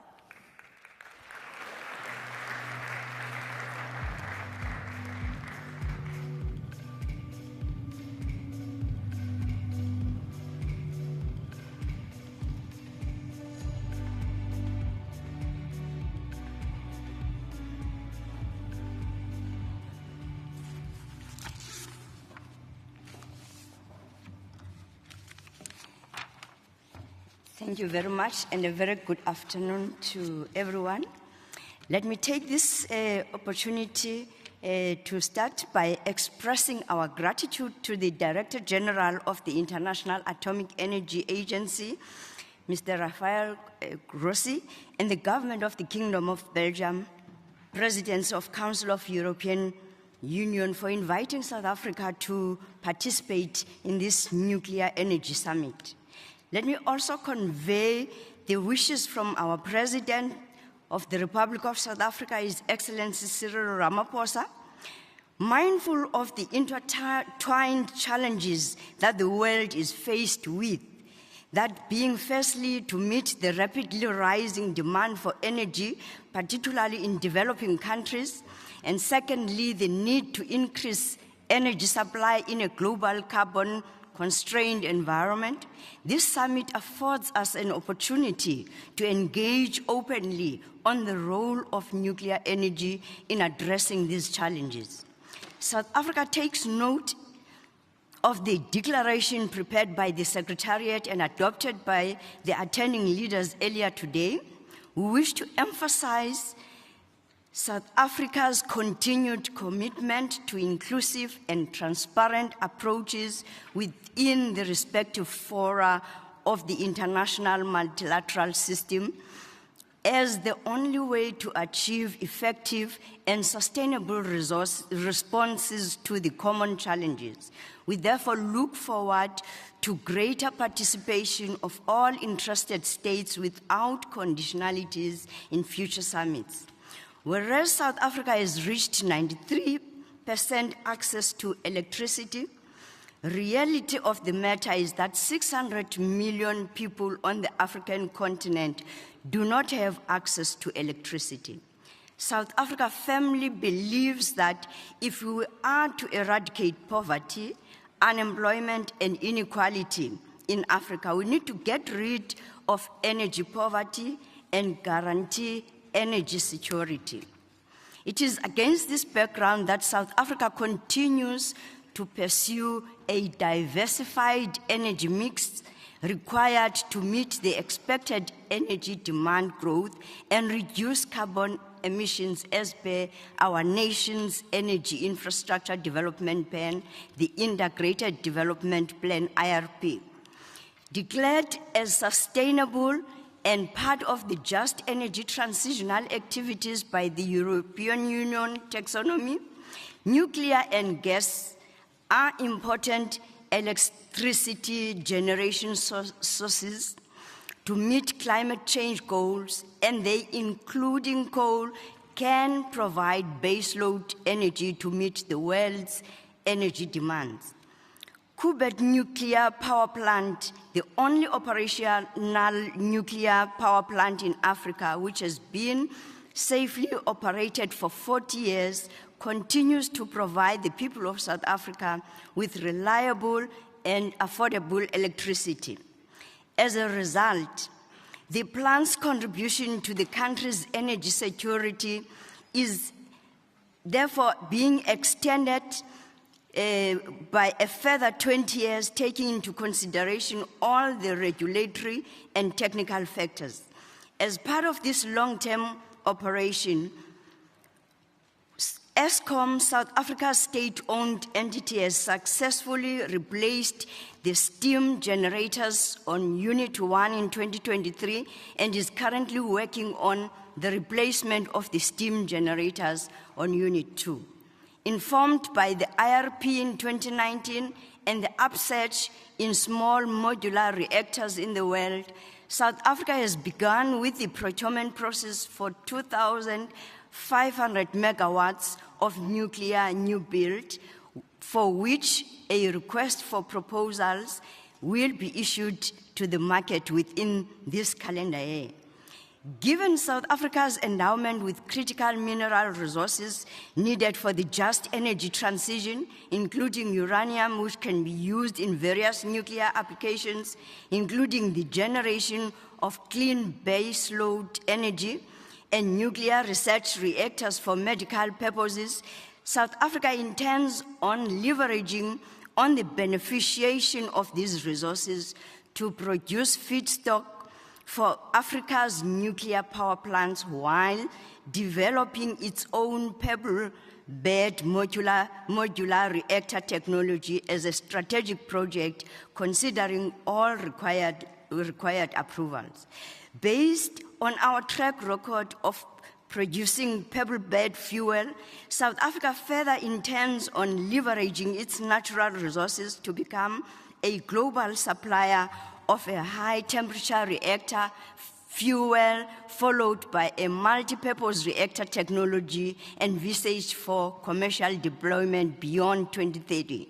With the support of our competent Nuclear Safety Authority, the National Nuclear Regulator, NNR, South Africa remains a trusted member of the IAEA and fully participates on its conventions. Hence, we have been able to safely operate Safari 1 research reactor for more than 58 years.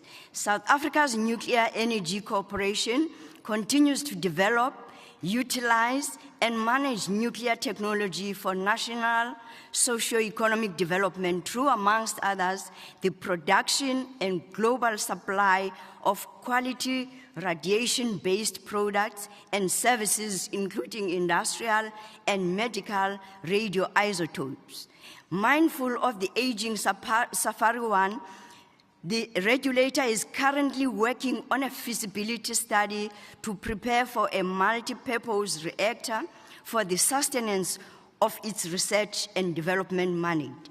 Given all these realities, we firmly believe that in order to obtain all the potential economic benefits from nuclear and to achieve a self-sufficiency goal, South Africa deserves an opportunity to implement the complete nuclear fuel cycle for peaceful uses in line with our nuclear energy policy. And in conclusion, we submit to this summit that if we are effectively to meet the growing energy demand and respond to climate change, the role of nuclear and gas in the energy mix need to be enhanced. I thank you.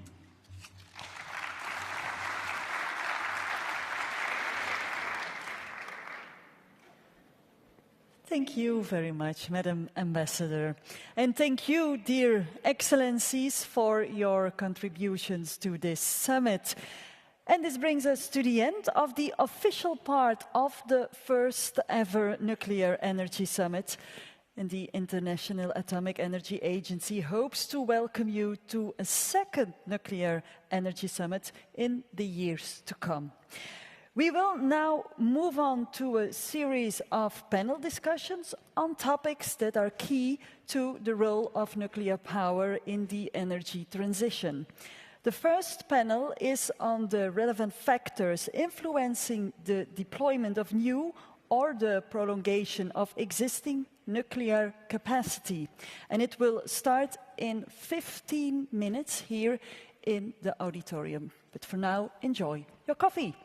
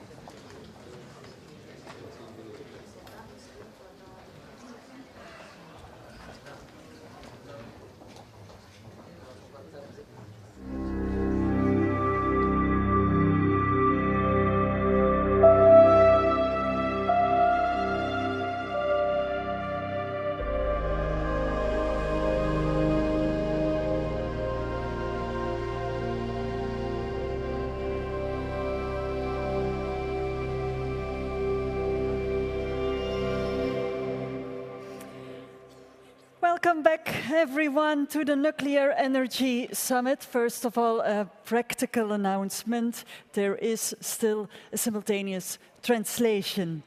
Good. This afternoon will feature a series of panel discussions on key topics related to nuclear power and its role in the energy transition. The first panel will be divided in two parts. First, we will hear global and regional perspectives on the relevant factors influencing the deployment of new or the prolongation of existing nuclear capacity. And please welcome the moderator to the stage, journalist and television anchor, Mr. Chris Burns. Hello. Thank you. Do we have this on? Yes. Thank you very much, Hannah. You got it?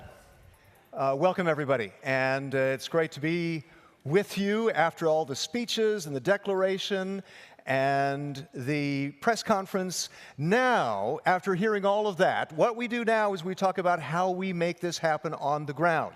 And we're going to be talking to key players on this. And in this first panel, we're going to be talking to the EU, European Union. We're going to be talking to a Mayors Association. We're going to be talking to Microsoft. So government, local government, and private sector. What are they doing? What are their plans after hearing all this through the speeches and declaration? So let me call up the speakers, beginning with Kadri Simpson, who is the European Commissioner for Energy. Welcome. And by the way, a little bit of bio is that, former economy minister of Estonia, by the way. And if you want to know more bios from the speakers, it is online. It's on the main page, and you can get to it from there. And also, we are streaming. Just a couple of tech tips here. We are streaming, so welcome everyone who's online, who's watching us online. And then please, for those of you here and those of you listening and watching, the hashtag, keep the hashtag in mind because it's great to have you involved and tweeting and social networking on this. Let's make it trend. Hashtag NES 2024. Hashtag NES 2024.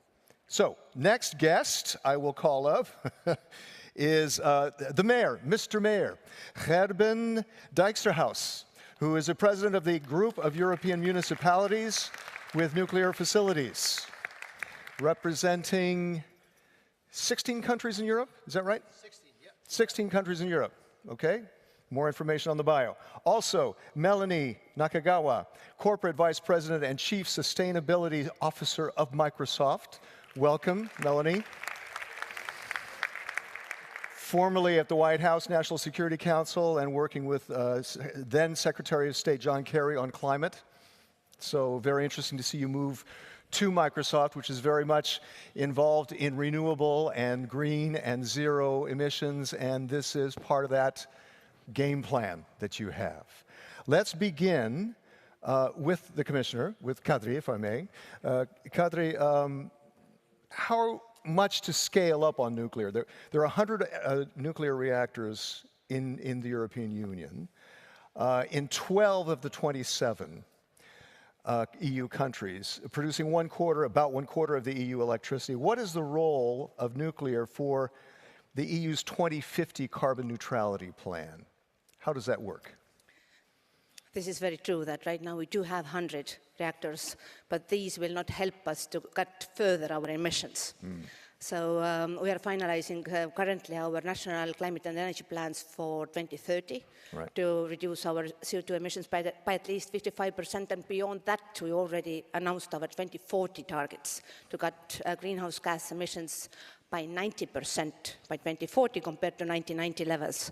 And there we will need all the low carbon and renewable resources that help us first to decarbonize sectors where electrification is possible. And also that means that our electricity demand will double. So nuclear is a recognized low-carbon resource, and member states who decide to do so, they can use nuclear power. It's their choice, as we heard. This is their right to do so. Yeah. From Commission point of view, we have presented several new legislative acts which are technology neutral.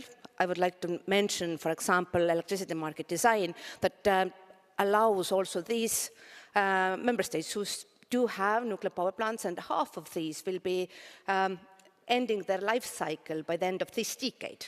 So this electricity market design allows them to cover, if necessary, these power plants with contracts for difference scheme, and by doing so to finance the necessary works, because for us the highest safety standards are a must. And just yesterday I had a possibility to meet with European nuclear safety regulator, SENSREG, who had their annual meeting here in Brussels, and I also expressed my gratitude, first of all, but also our expectations that the further development of nuclear power demands also a very strong push from their side, so that high standards will be respected here. Okay, very good. Let me move on. I want to come back to you, but let me go to Gerben, Mr. Mayor. Public engagement and stakeholder engagement is one of the key factors in influencing the deployment of newly built or also extending the lives of plants, which we're talking about. What about, can you give some examples of how you've worked with the residents on the ground in facilitating this to happen?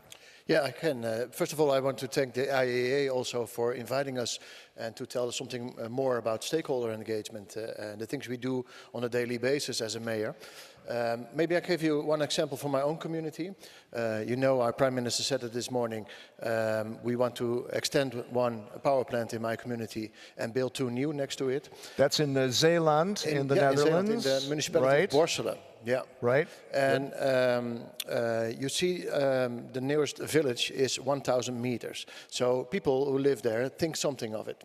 We asked to try to involve them, 100 people from all the villages, and say, okay, what in your opinion are conditions that the community should set for this development? And they form a committee, and it took them 4 months, and some of them went to Hinkley Point in the UK to see what kind of, to get more background on what is new built. And they came up after 4 months with 39 conditions. And those 39 conditions are everything, also about the building period, of course, like traffic, noise, dust, sound, that kind of thing. But also thinking ahead of, okay, we need housing, we need education, all that kind of thing. So it helps us to get a good view of what people think and what they need and what are their expectations in those situations. Okay, good. And let me move then to Melanie over at Microsoft. Business demand for clean energy. How is that evolving? How is that demand driving the need for nuclear? Microsoft, for a long time, was not really gung-ho on nuclear before, was it? Well, actually, one of the key things that you're seeing from many companies, including Microsoft, is how are our corporate commitments around sustainability driving innovation and advocacy around all the sources of power generation that would be required. So for a company like Microsoft, our goal is to be carbon negative by 2030, and then by 2050 to remove all of the historic emissions we've created since our founding in 1975. And so to do that, it requires between now and 2030, and then beyond 2030, what are the sources of carbon-free power that are out there, not only for our own power needs, but also for our suppliers? You know, one of the stats I shared earlier with you was 96% of our carbon footprint as a company actually comes from our supply chain and our value chain. Right. So we need green steel, green cement, you know, semiconductor chips, and that requires all of them having access to a carbon-free grid.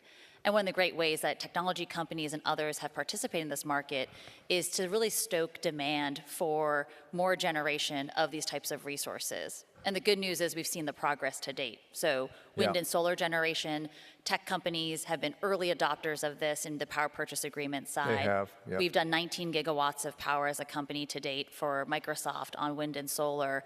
And so we've shown how companies can actually use their demand to drive down costs and deploy more net new power sources. And that's the kind of innovation we're trying to now bring into the nuclear space. Can you talk a little bit about how you've just announced about teaming up with Google on new advanced reactors? Can you talk about that? Exactly. So one of the areas that we're looking at is how do you pool this demand? What does pooling demand look like to send a signal to all those tuning in, all those here?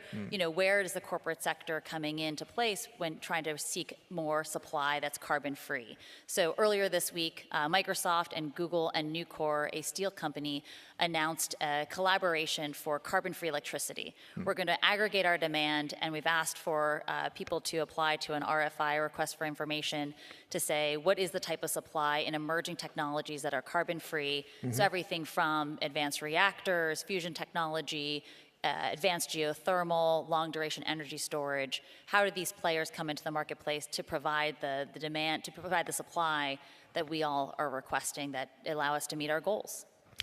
Catherine, let me move to you on geopolitics. We're talking global here as well. This is the panel about global. In the current geopolitical context, which we're quite aware of, how is nuclear power considered for the EU energy security objectives? It has been identified as a strategic technology now, and that's just recently, isn't it? Well, we do operate under the Euratom safety framework, and that means that the application of the highest levels of nuclear safety in all stages of the life cycle of nuclear installations will continue to be the necessary precondition.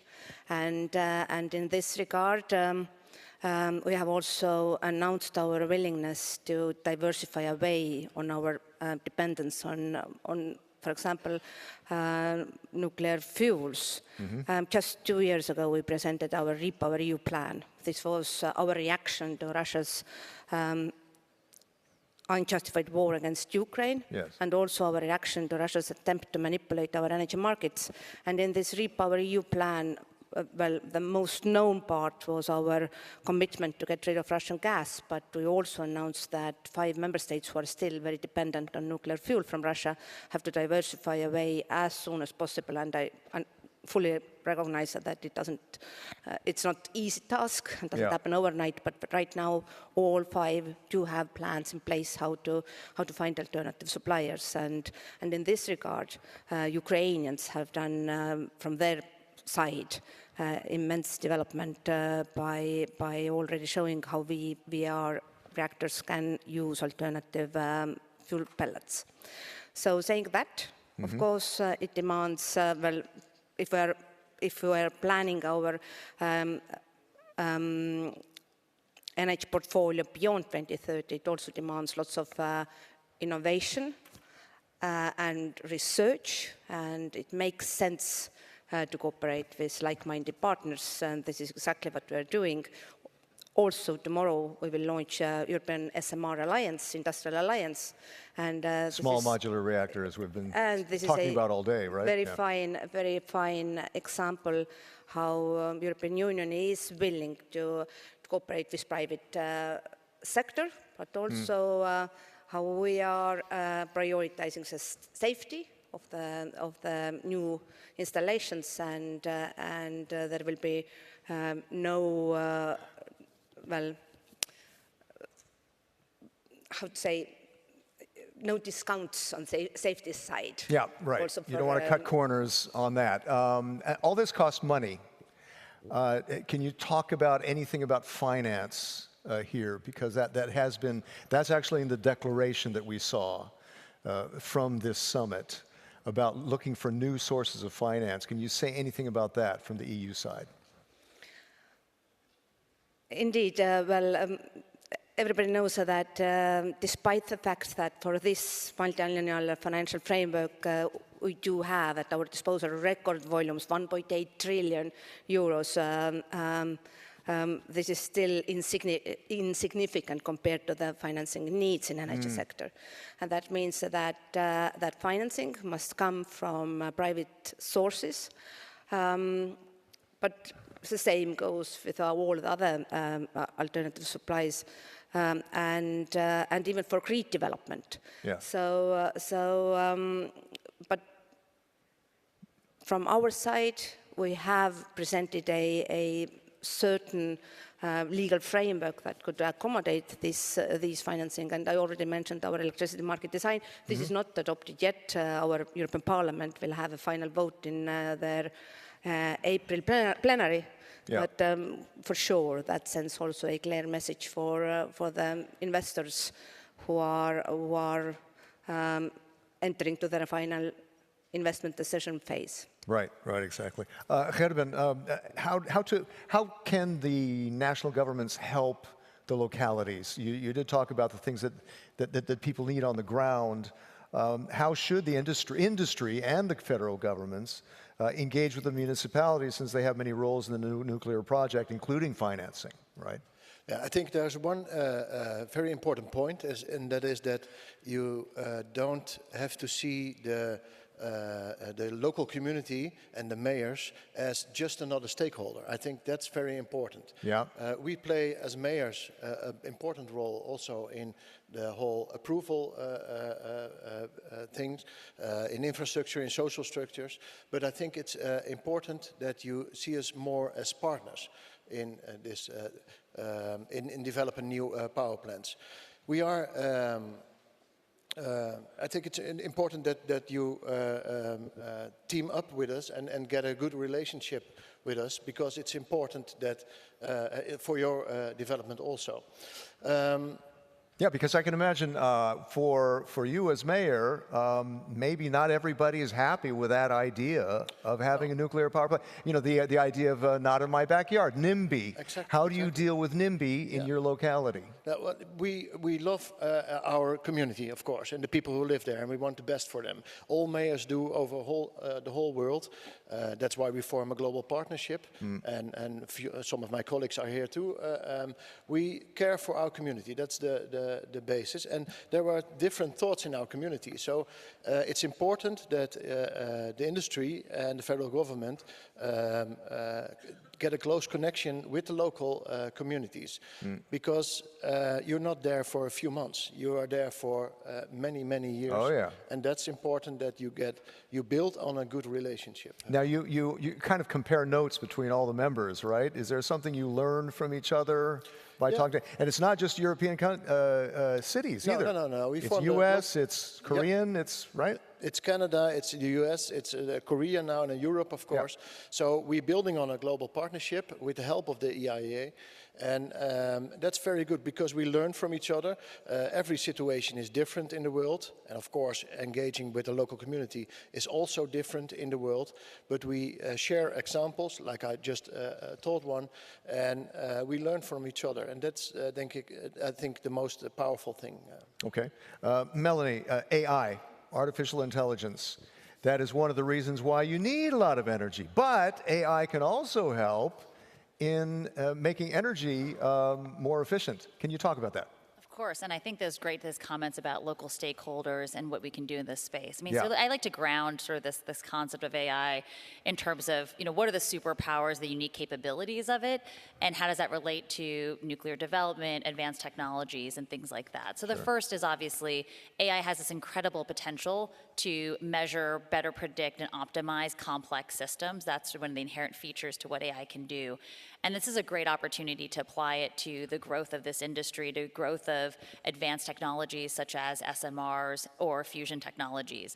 One area we've seen it already apply is on grid transmission. We all know that we need more transmission, but how do you decongest existing transmission to bring on new power sources? Yeah, the grid, right? The grid is so critical. How do you manage that grid, make it more efficient? And it's incredibly complex. And so AI is a great opportunity to do that. A company in the UK called Line Vision has already started to deploy AI into the UK grid, working with UK National Grid. And they showed in early tests that 60%, they were able to decongest the grid by 60%, bringing on 600 megawatts of more offshore wind power onto an existing transmission line. A second great feature of AI in the application space would be how it can help accelerate the discovery of new materials. And so this applies in so many different areas. It applies to energy technologies like long-duration battery storage. Earlier this year with the Pacific Northwest National Labs, Microsoft collaborated with them, and they looked at 32 million different types of battery materials, narrowed it down to 18, and found a prototype battery that uses 70% less lithium. And they did that in a matter of weeks. So it's the ability to fast-track timelines at a pace we've never seen before in history. Yeah. And then the last piece, to his point, was workforce and skilling. Yeah. How do you use AI to help improve workforce training and better expedite? Because we got to skill up a lot of people to do this. You skill a lot of people to do it. You do it quickly. You also have to have people skilled nuclear developers to be able to fill out these really complex licensing plans. Right. And so how do you use AI technologies and these generative models to help faster create these applications that can bring timelines in and help get them to the regulators faster? Kadri, could you tell us a little bit more about, now that we're on this innovation, industrial competitiveness, I think you have a couple more points to add on that, right? How is the EU encouraging that?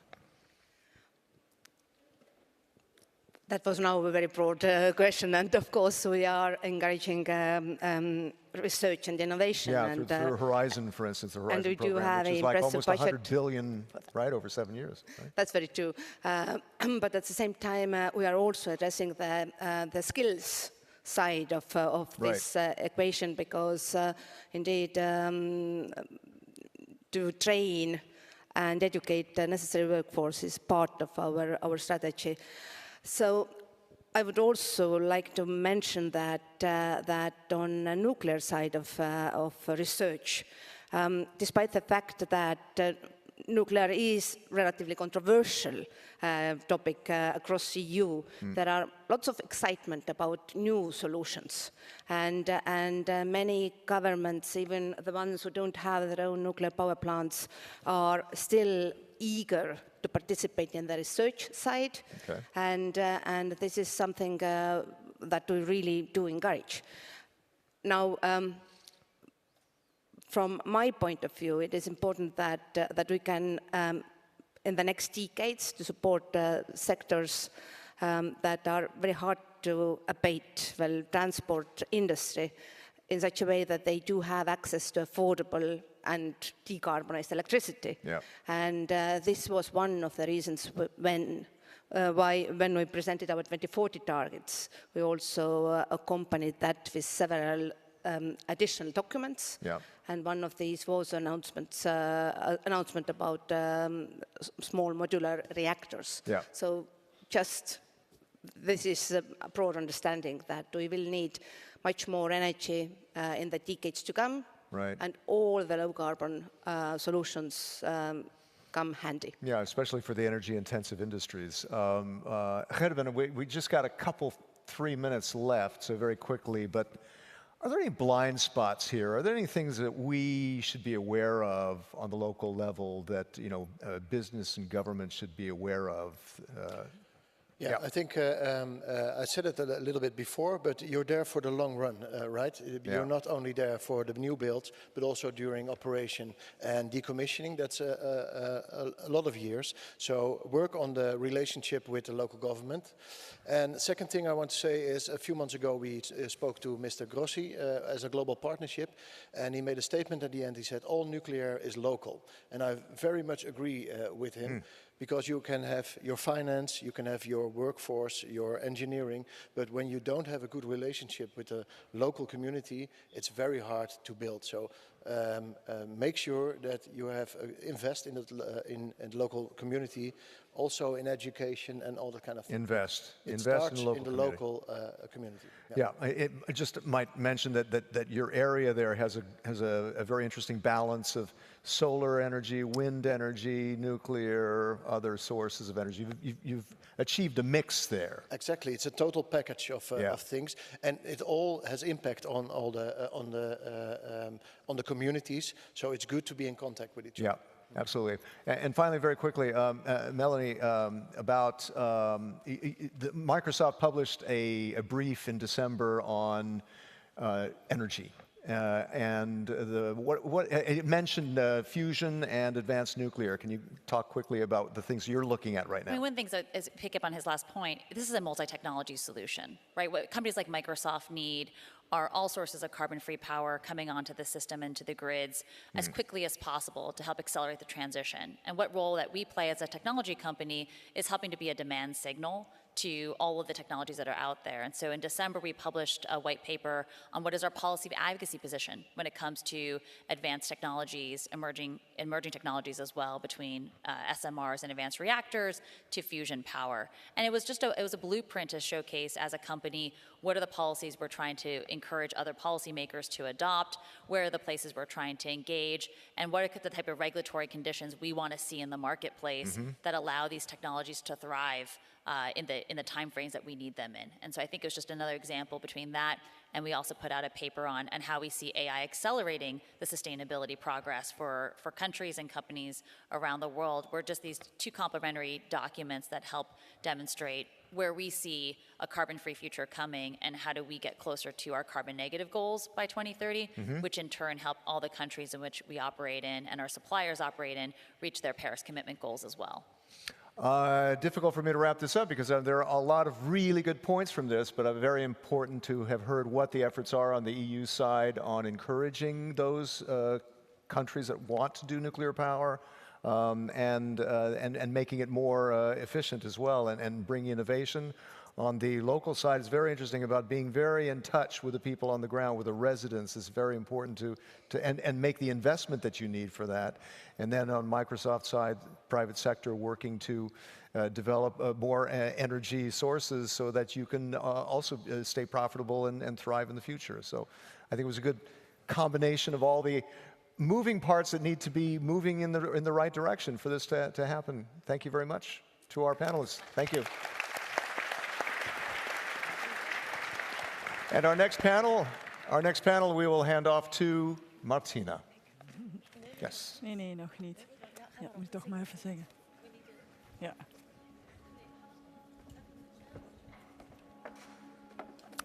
Thank you. I hand back to Hannah. Oh, I'm sorry. Problem.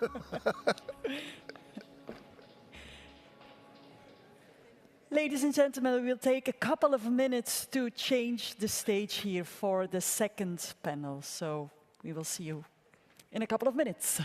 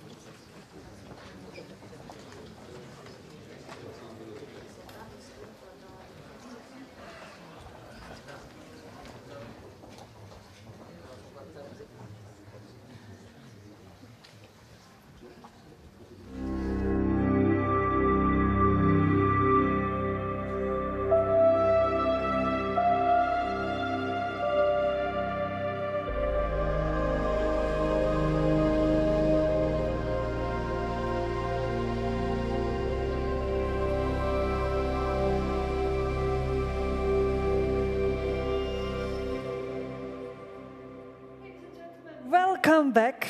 After taking a global and regional perspective, it is now time to take a closer look at specific national perspectives in this second part of the first panel.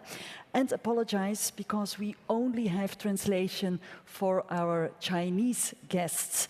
And since we are behind schedule, we will shorten the panels a little bit.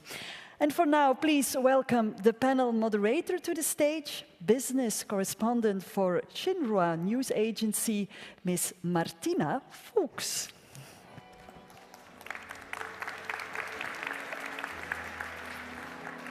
Thank you so much for this lovely introduction. Ladies and gentlemen, good afternoon. It's a great pleasure and honor to be here at the very first Nuclear Energy Summit in Brussels. This is going to be a very energetic next panel. So it's my great honor to introduce here with me on stage, first of all, His Excellency Mr. Rumen Radev. He's the Bulgarian Energy Minister. Welcome on stage. Next up, we have His Excellency Mr. Csaba Lantos. He's the Hungarian Energy Minister. Thank you so much for joining us. Then we have Ms. Tine van der Straten. She's the Belgian Energy Minister here from this very beautiful country.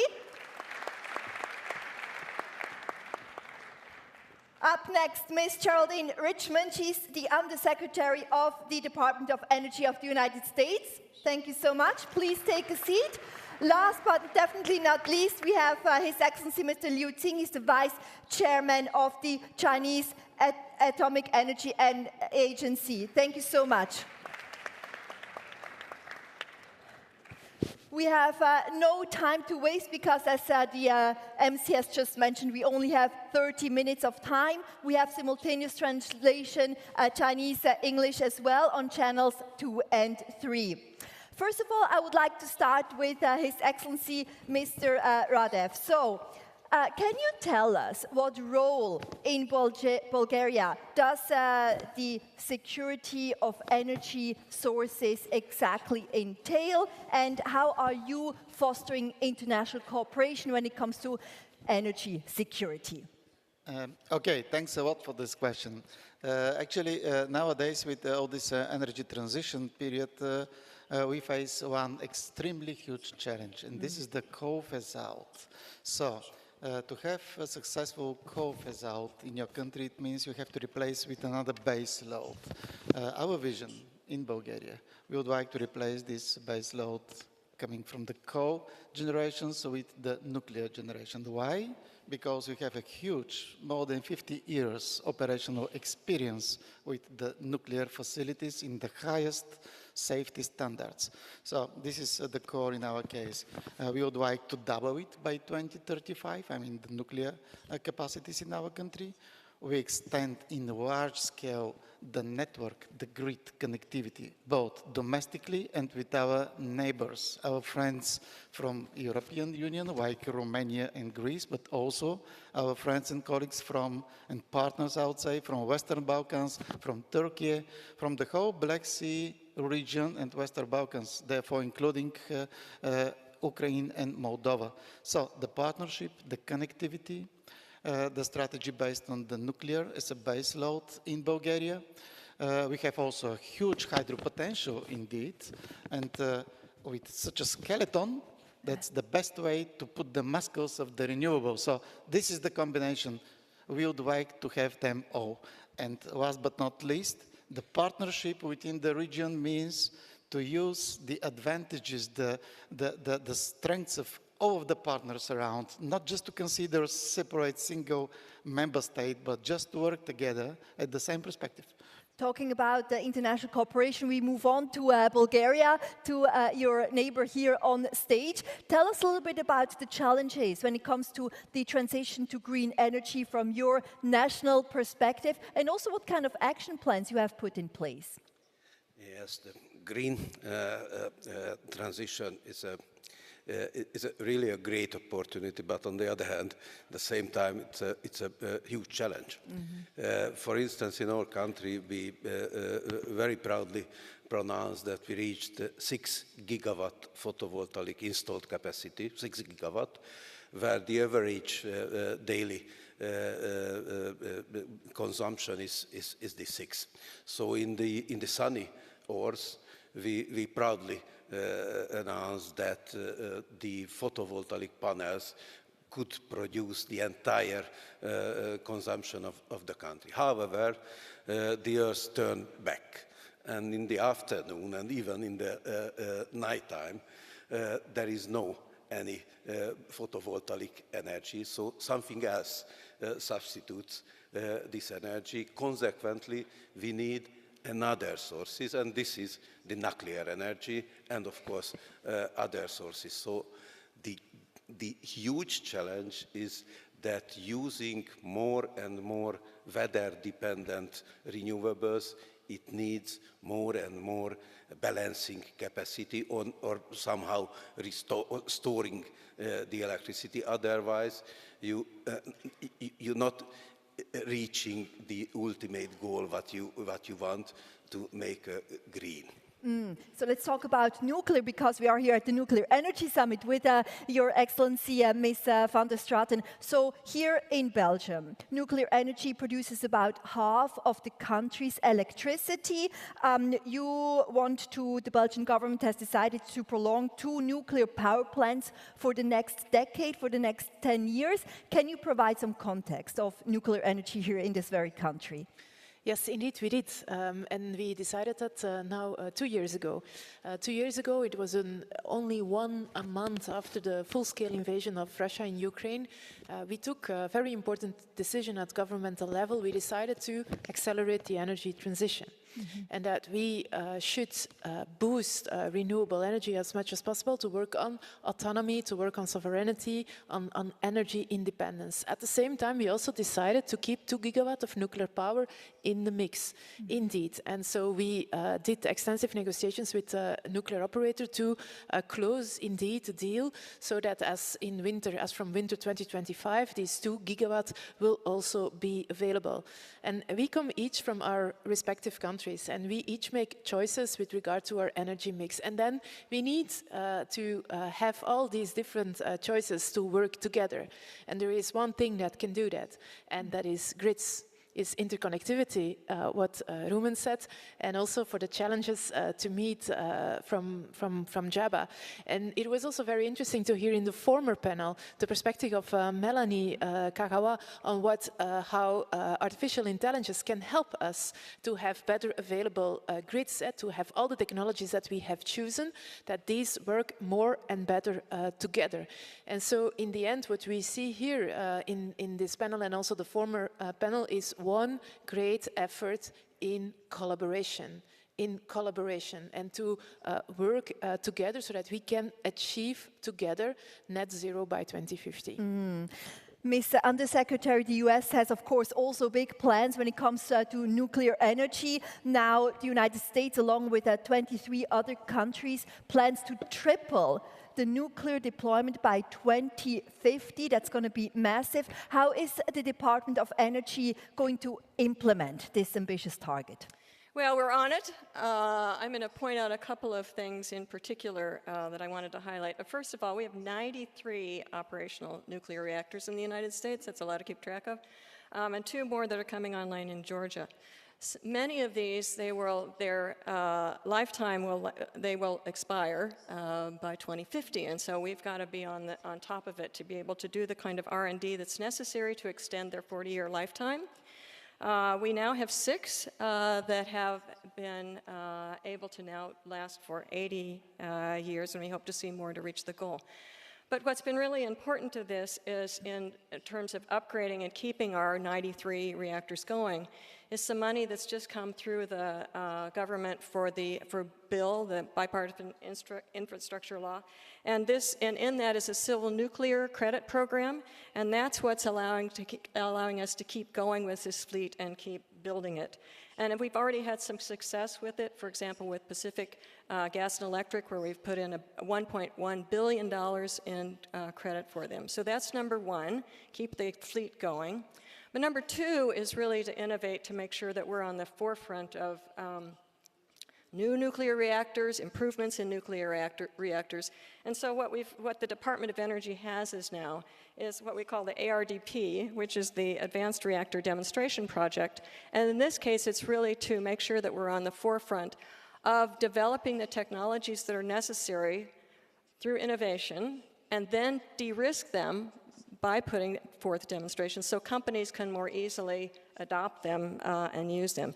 And the ARDP is now being funded by $2.5 billion from the bipartisan infrastructure law. And part of this also goes to just helping so companies can license more easily, can do the kind of work that they need to do to bring them online. So I'm really excited, if you can't tell, I'm really excited about what's happening right now for nuclear energy in the US in the Department of Energy. And China has big plans on that front as well. Chairman Liu Xiansheng, China has announced the big goal to have carbon emissions peak by 2030 and reach carbon neutrality by 2060.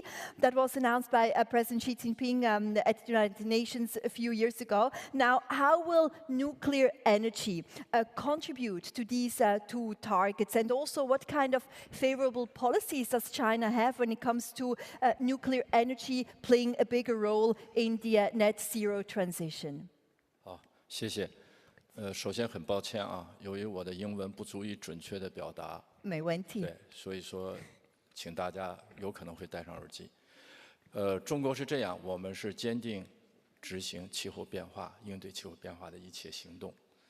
但是呢，确实中国也是个人口众多、地域广大，我们对能源的需求也比较多，这是个事实。说我们主张啊，各个国家、各个地区按照自己本国的情况。 尽最大努力做出承诺，做出在碳排放、减排啊、碳中和方面的一些要求。那么，经过这么多年的努力，中国把在能源、电力、煤炭、石油、天然气等等方面吧，我们做了一系列的这种政策上的一些安排和一些项目的安排。在消费革命，我们叫消费革命，就是降低公众。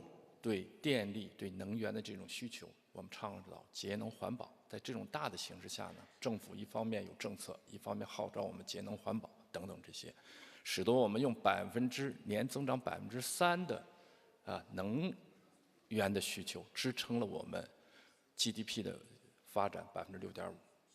这是到目前为止我们做到的一些成就。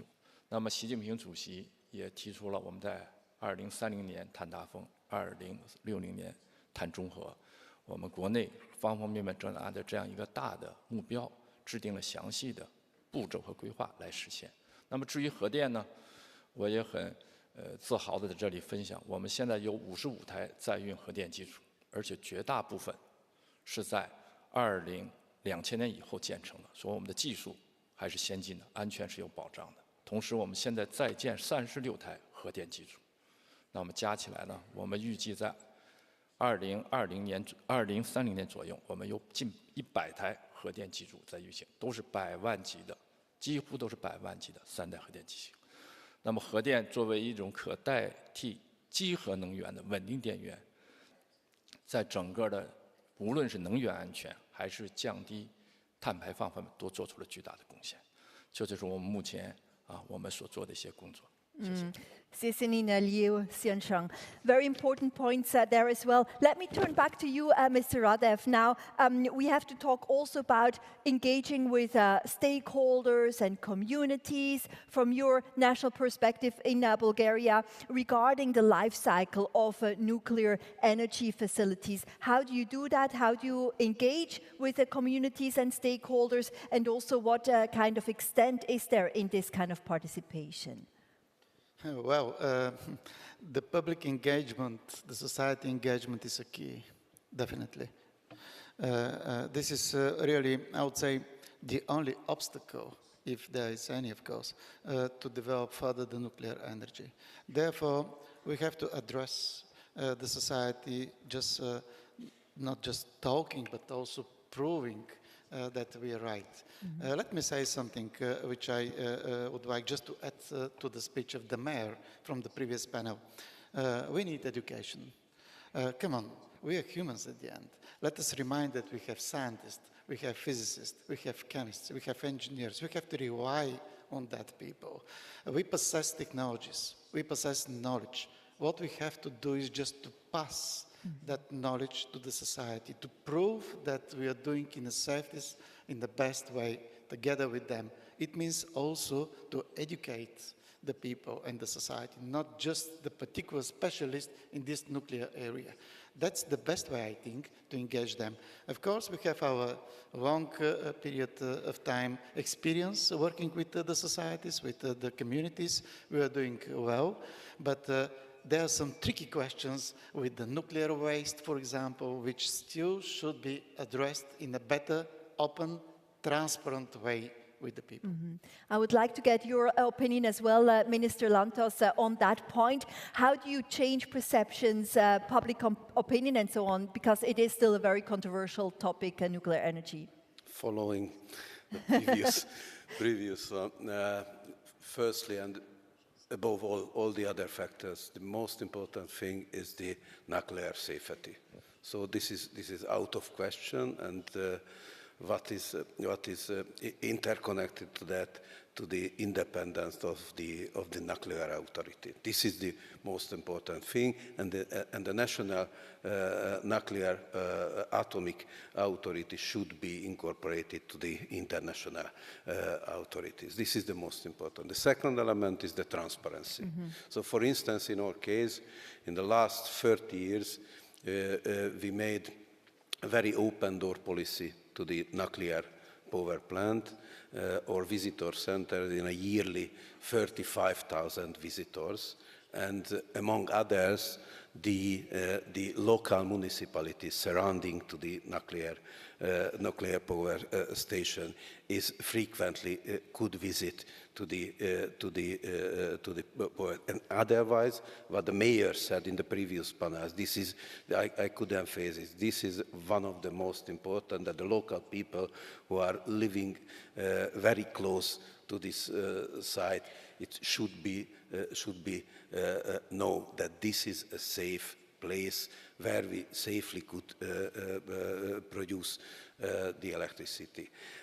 And all the other things, the newspapers, the communication, this is the education, what already it announced. This is as well very important. So without public support, and this is not we cannot provide more nuclear energy without public supporters. Ms. van der Straeten, now tell us what kind of future you see for nuclear power reactors in Belgium. Is there a future, and what kind of? It all depends. We have decided also 2 years ago to make money available for research and innovation, as we have a long tradition in our country to do so. We have a long program of advanced nuclear technologies, and we also decided to keep looking into the possibilities that SMRs can or cannot deliver on in the years to come. But in order to have a future, it is very important that they address the issues and the disadvantages of the technology that we are confronted with today. My two colleagues just spoke about waste, and this was the most difficult topic to tackle when we did the negotiations on the lifetime extension, because we were confronted with a nuclear operator that said, hey, we want to cap our liabilities. We want to pay a lump sum so that we are free to go whenever we want to go. And this was a long, long, long negotiation, because that means that we cap a liability that if the nuclear operator if this was not capped, that he would held liable for millions and years to come. And so, and for the whole discussion on new nuclear, new build on the SMR, it is really important that the nuclear industry comes with designs that don't produce waste or minimize waste, that they don't have the issues that we see today with cost effectiveness, for example. But hey, there are many different designs on the table, and as Ruben said, we have bright people. And so maybe there will be a nuclear technology that will be delivered in time and on budget, and that will help us in the future. But it all depends on how you manage, how you mitigate the negative aspects of the technology, of this technology in particular, but it goes for every technology, any energy technology. Absolutely. Ms. Richmond, now in the US, the nuclear energy deployment very much depends on the private sector as well. Could you explain to us a little bit what the business side can do to really, boost nuclear energy, what kind of international partnerships there are? We heard from Microsoft in the previous panel as well. What incentives are there for business to promote and support, boost the nuclear deployment? Yeah, well, let me first say that we really look very much forward to our international partnerships on what we're doing. We learn from you as much as hopefully you learn from us also. But we actually have a number of current and future plans that are going on right now. Let me just sort of go through these because we've, again, with this new funding that we've gotten from the government, I want people to be aware of this. So particularly the energy production tax credits to incentivize and production of clean energy, including nuclear energy. These credits provide $15 per megawatt hour for electricity produced by nuclear plants. And separate investment tax credits up to 30% are available to stimulate the construction and operation of new plants. And furthermore, the Inflation Reduction Act provides $40 billion expansion of loan guarantee authority for DOE's loan program office and $3.6 billion for credit subsidies. So a lot of money there. So companies that are thinking about coming to the U.S. and being involved in our nuclear industry, this is a big deal, and that's why I think there's a lot of interest from outside to come in. But also, the U.S. is supporting the demonstration of advanced reactor plants, as I just mentioned. And although the nuclear energy systems hold enormous potential to meet our climate goals, both in the United States and globally, we have to make sure that these advanced nuclear projects are really going to work. And these designs that we're coming up with are much more flexible than what you've found before in the nuclear industry. And they are designed to meet the community's needs so that they can go into communities. And I want to applaud the comments that have been made about the need to work with communities on this to make sure that they're ready to adopt these new technologies. Now, many of the companies that are supported by the ADRP have developed international partnerships, so watch out for that.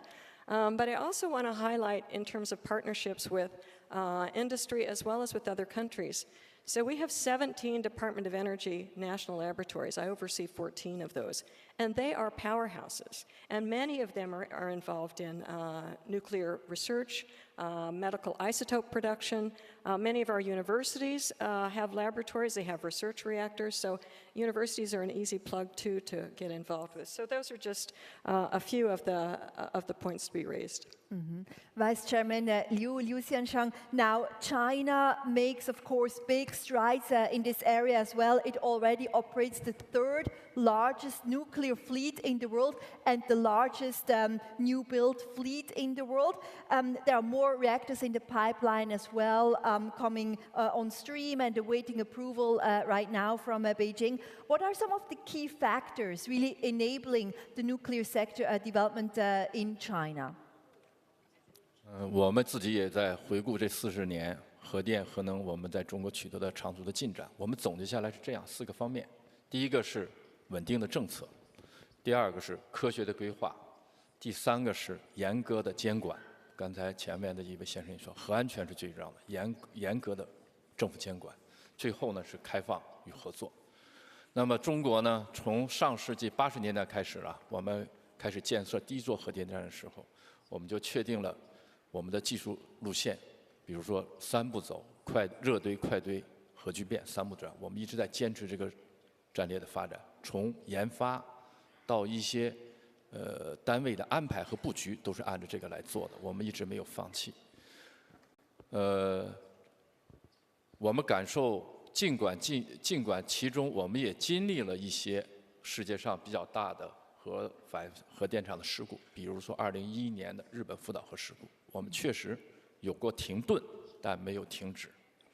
所以我们现在就要在安全的前提下，积极有序发展核电。这个政策，中国政府从来没有变过，这是第一个叫稳定的政策。第二个叫科学的规划。很多人知道中国我们有个5年规划，我们每5年会对国民经济做一个规划。对核能领域呢，我们也有专门的规划。核能的发电、核电的人才的培养，一些核工业的布局的规划，我们都是按照5年规划来做的。这样呢，会聚集社会上各个企业的资源和关注力向这个规划去集中，这样能保证我们的国家的意志和这些规划得以实现。第三个呢，我讲的是这个叫严格的监管。我们从建第一座核电站开始，就跟国际上建立了接轨的这个核安全监管体系，包括我们的法规标准，包括地区监督站等等这些。目前来看呢，这些监管有力地保障了中国的核能核电事业的稳定安全的发展。我们现在运行了55座核电机组，其中有37座机组在WANO大家清楚，世界核电运行者组织在WANO我们获得了满分，我们的运营业绩在世界排前3名。最后是开放和合作。今年恰巧也是中国加入国际原子能机构 IAEA 40周年。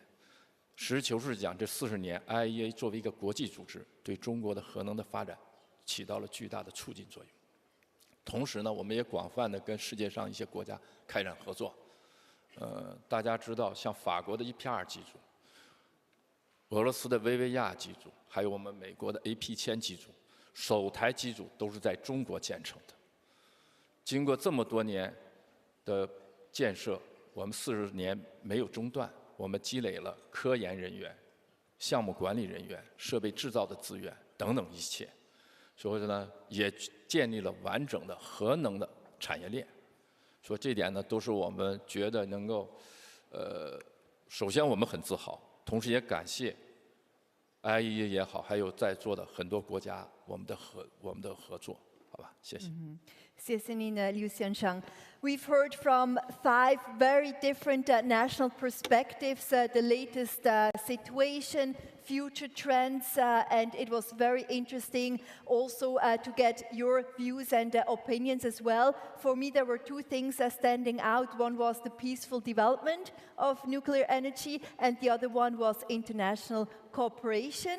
On that note, in the interest of time, because we were running a little bit behind schedule, I would like to close this panel. We have a lot of people having to take public transportation or flights rushing out into the world again. So it was wonderful having you on this panel, ladies and gentlemen, Your Excellencies, and I wish you a great rest of your day. Thank you very much. Thank you. Thank you, Minister. Thank you very much, Geraldine. Thank you. Thank you, Martina, and thank you to all of the panelists. And we will take a very short break to change a little bit on stage. So I will see you in a couple of minutes.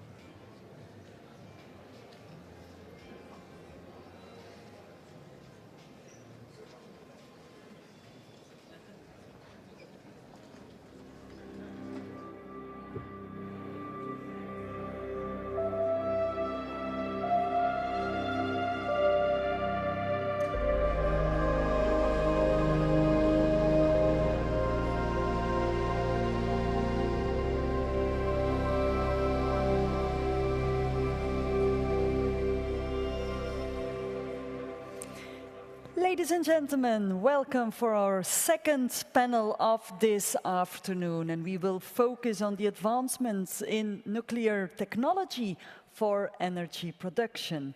And may I ask you to welcome the panel moderator to the stage. He is a representative from the International Atomic Energy Agency, Mr. Jeff Donovan.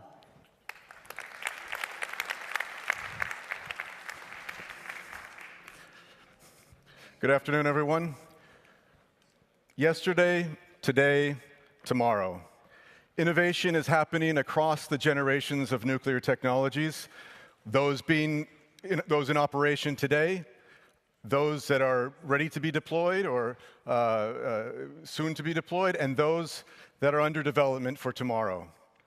My name is Jeff Donovan. I'll be moderating this panel today, and we are very fortunate to have a great panel of 6 speakers to walk us through these advancements that are taking place in nuclear energy, from the long-term operation of the existing fleet to technologies that are being developed today on the horizon, like SMRs and the non-electric applications of nuclear energy, all the way to nuclear fusion. So without further ado, please join me in welcoming our speakers on stage.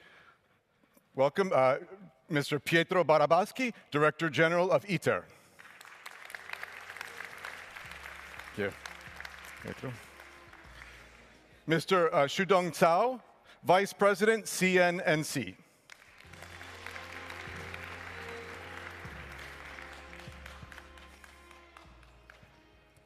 Ms. Catherine Huff, Assistant Secretary, Office of Nuclear Energy, United States of America.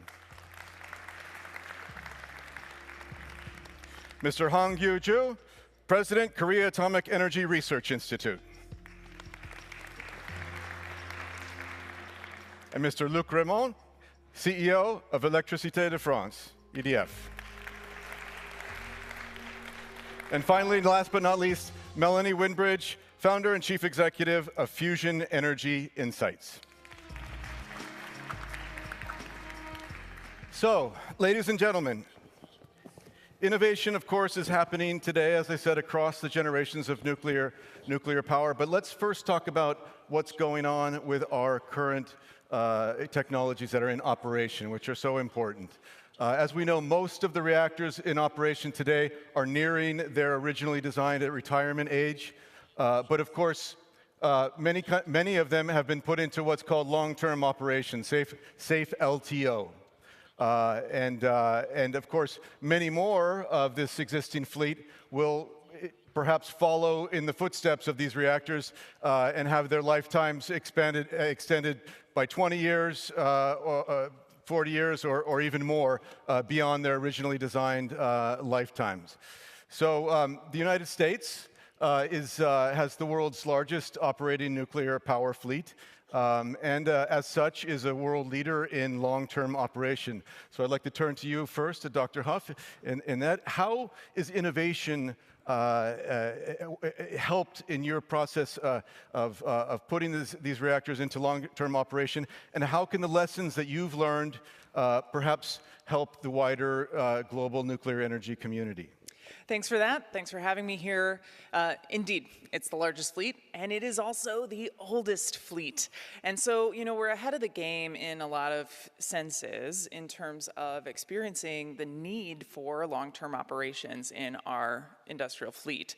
Right now, 6 reactors, as Dr. Richmond said in the last panel, are fully confirmed to operate up to 80 years.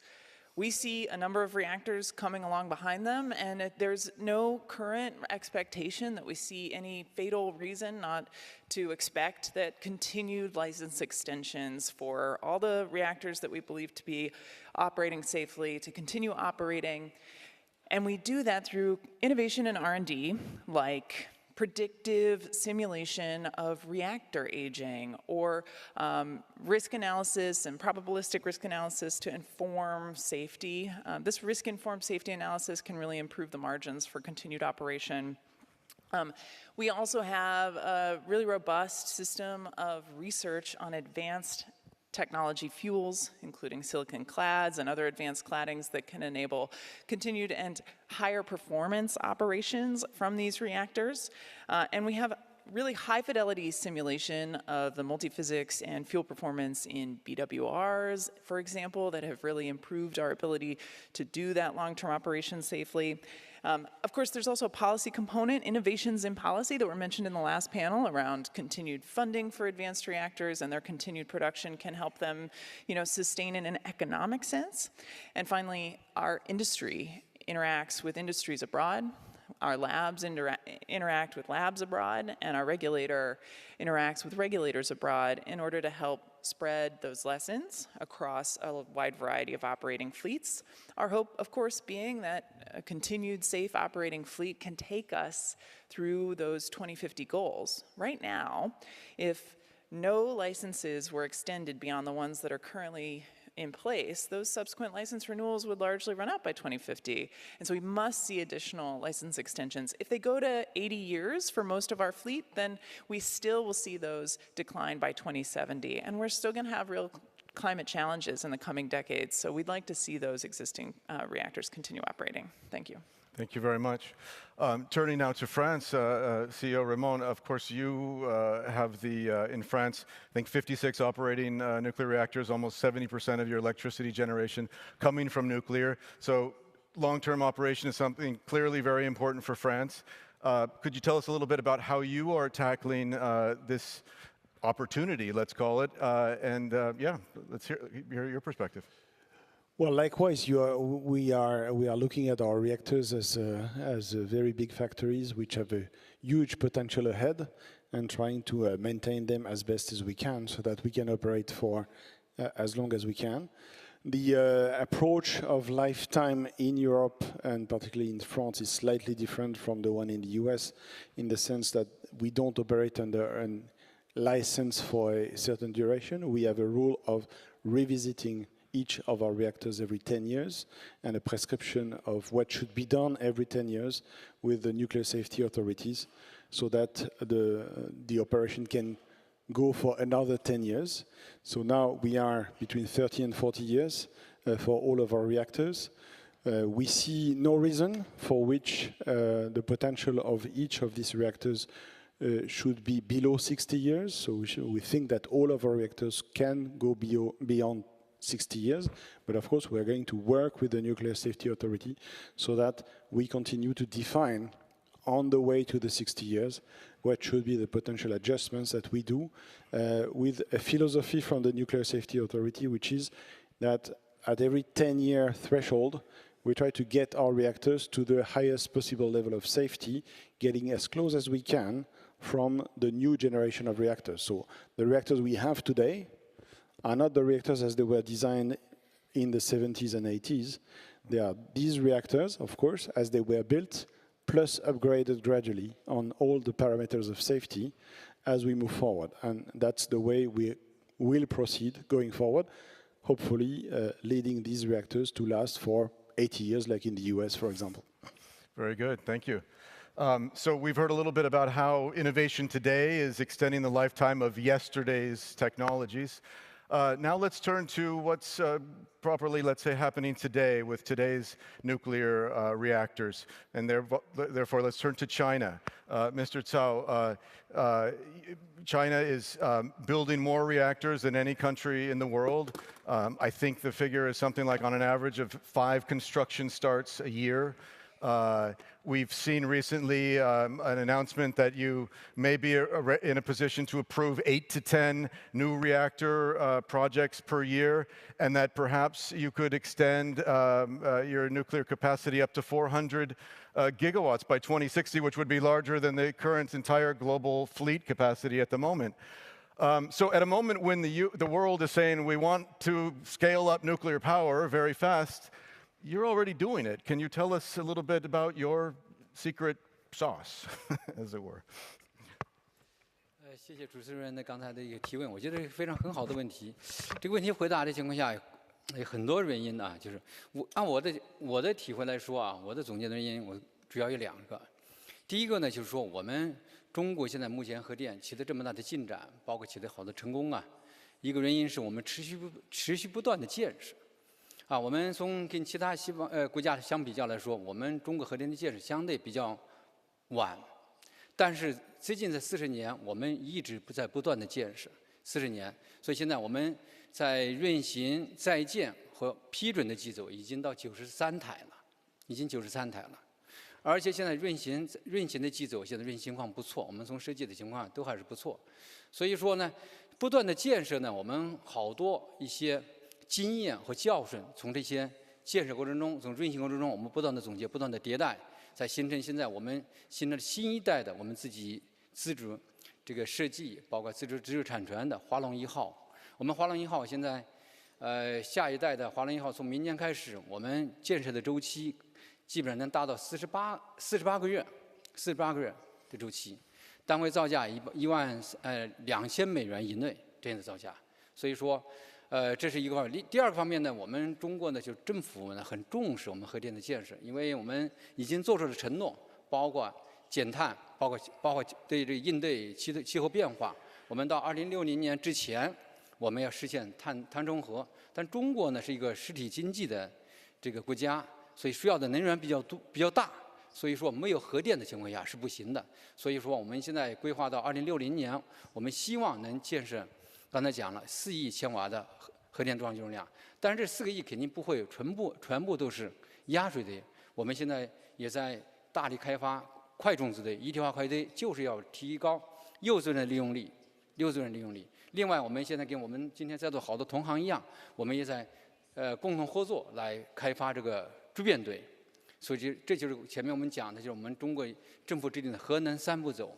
到2060年，我们通过各种各样的一些方式、方法、手段，我们尽量实现到4个亿装机容量。这样的情况下，我们中国现在好多一些新能源，比如风电、太阳能这些相关的东西，我们跟核电综合搭配，形成综合的解决方法。所以这样的情况，我们才有可能实现碳达峰、碳中和。谢谢。Thank you very much.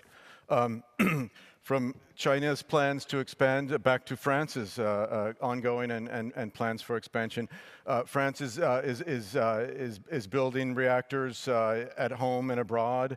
You have, I think, Flamanville 3 that's nearing coming online, and of course we've heard about the plans to build at least 6 new EPR2 reactors at home, maybe up to 14, I think. Mr. Mermont, can you tell us a little bit about how you intend to achieve those targets? And of course, there's also SMRs in your plans, how you will mix and match all these different projects and technologies? Well, thank you very much. It's probably not just the challenge for France or for EDF, it's the challenge for Europe overall, which is to be back in the construction phase. Europe, some time ago, back basically 20 to 30 to 40 years ago, has been able to build up to 5 to 6 reactors per year. Overall, EDF itself was building 5 reactors per year in the 70s, 80s, and 90s, which leads to the fleet of close to 60 reactors that we have between the UK and France today. So the challenge that Europe has today is to be back into this construction phase and to build an industry that is able to take this space. And of course, EDF has been the only company over the last 20 years who has developed, built, and operated at the same time in Europe, feels a responsibility of leading in this direction, but we're not going to succeed alone. So we need to work as an industry, as a European industry, to get in that direction. Of course, the number of building opportunities is increasing at this stage, and there is a significant portion of that we are taking forward as a utility ourselves. That's the case in France, of course, with Flamanville, soon to be connected to the grid, with our projects in the UK, both the projects in Hinkley Point, which are now shifting into the electromechanical integration phase, and soon to come Sizewell C and the 6 reactors to be built in France, potentially 14. But to be successful in all this, we need to do well for the series of reactors that are coming, which in the particular environment of Europe, which is not like China, not anymore a region where we build a lot, not more nuclear reactors than anything else, where we create we recreate the capacity of building fast, of being more efficient in building than just asking ourselves many questions about many things. That's the challenge that we have to take as Europeans if we want to be serious about not just nuclear, about our energy challenge overall. We need to take the overall industry of building complex systems faster. And I'm sure that we can share this challenge with the US as well, because mature markets are facing all the same kind of challenges. So that's how we take it. How do we achieve that?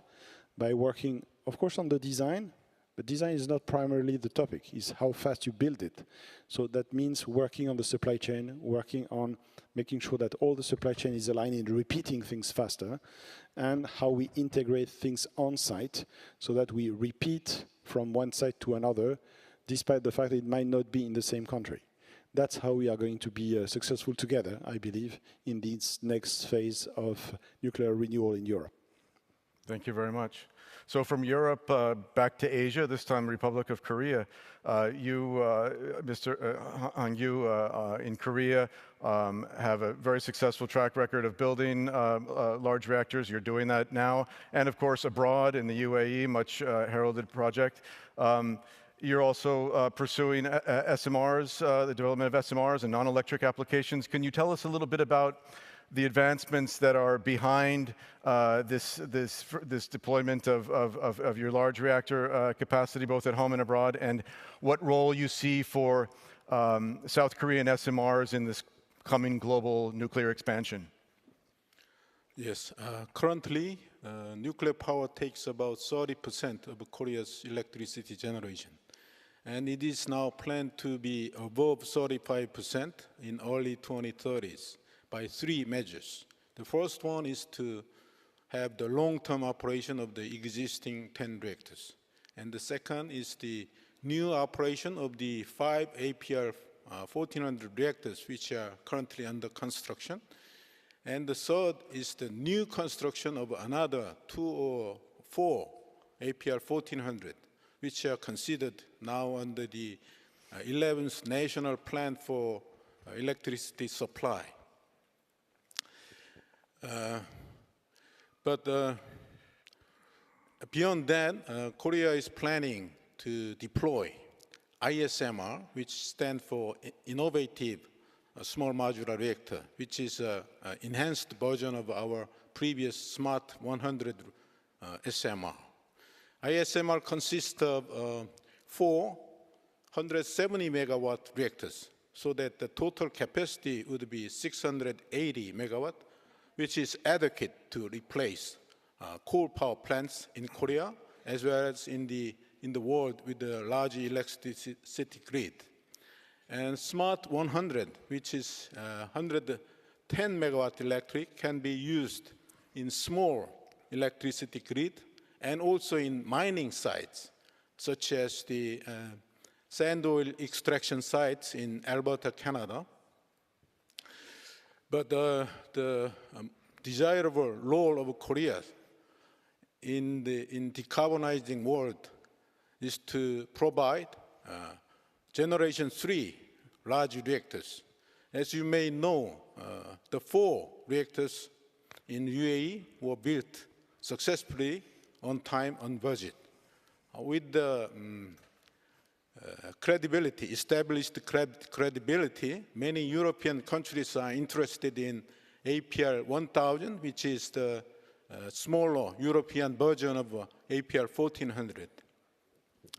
At CARI, we are developing 3 types of non-water-cooled reactors. The first one is sodium fast reactor, which can provide longer fuel cycles through fuel breathing. And the second is gas-cooled reactors, which can provide high-temperature heat for industrial applications. And the third one is molten salt reactor, which can be used as the ship propulsion engines. I think Korea can contribute to decarbonizing world by first large PWRs, then also water-cooled SMRs, and also non-water-cooled SMRs. Thank you very much, Mr. Hang-yu. Thank you. Dr. Huff, in the United States, we see the first reactors in a generation about to come online at Vogtle in the state of Georgia. At the same time, the country is pushing forward on a number of fronts on advanced and innovative nuclear energy technologies, including SMRs and non-electric applications, obviously. How do you see the experience at Vogtle setting up the next stage in the U.S. expansion of its program and also working abroad, both in terms of large reactors, perhaps, but also SMRs? Thanks for that. Yeah, we learned a lot of lessons at Vogtle. You know, Vogtle Unit 3 is now operational, the first AP1000 in the United States. Vogtle Unit 4 is critical and syncing with the grid. It should be operational quite soon. These projects went over budget and over schedule. They were not built in 48 months, I'm sorry to say. And indeed, as was already mentioned, you know, these mega projects, in fact, regardless of whether they're nuclear or not, we found multi-billion-dollar, multi-year projects in the United States quite challenging to achieve because of the need for project management and construction skills. And in fact, a lot of workforce challenges with regard to the crafts and trades that support the construction of these reactors. We, at Vogtle, the companies that built Vogtle hired a lot of workers. 8,000 people were on site at the peak of construction in this little town in Georgia. They were from 48 of our 50 states that traveled there to do work on the reactor. And of course, it wasn't the same 8,000 people that whole time. Some people started and left and were replaced by other people. So in total, they trained about 13,000 people for highly technical nuclear construction.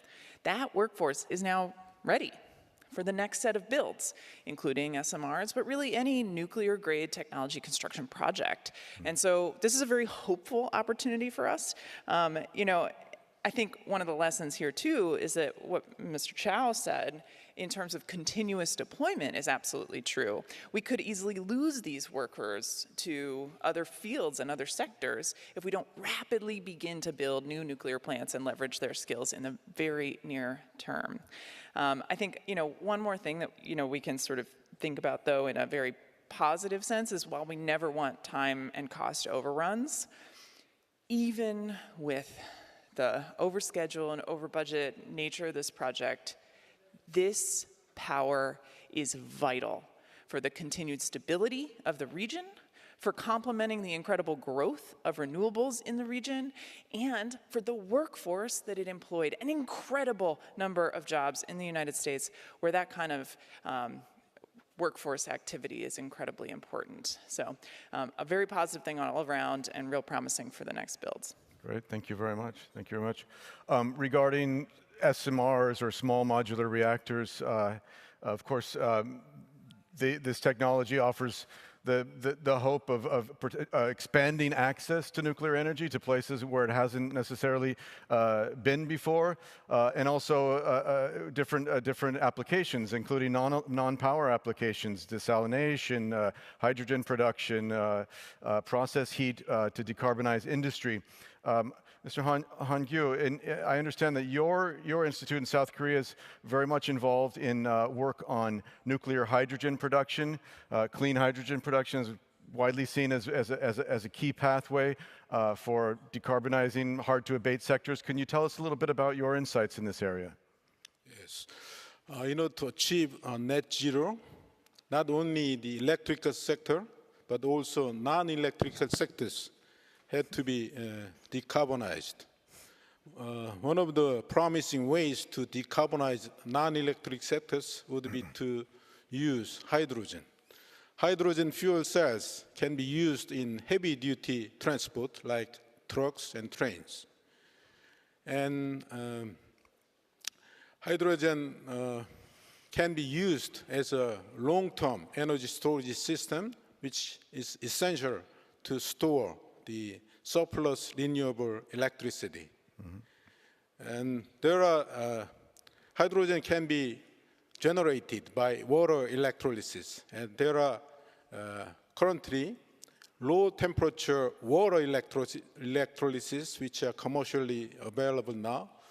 the efficiency of hydrolysis can be increased by using high temperature steam electrolysis, because some of the energy needed to split water molecules to generate hydrogen atoms can be provided by heat, which has higher energy efficiency than electricity. And nuclear power is more advantageous than renewables in high temperature steam electrolysis, because nuclear power can provide heat as well as electricity. In this regard, our institute is working on R&D on nuclear hydrogen based on high temperature steam electrolysis. And renewables, generation of hydrogen by solely renewables is not, does have significant drawbacks due to its intermittency and fluctuation. The electrolyzer, should be operated in the night as well when the solar power is gone. Otherwise, the hydrogen which in the electrolyzer must be purged, which can cause significant operational problems. To avoid that kind of intermediate operation, a large capacity of ESS need to be used in the renewable electrolysis system, which can cause significant increase in the cost. In that sense, nuclear hydrogen has the potential, high potential. But renewables and nuclear power can be coordinated through the sharing of a hydrogen generation facility. For example, in the night, nuclear power can generate hydrogen, and during the day, solar power can generate more hydrogen, nuclear with less hydrogen. In that sense, efficient nuclear hydrogen generation technology is very much essential, which need to be investigated with much more effort. Thank you very much. Thank you. So speaking of SMRs and the variety of their potential applications, we can turn to China now. Of course, in the world, 2 SMR designs have been put online. One of them is something called the HTR-PM in China, the high-temperature gas-cooled pebble bed reactor, if I've got that right. It's been called perhaps the first Gen 4 reactor operational in the world. Vice President Cao, can you tell us about the innovations involved in this reactor and some of the applications it's poised to deliver? 谢谢这个问题啊。我们这个中国这个高温气冷堆啊，在去年已经投入运行了，现在运行情况还是不错。这个高温气冷堆呢，它的出壳温度呢也将近800度，将近800度。所以说呢，它里面在这个堆里面呢，我们已经做了很多实验，验证了很多一些新的一些问题，比如说在线换料，包括相关的东西，在这对现在进行的还是不错。我们中国当时在开发这高温气冷堆的时候呢，我们当时想啊，最终的目标也是为了制氢，因为高温气冷堆到超高温度到950度以上的时候，它可以制氢。但是我们现在正在运行这个堆还没达到，还在这个出壳温度才800度。但是现在呢，我们现在用途也很多。我们现在正在把这个高温气冷堆正在提供这些高温的蒸汽，跟我们的一些这个比如化工厂啊，还有一些钢铁厂进行耦合。我们现在正在这个沿海，比如说在这个江苏啊这些包括广东啊这些省份，我们现在都在布局这个高温气冷堆。一个单元基本上是60万千瓦，就3个模块整合成一个。就是现在我们去年运行的是20万千瓦。像我们整合到60万千瓦，现在给这些高温这个相关的一些这些工业基地提供蒸汽，所以这个我觉得这个用途很好，现在运行的不错。所以刚才讲到这个小堆啊，现在其实我们也非常重视。刚才我们这个高温气冷堆是一种，另一个我们临潼1号这个也是压水堆啊，我们现在也是在建设，在海南，中国的海南省。这个明年可能要投入运行，它的功率是12.5万千瓦。这个就是对呢，就是我们呢也是刚才像主持人讲的这介绍的一样的，它是多用途的，对吧？它可以对边远地方可以供电，也可以供气，包括海水淡化相关的东西。所以我们现在这个小队的情况下也是进展很不错。所以我也希望给我们国际的同行啊加强相关的合作。刚才前面第一个问题也是这样的，我刚才讲了，我先补充一下，我们中国在大的方面、核电方面取得的成功啊，我们也完全离不开国际上合作。比如说，我们早期从法国引进的核电机组，从美国引进的 AP1000，从加拿大重水堆，对吧？对我们的对我们的这个运行呐，包括建设都非常有帮助。所以这个小队来说也是一样的。我希望给我们国际同行加强这方面的合作。谢谢。Thank you very much. Great. So we've heard a little bit about yesterday's technologies which continue and will continue well into the future to provide us so much. We've heard about technologies under development and that are on the horizon, such as SMRs and their applications. Now let's turn to tomorrow. Question is, how far into tomorrow? Let's talk about nuclear fusion a little bit.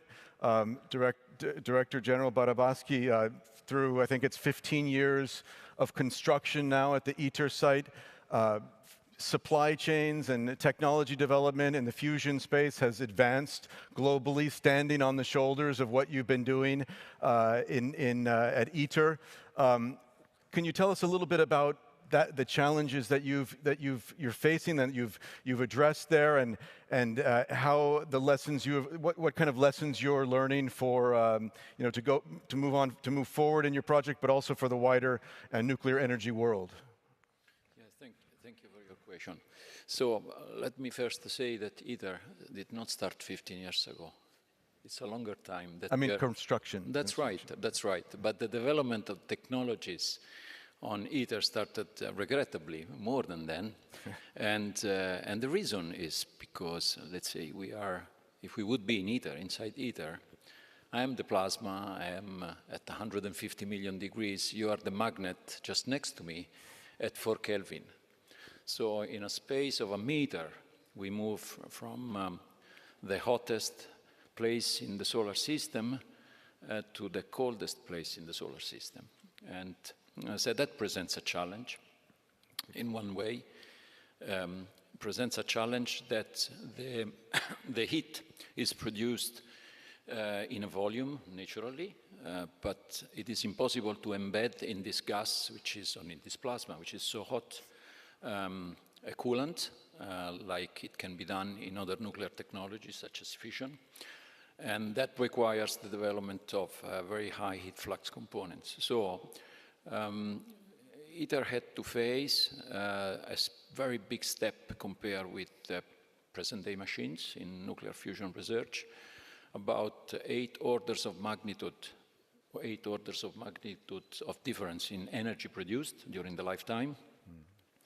So the most important technologies, I would say, that had to be developed in order to make sure that ITER would be feasible is, first of all, magnets. Magnets of unprecedented scale. ITER will have essentially the biggest magnet system ever built, superconducting. A cryogenic system to follow that has to keep such a magnet system cold. Extremely high flux component operating at a power density which is similar to the one in a rocket, or in the rocket nozzle, so to say, about 20 to 30 megawatt per square meter. Remote maintenance system that have to maintain remotely components that invariably will have to be replaced during its lifetime. So the list is very long, and that required the development of new technologies and development of new supply chains. Many of the companies that had to build, for example, the magnet that now is available, if you come to Kadarash, you would be able to see now all the magnet system, which is the most difficult one, has been the most difficult one to build. They had to face, unprecedented scale, problem of scale and precision. components that are, say, in the range of 1,000 tons have to be mounted together with precisions of a fraction of a millimeter. So the list of technologies that had to be developed in ITER is really, really a long list. I'm an engineer. When I started, my professional life, and as an engineer I was taught never to invent anything if it's already available. So every time we had to face an engineering problem, we were always looking for something already made. But unfortunately, just about concrete and bolts could be reused from other nuclear technologies, new materials, new high flux components. And that is basically the fundamental challenge in fusion. I think that ITER has contributed tremendously in developing all this know-how. It belongs to the 7 members now, all this know-how. We are in the phase of assembly, where new know-how is being developed also, because assembly in itself is a complex in itself. And last but not least, the process of getting a license. The nuclear safety demonstration for a facility like ITER, although fusion has a lot of, say, advantages, if I may say, to develop a dialogue with the regulator has been a challenge, because the technology itself was not so known, and so radiological inventory is very modest, but the complexity is very high. And I think this in itself will be a very important output of this project. Very good, thank you. Incredible work that's being done there. So moving from what's been dubbed the world's largest science experiment to this new ecosystem in the fusion world of startups, fusion energy startups. Melanie Winbridge, it seems that we hear, not every day, but quite frequently, some company saying they've reached a breakthrough of some kind, some important news. Can you tell us a little bit about these developments and highlight some of them for our audience here? Of course, thank you. So first of all, the first thing to remember is that there are now many startups, or some are quite established actually, so many private fusion companies working to build like fusion concepts, fusion power plants, and they are looking at a diversity of different approaches, but many of those are based on the decades of research that has gone into fusion. So either on the magnetic confinement side like ITER, or on the laser fusion side. So they're building on the research that's been done previously. Some of the things that have been happening, or things that have been announced, you might have heard of Commonwealth Fusion Systems. They're the best funded of the private fusion companies. They span out of MIT, and they've raised over $2 billion. They now have a team of over 700 people. So they're really making strides in this area. They're working on a tokamak concept as well, like ITER, but bringing in new technologies, so particularly high-temperature superconductor technologies. And by using these high-temperature superconductors for the magnets, they will be able to shrink the size of the machine down. So they'll be looking at building their future power plant design is called ARC. That's about the size of the jet tokamak that's been operating in the UK for decades. So when you're talking about power plants, the aspiration is to bring the size down from, say, something the size of a cathedral to something the size of a church, let's say. In 2021, they tested one of these magnets. So they built one 2/3 of the size from what they will need for their demonstrator to get to energy break-even. So it was a 20 Tesla magnet. And just recently, they've published a series of peer-reviewed papers about the technology and validating the technology. So they have a very strong scientific and engineering basis for their concept. There are companies are also demonstrating capabilities as well. So, for example, in the UK, the company Tokamak Energy has built a spherical tokamak called ST40. This is, and it's doing like cutting-edge experimental research as well. It's the first spherical tokamak, and actually the first tokamak that's privately run to have achieved 100 million degree temperatures, which is the temperatures necessary for fusion. They are also working on using high-temperature superconductors as an enabling technology, and they're spinning out some of those technologies as well.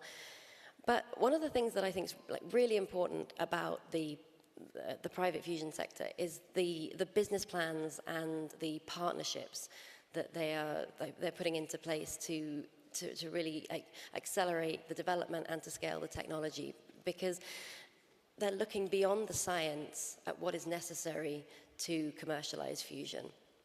And that's, of course, going to be tremendously important going forward, and it's something that we need to be thinking about now.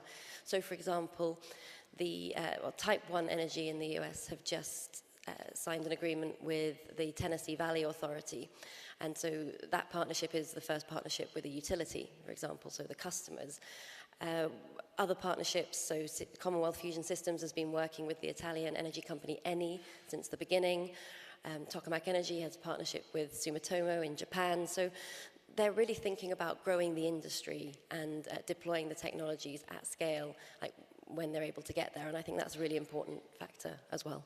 Great, thank you very much. So before we conclude this part, I wanted to ask both of our fusion representatives the same question. We'll start out with Director General Barabatsky, and that is, we have this kind of dichotomy in the fusion space right now, the private sector that's coming up, and we have ITER that's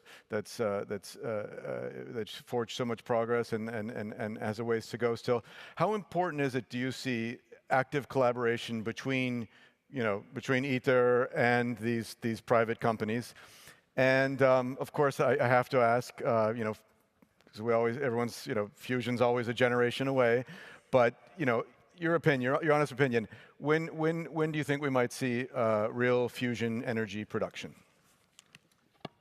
I gather that your question is when we will see energy production, when we will convince Luke to get more money out than money in. That is the question. We know that we can get more energy out than the energy we put in. The question, can we get more money out than money in, right? This is your question. When this will happen? And my honest answer is, I don't know.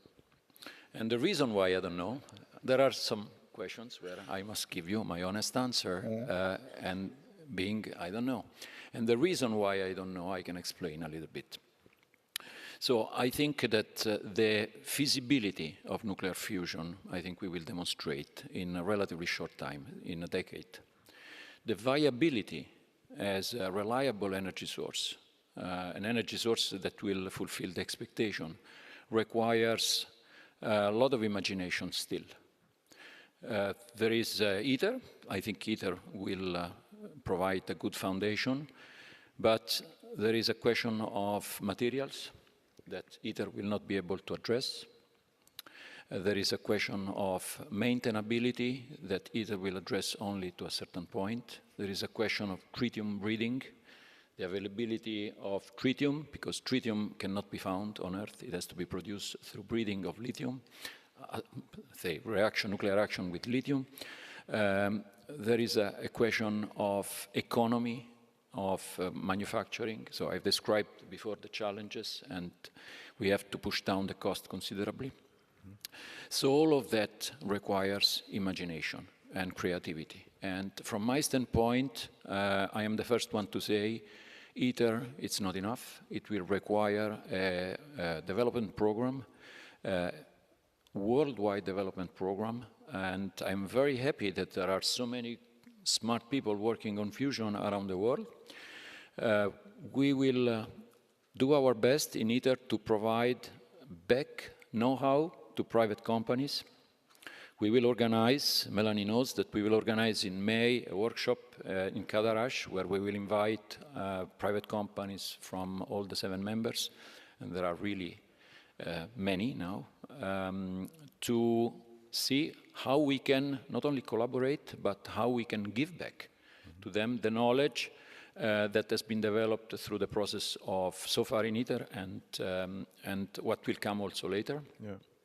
There is a knowledge, if I may just conclude with this, there is widespread knowledge about what is successful, but it's very useful to document also the knowledge about what is not successful, because that is sometimes not published. But we know that. We know many things that didn't work out well. And I trust that this, let's say, worldwide level of cooperation between the private sector and the public sector at international level will be very fruitful and will be an example of such, say, cooperation worldwide. Thank you very much. Melanie. Yes, I think partnerships definitely between the public sector and the private sector in fusion are going to be tremendously important going forward.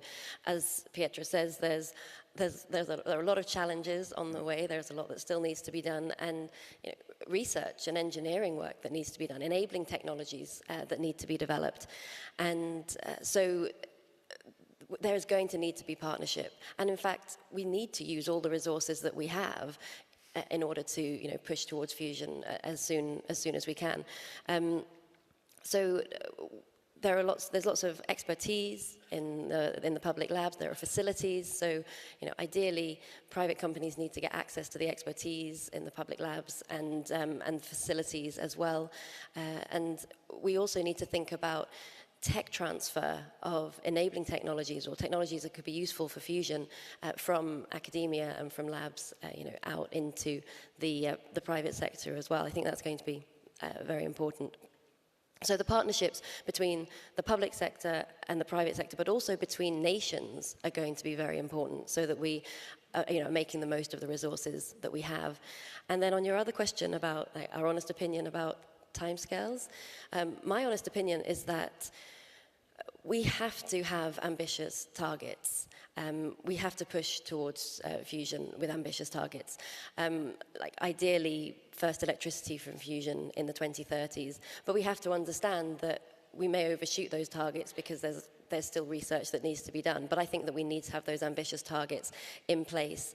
Otherwise, it will take us even longer to get there.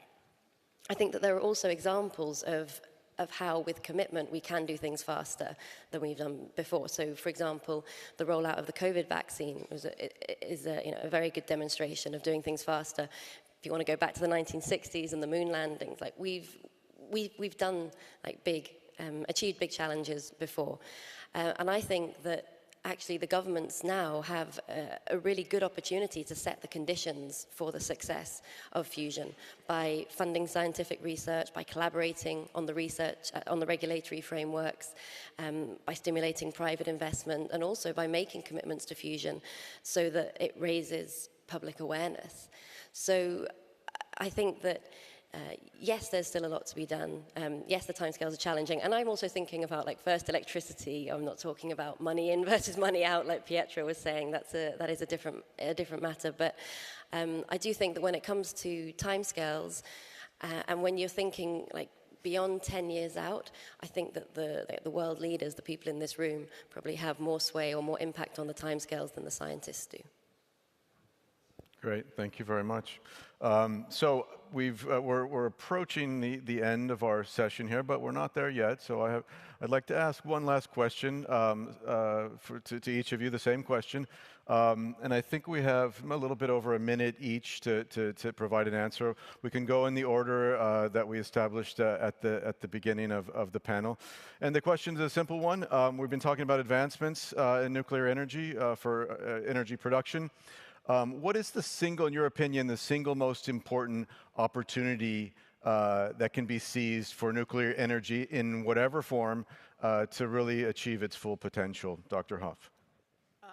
Unquestionably, for the United States, for our purposes, for my opinion, I think it's fit-for-purpose deployment of nuclear reactors to replace and repurpose coal plants. There are hundreds of them. We have an opportunity to save lives and livelihoods, to improve the quality of life of humans around these plants, to revitalize communities, to bring energy justice into our clean energy transition, and to use a type of power that is uniquely suited for those locations on the grid, firm, reliable power that can leverage those high voltage power lines, leverage those workers, and we can do it and we can save money while we do it by leveraging some of the assets like the high voltage power lines, transmission capabilities, the equipment on the ground and the infrastructure, including buildings and roads.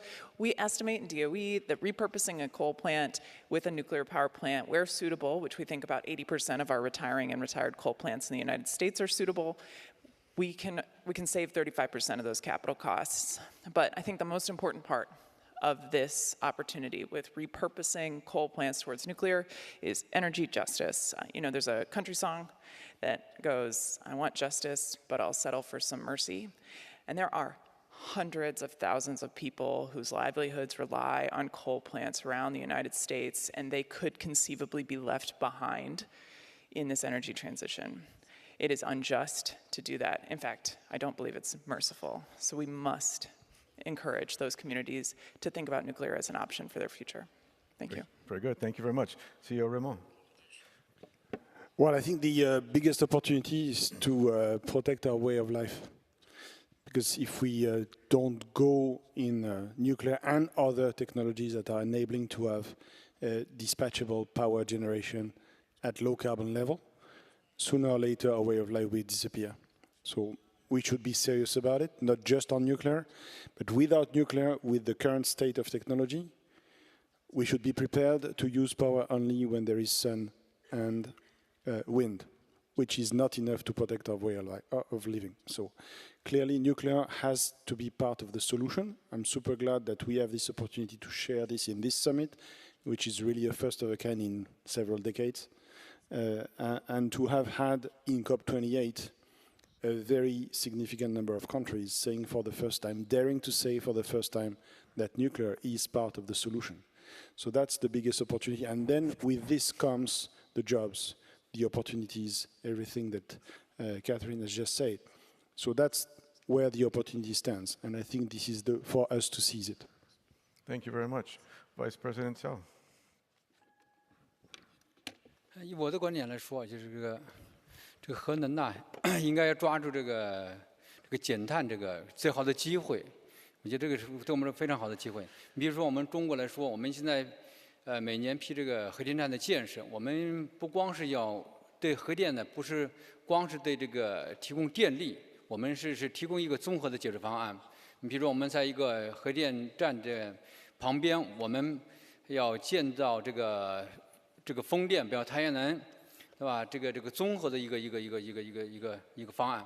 与此同时呢，我们现在核电站呢，不光是提供电，也提供一些蒸汽，包括各种各样的各种等级的蒸汽，包括海水碳化，所以是一个综合的一个解决方案。所以我觉得核能要抓住这个在目前这个碳单峰、碳中和的机会，这个为这个地球的可持续发展、人类的可持续发展做出贡献。谢谢。Thank you very much. And Mr. Han Gyu. Yeah, I think the rapid expansion of AI would give a very big opportunity for nuclear. The data centers need to be operated in the night as well as in the daytime. And for operating data centers, stable electricity is needed. People say renewables can provide electricity to data centers, but due to the intermittency and variability, it's not, to solve that problem, a very large capacity of ESS is needed, which will increase the cost significantly. And people talk about RE100, Renewable Energy 100. I don't think that's economically viable. Currently, more than 40% of electricity is generated by renewables in Germany. But if you look at the entire Europe, the share of electricity is much lower. If the share of renewable electricity increases, the problem of intermittency becomes very serious. So I don't think, in that case, it can be solved only with the large ESS. So instead of RE100, I think so-called 24/7 carbon-free energy compact or carbon-free energy initiative. I think there will be more increased attention or recognition of the importance of CFE I think that will give us much better opportunity to nuclear power. Thank you. And Director General Barabaski. I'm kind of speechless. They said everything that I had in mind to say. I think that, if I may just summarize, we have good political support on nuclear power at this point, like there hasn't been in the last decade for sure. And we have to, yes, use this political support and move ahead in building again the supply chain and go ahead and build more nuclear power plant. I think that from my voice, I'm a nuclear fusion person. Nuclear fusion will provide a lot of opportunities in the future, but at this point in time, I think the opportunities are more to build conventional power plants as well as develop new technologies, yes, with AI, but also with our own ingenuity. Very good. And finally, Melanie Winbridge. Thank you. What's an opportunity for nuclear? It's been mentioned before, but I think that something that's a huge opportunity for fusion and for nuclear power in general is for decarbonizing beyond electricity. So industry, heat, hydrogen, desalination, all of those kind of things, I think open up really big markets that it's going to be really interesting for fusion and probably for fission as well. And also I'd like to consider, I'm sure people are considering, the co-generation opportunities, because for something that's going to have high capital costs, integrating with renewables and electricity grids, you're going to want some kind of co-generation, and so maybe the possibility of co-generating with direct air capture, and that will, in the longer term, enable us to undo some of the damage that we're undoubtedly causing. Excellent. Well, thank you very much. Ladies and gentlemen, we've heard about a range of advancements going on in nuclear energy involving safe long-term operation of the existing fleet. We've heard about technologies on the horizon like SMRs, hydrogen production potentially from SMRs. We've heard about nuclear fusion. So it's been a great pleasure of mine to moderate this illustrious panel. Thank you very much, and please give a warm thank you to our panelists. Thank you very much. È stato un piacere. Thank you very much, Mr. Donovan, and also the panelists for this panel discussion. Ladies and gentlemen, we will take a minute to prepare our next panel, so see you in a moment.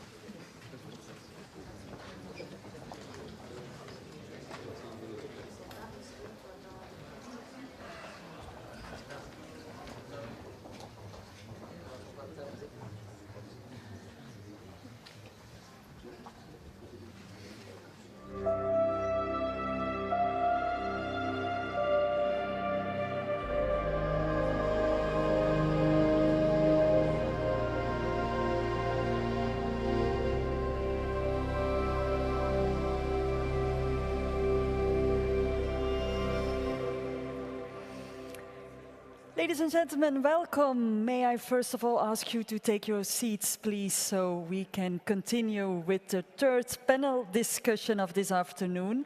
And this discussion will look at innovation throughout the nuclear fuel cycle and the life cycle of nuclear facilities. Please welcome the panel moderator to the stage, Director of Communication and Advocacy of Nuclear Europe, Ms. Jessica Johnson.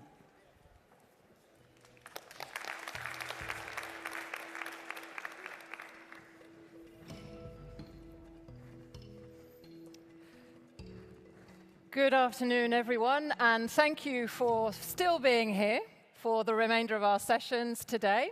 I would like to start by, first of all, inviting our panelists to come up and join us on the stage. And maybe if I could have a round of applause for Mr. Peter Barton, the Director General of the Belgian Nuclear Research Centre, SCK-CEN. Welcome, Peter. If I could now have our second panelist, Tim Gitzel, who is the President and Chief Executive Officer of Cameco. Please, a round of applause for Tim.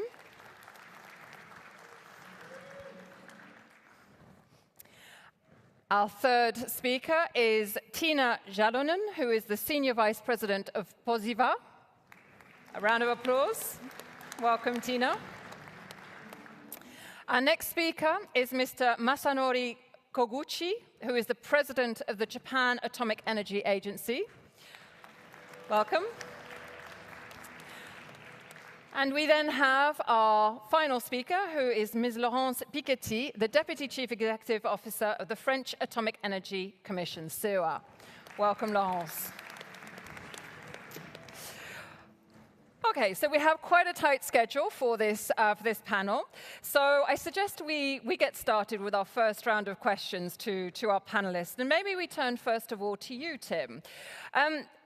There is rising demand for nuclear globally, with some countries talking about a potential tripling of nuclear capacity in the coming years.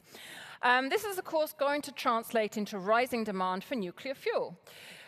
And whilst this provides great perspectives for the uranium industry, do you think the industry is actually ready for it? We will be. So thank you first for the invitation to come today, and we're delighted to be here at this wonderful summit, just a summit in the series of summits. We were in Dubai, we were in France for the IAEA, and just the momentum that nuclear power has now around the world. I've been doing this for about 4 decades now, and I've never seen a period like this where we have so many opportunities in front of us and so much momentum behind us, and to have 36, I think, prime ministers and governments here today is just outstanding. So now we have to get moving and put our money where our mouth is and get building. We've talked enough about it, and we need to get going. So from the fuel side, yes, we will have the fuel available. So, you know, the good news about nuclear power, good news and bad news. Good news is you don't sneak a nuclear reactor on. We know how many are being built, when they're being built, where they're being built, and how long it's going to take for them to be built. So from a fuel perspective, uranium conversion, enrichment, fuel fabrication, we see that. We're not going to build those facilities in advance. We tried that before in the last decade, and we just about all went bankrupt. So once we have contracts in place, once the demand is serious and out there and customers come to us, we will ensure that the fuel is there for these new nuclear plants. You know, so we went through a really tough decade in the last decade. So 2007 to 2011, it was like now, things were going really fast, lots of new build. China was building, lots of countries building new nuclear. We were building up uranium facilities, Cigar Lake in Canada, Kazakhstan, I know Mirjan is here. We're all building up. All of a sudden we had the Fukushima accident, and then we went through 10 years where we had way too much uranium, and so we had to shut down mines. We took some terrible pain in our company. I think we let several thousand people go, shut down the highest grade mines in the world. So only now we're restarting them again because the demand is there. And as more demand comes to the market, we will increase our production. We've got lots of capability to increase our production when the time is right. And I know other companies, I know Orano, Nicola is here, and others, same thing, can increase capacity. We have new technologies that we can employ to go after new deposits, new enrichment facilities. And so I just say the answer is yes, the nuclear fuel cycle will be there to support the new build when it comes. And we're very glad to hear that. Thank you, Tim. Maybe if we can turn now to you, Mr. Koguchi. Could you possibly give us a short overview of what is happening in Japan in terms of developing new reactors and innovative fuels? Yes, in the fall of 2022, the government of Japan announced a major policy package to achieve carbon neutrality in Japan by 2050, which calls for the maximum use of nuclear energy on the premise of ensuring safety. I'd like to take this opportunity to re-emphasize the significance of this policy announcement. It's being formulated at a time when efforts to decommission Fukushima Daiichi nuclear power plant that causes the severe accident are still not fully on track.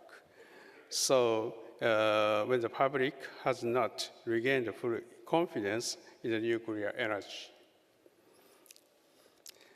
This is a manifestation of awareness of the need of prioritize the realization of decarbonized and sustainable society.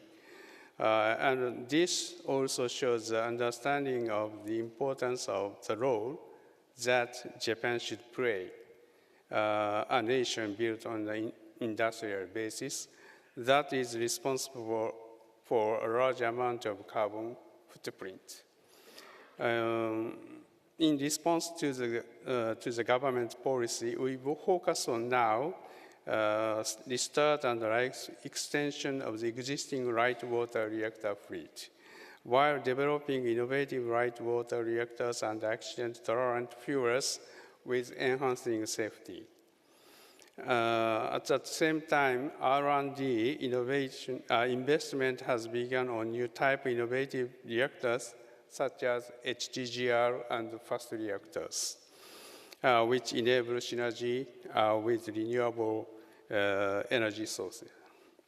As a long-term goal, these advanced reactors will contribute to reducing the volume and toxicity of high-level radioactive waste and recycling it as a fuel or resources. That's the main player in the innovative light water reactors and electric utilities and heavy electrical manufacturers. On the other hand, the R&D on advanced reactors is more government-led. At the National Nuclear Laboratory, IAEA is working together with industry partners. Scientific innovation is needed to accelerate the R&D process. Obviously, Japan alone cannot solve everything in a limited time frame. So I think that international cooperation is essential. For example, collaboration with the United States on the development of ATF, with the United Kingdom and Poland on fast reactor, HTGR, and with the United States and France on fast reactors are ongoing or being explored. I think IAEA is playing a significant role in advancing international cooperation, and the JAEA is ready to contribute in one way or another. For the development and licensing of new fuels and materials, irradiation test is indispensable. However, the number of irradiation test reactors in operation in the world is limited. Therefore, we take the restart of our sodium-cooled fast test reactor named JOYO to be a huge gain globally. And we will do our best to restart it from the viewpoint of international collaboration. Thank you very much for that great summary on all the innovation that's taking place in Japan and how you're cooperating internationally. So maybe if I can come now over to you, Peter. I mean, when it comes to nuclear, managing spent fuel is a very important societal topic. What do you see as solutions for the spent fuel? Okay, thank you very much for this very important question, because we have been talking here about expansion of nuclear in all possible ways, but we should not forget, of course, that at that moment we also produce spent fuel. And spent fuel is, of course, one of the concerns of the public, to get the final acceptance of nuclear energy. So we have to provide a scientific solution for them, which is also acceptable for the public. And first of all, I think what is very important in that respect is to interact with the public in all possible domains where they are present, and especially maybe also the youth, because they will present the future for everyone. And this is also why in Belgium and also other countries we have engaged with the public to get the acceptance of geological disposal, where in fact we have already a large technical expertise on that. Geological disposal is the solution, the end solution. But how we come there, the path to it, there are several paths. We can have, of course, direct disposal, as some countries, as my colleague from Finland will explain in more detail. But of course, you can also go to reprocessing. It's also an industrial process that exists. In France, this has been materialized already a long time ago. But we can also go one step further. We could also go to partitioning and transmutation, further reducing the impact that we have on geological disposal. So that's another way to address all the legacy that will produce over time, and it is a very important challenge for the future to come. So this is what we will produce primarily with all the water type reactors that we are planning to develop. But if we really want to go to an even more sustainable implementation of nuclear energy, we will have to close the fuel cycle. Closing the fuel cycle will mean that we also need fast reactors. We have some of them that have already existed, still operate, but if we are really serious about that, I think we have to accelerate the development of fast reactors. We have sodium reactors. Here in Belgium, we have made a choice to work on lead-fast reactors. Our Prime Minister already mentioned here that we have been granted a 100 million euro grant to study these R&D on this type of reactor. This is something also we in Belgium, we don't intend to do alone, but in an international collaboration. So this gives you an overview of what we intend to do with the spent fuel. Thank you very much for that. And yes, I mean, it's really great to see Belgium investing in the innovation in this field. If I could head over to you, Laurence. I mean, every year there's a certain number of nuclear reactors and nuclear facilities that are shut down. For the time being, though, only a few have been fully decommissioned. Are there any technologies and solutions that are in use today which can help speed up the decommissioning process? And could innovation and the use of advanced technologies make dismantling and decommissioning more efficient? Yes, in fact, innovations and advanced technologies are already key to increase the pace of decommissioning projects worldwide. And high-tech tools reduce both financial and radiological risks, and developed for waste or decommissioning to the techs can contribute also to other industrial fields, in robotics, for example. Also, the use of 3D modeling and virtual reality simulation is largely developed to support planning, training, and experiments towards more efficient and safer processes. So I can give you some example. Robotics and remote operations cover a broad range of technologies that aim to reproduce or partially replace some human tasks with a range of autonomy from simple repetitive motions to the use of artificial intelligence. And so these technologies are expected to become strongly involved in the future nuclear back-end activities.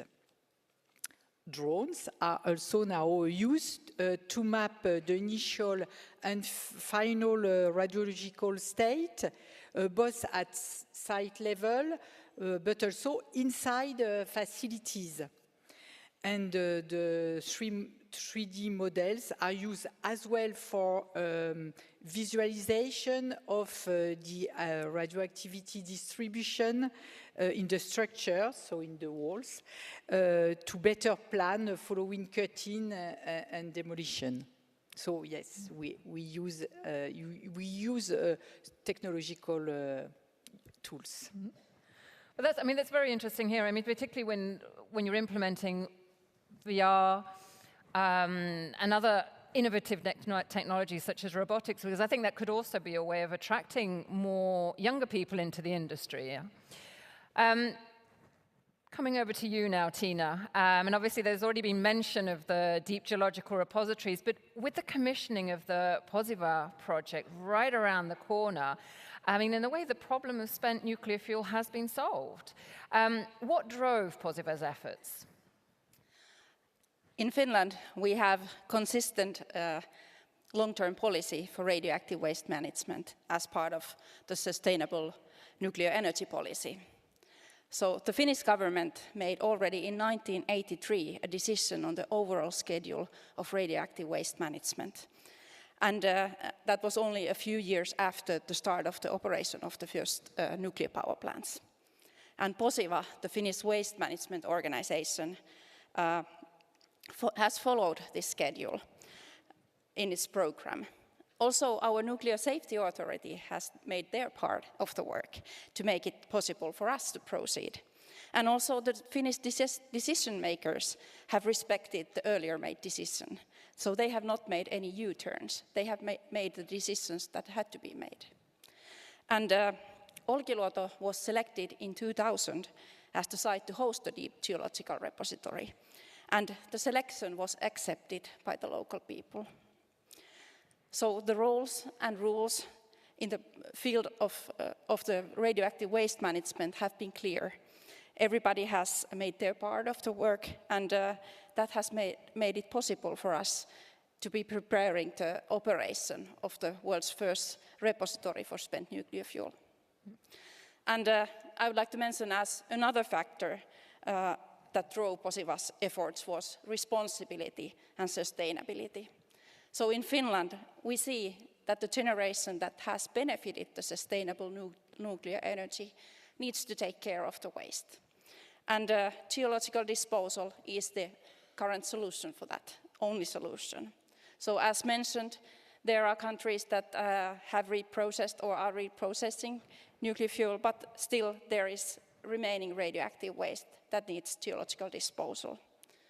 So we have a solution for final disposal of spent nuclear fuel, and that as we have a very significant role in climate protection as part of life cycle of sustainable nuclear energy. And maybe just a quick follow-up question there. What was actually needed to make the repository a reality? So Posiva, the Nuclear Waste Management Organization, has constructed the encapsulation plant where the spent nuclear fuel will be encapsulated, and also the repository to host the canisters. So making this happen, we have received a lot of help from our network in scientific and technical issues. So learn from the others and share your knowledge. And I think this is a very good practice that is used in nuclear energy field and also has a very positive effect on the whole industry. We have applied this practice. So you cannot do it on your own, you need to do it together. But still, being the pioneer, Posiva has had to make a lot of brave decisions and solve a lot of questions, from strategical level questions to tiniest details of systems.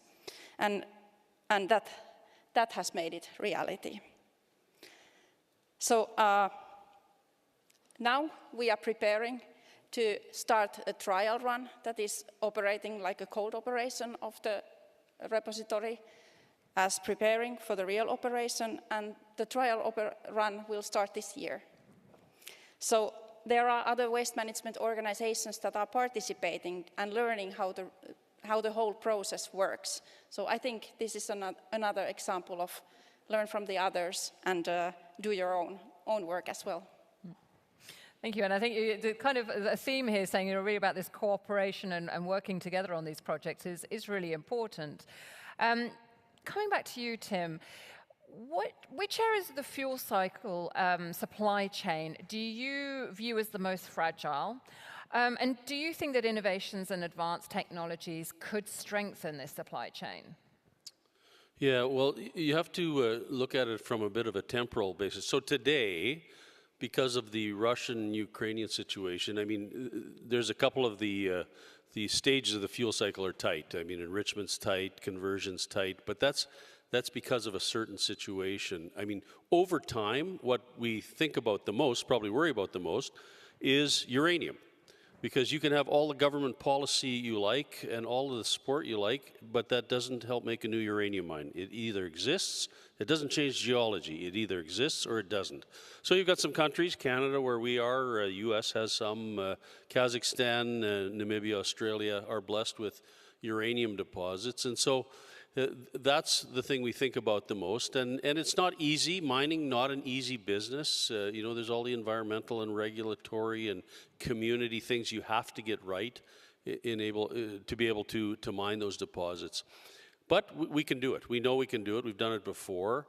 And you know, in times of need, people get very creative. I look around this room and there's a lot of smart people in this room that are very creative when you have to be.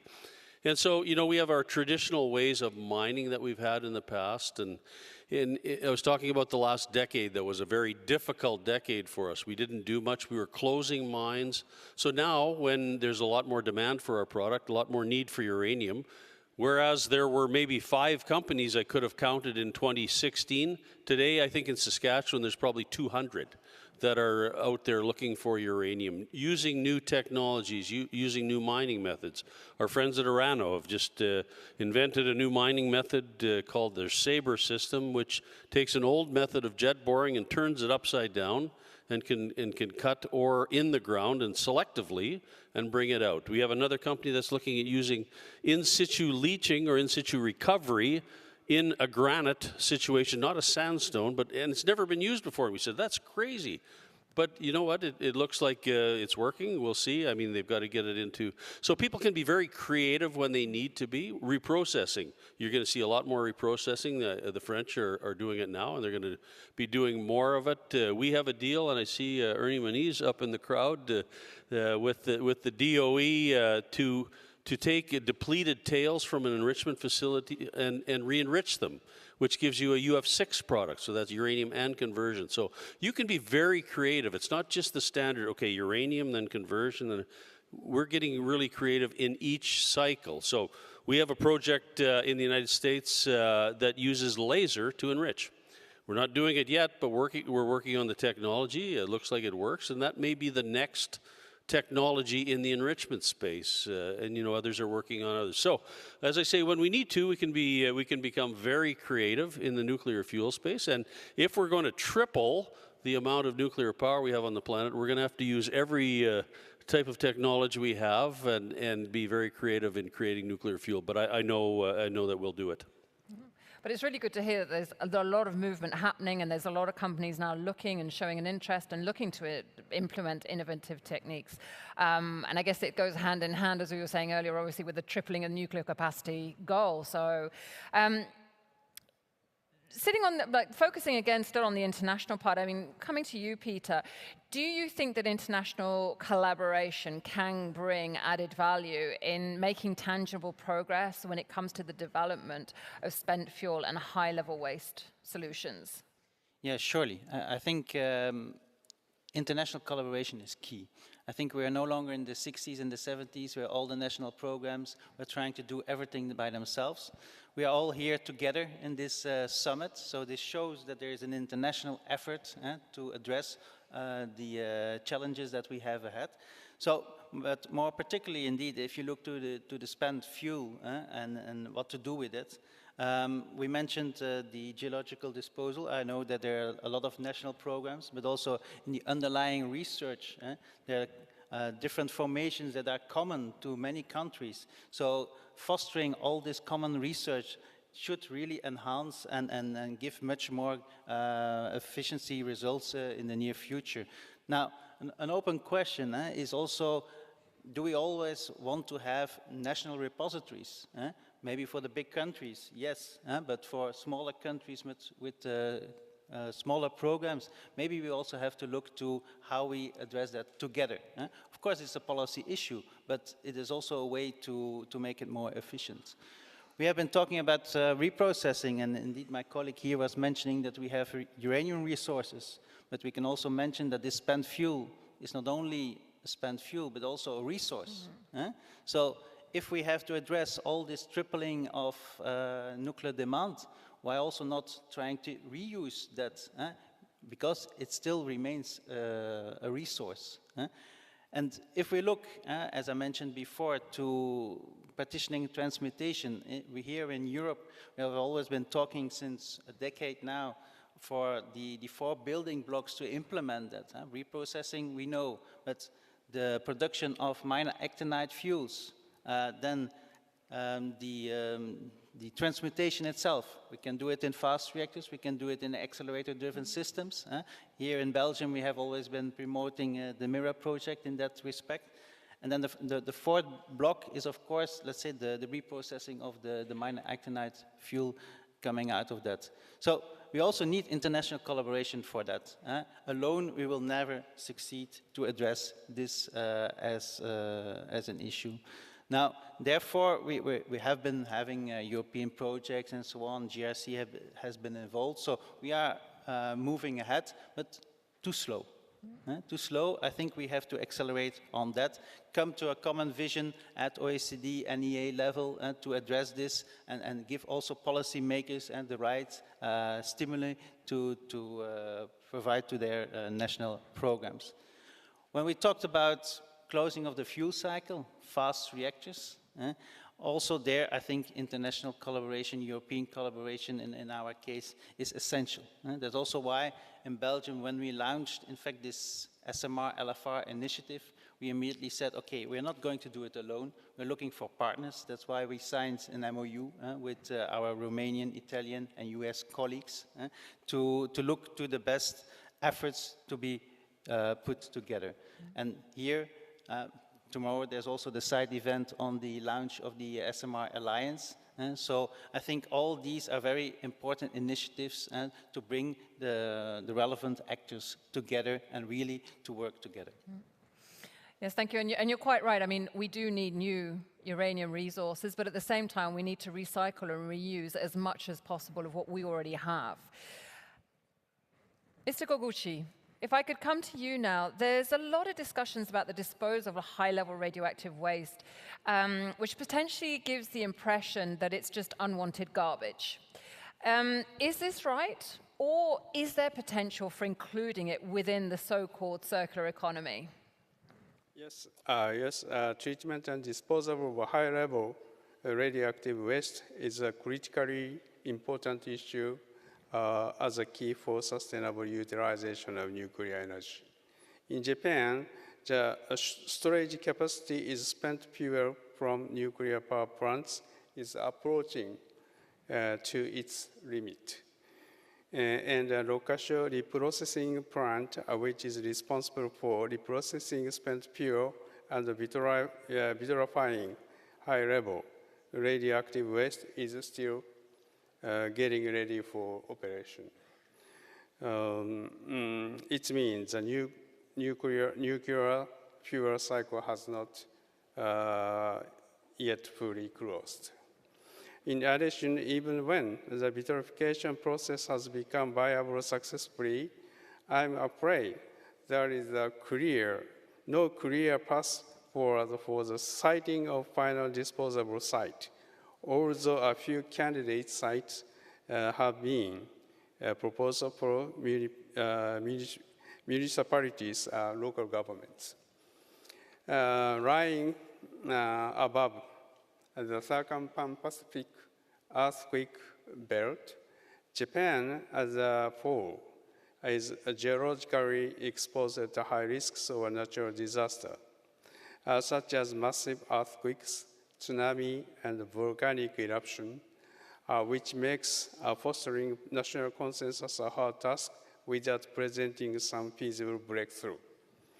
After the accident of Fukushima Daiichi power plant, the public has begun wondering about the use of nuclear energy from the various points of view, and some are even calling for living away from nuclear energy itself.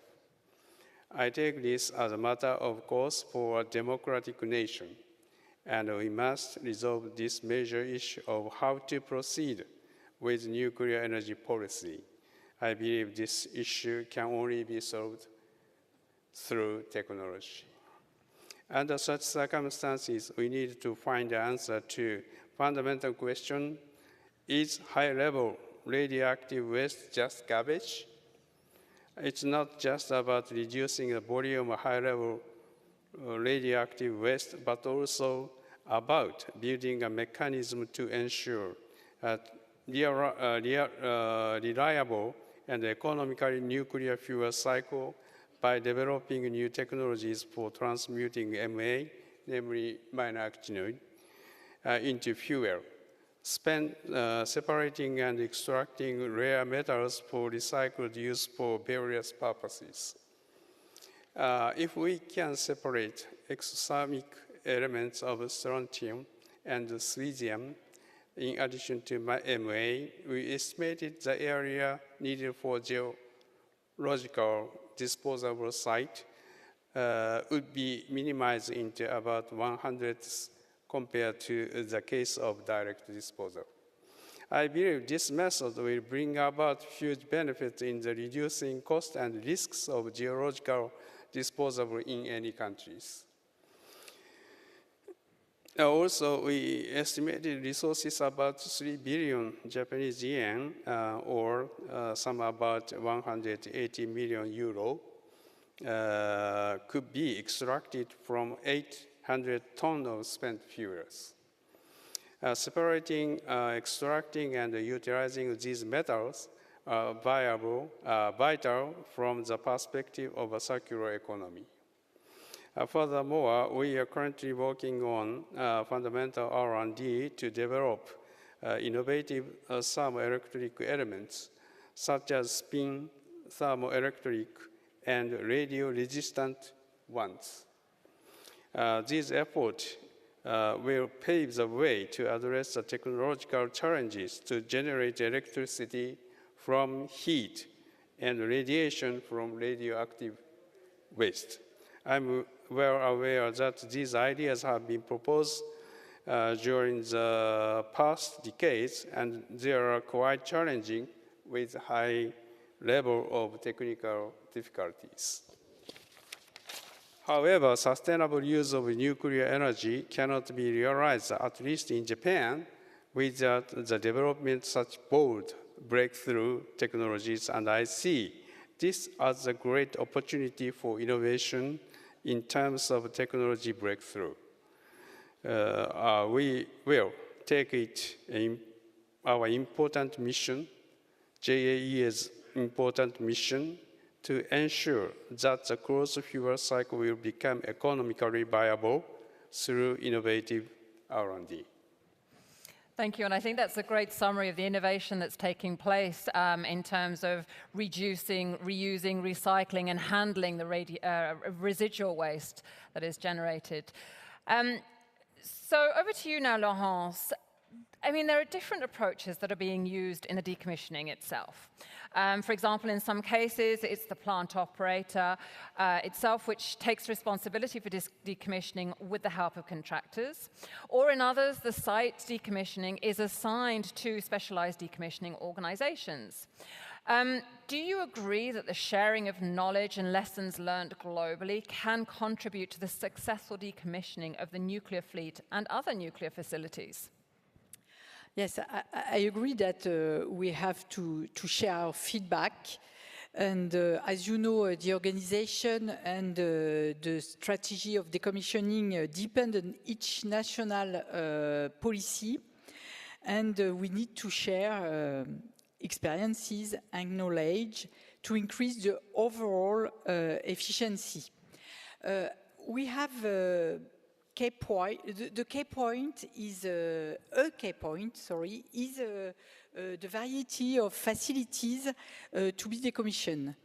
For example, in France, it ranges from fuel cycle facilities, waste treatment facilities, legacy storage plants, to shut down reactor for both research and production, with a broad range of reactor type, so graphite reactors, sodium fast reactors, pool type reactors, and just beginning the first ones of the current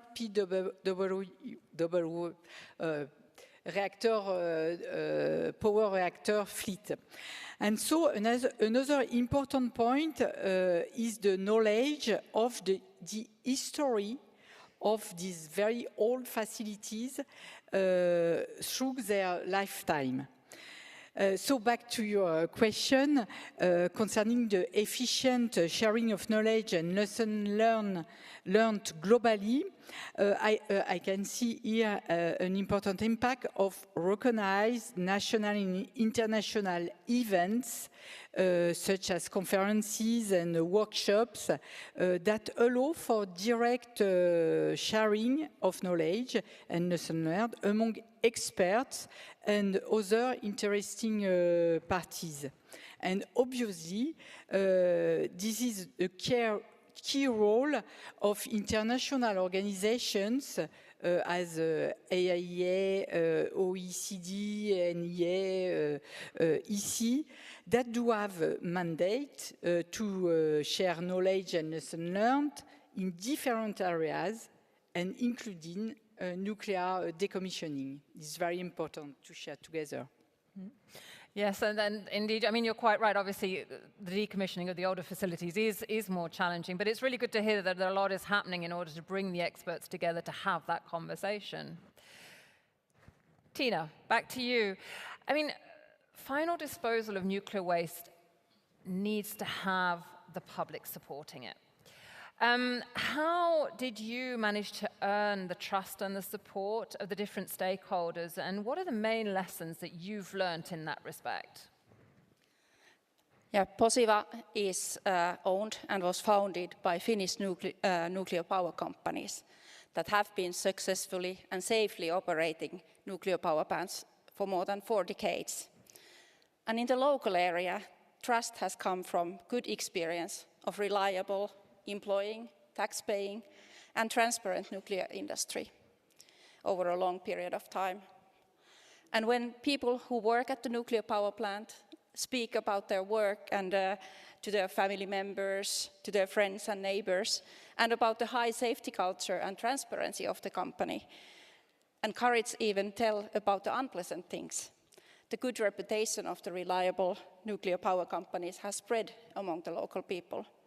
So local people's trust in nuclear power companies has also contributed to the acceptability of final disposal.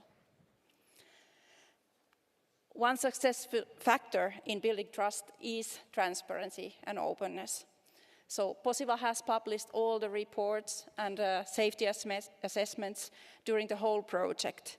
Even the safety case for the operating license is available to anyone. But it is also to be noted that it is very important that the information is understandable. Different stakeholders need different levels and different kind of information, and they really need to understand it. So sharing information on final disposal, on the site investigations, and all information related to our program was started in the very beginning, already in the preliminary site investigation phase. And in most cases, we were accepted by the local people to do the site investigations, but there were also a case where we were not accepted. So then we decided to withdraw from that site and then continue at the other sites. So it has been a driving principle that the community shall accept us, or even better, consider us as an important part of the community, as the local community that hosts our repository does. So it has taken years to build trust, and as we know, it can be lost in a moment. So that is why transparency and openness is very important. And you need to do a lot of studies also, but that's not the only thing. You need to communicate it well and understandably to all your stakeholders, and you need to know who your stakeholders are. So communication, I would say, shall have high priority in the waste management organization and throughout the supply chain. Thank you, Tina. I mean, you're quite right. Transparency, openness, and getting your own workforce to help have that conversation are really important, because if you don't have public support, the projects are just not going to get off the ground. I recognize we don't have a lot of time left for this panel, so I'm actually going to ask the last question to Laurence, because Laurence, obviously you've been talking about the decommissioning, but we have all these plans for new nuclear. So my question to you is, do you think that decommissioned sites could be used for nuclear new build projects? Yes. Yes, I'm sure of that, because there can be a reuse for nuclear activities or non-nuclear activities. In fact, we have the case in Grenoble, in CEA, one of our CEA sites. And it is often easier to know that early in the decommissioning process in France, the decommissioning decree must include the future of the site.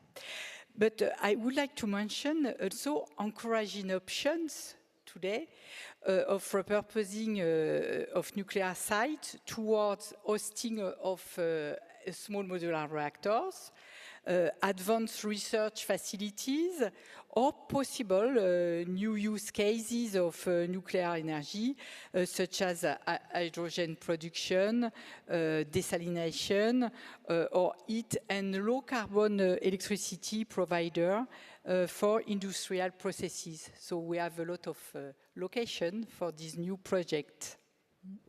Thank you, Laurence. And maybe just quickly, Tim, what do you think could be done to reduce the fuel supply chain's reliance on a limited number of players? Well, it's already happening. I mean, put the economics on it.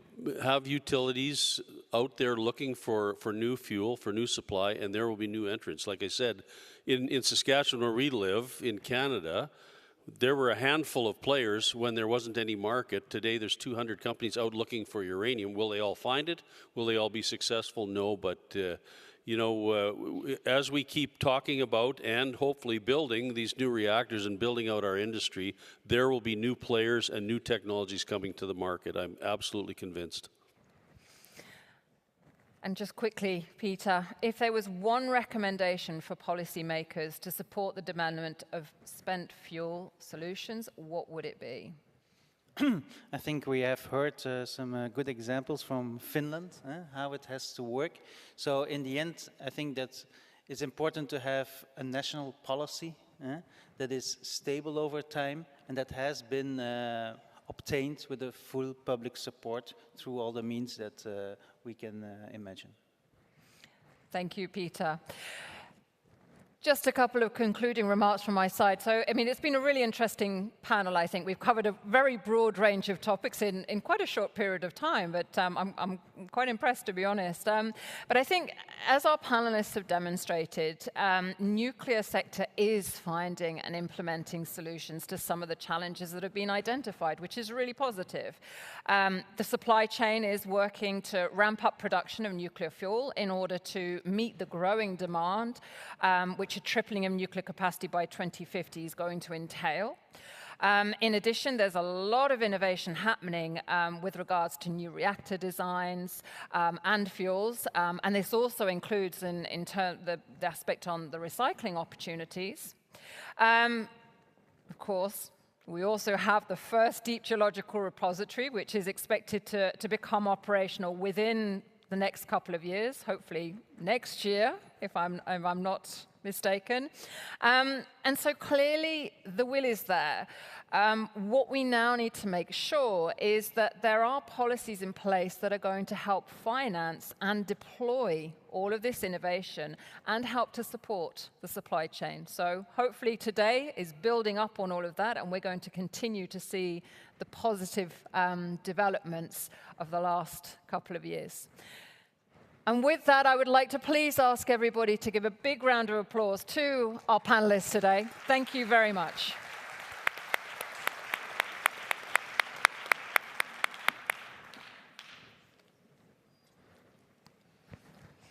And thank you very much, Jessica, for the moderation, and thank you to all of the panelists for this discussion.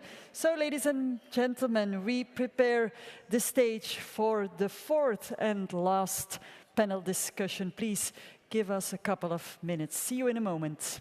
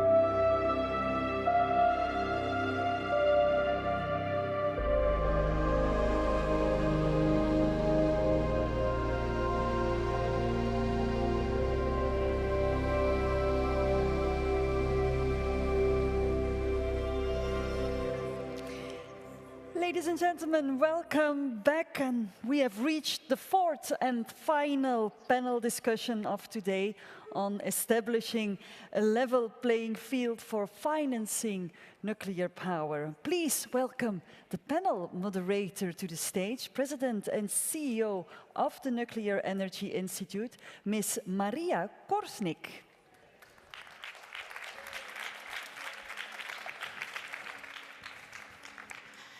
I know you feel done, but wait, there's more.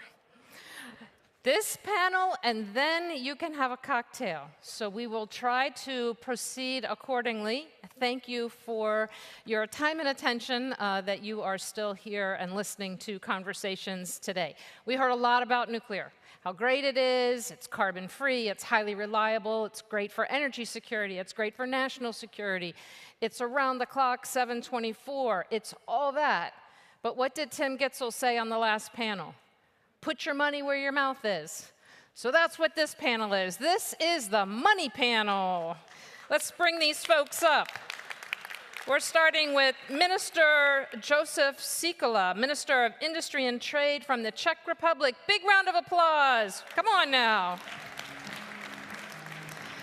The one and only Secretary Ernie Moniz, former U.S. Secretary of Energy, Chief Executive Officer of the Nuclear Threat Initiative. And he's not only on this panel, but he has a side event at 8 o'clock, I think. So please stay on the edge of your seat. There's more to come with Rafael Grossi.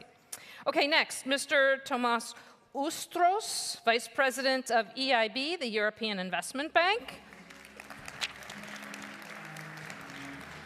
Ms. Inez Rocha, Managing Director, Impact and Partnerships for EBRD, the European Bank Reconstruction and Development.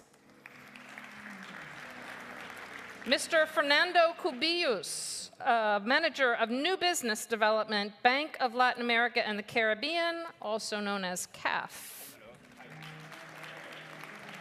And Ms. Yana Isotolo, Senior Vice President for HR, Communications and Training at TVO.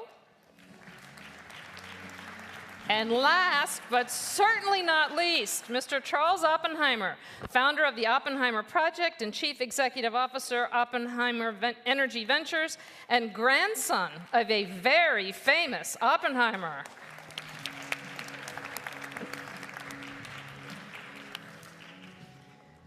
Okay, well, you guys are going to make it all come true, so let's jump right in. How are we going to afford this new thing called great nuclear, extending the lives of the plants we have and building new? Let's start with you, Jana. The European Commission acknowledges how much nuclear is needed in the 2040 climate target. And it's by 2050, the main driver of the energy transition is going to be renewables and nuclear, expected to generate over 90% of the EU consumption. What should the EU do to facilitate investments in nuclear? Well, what an excellent question, and what a good question to start the panel when we're discussing about the money and investments to the nuclear. Well, first of all, when you are talking about investments into nuclear, the investors, they need predictability. And not only on the things straightly related to the investments or to the money itself, but also the investment environment, that needs to be stable. And we have to have a strong signal accepting there saying that nuclear is really part of the solution for the climate crisis. And today we have heard lots of good speeches here, and we have also seen quite a lot of good signals already. One of the signals is the inclusion of nuclear into the sustainable finance taxonomy and into the electricity market reform.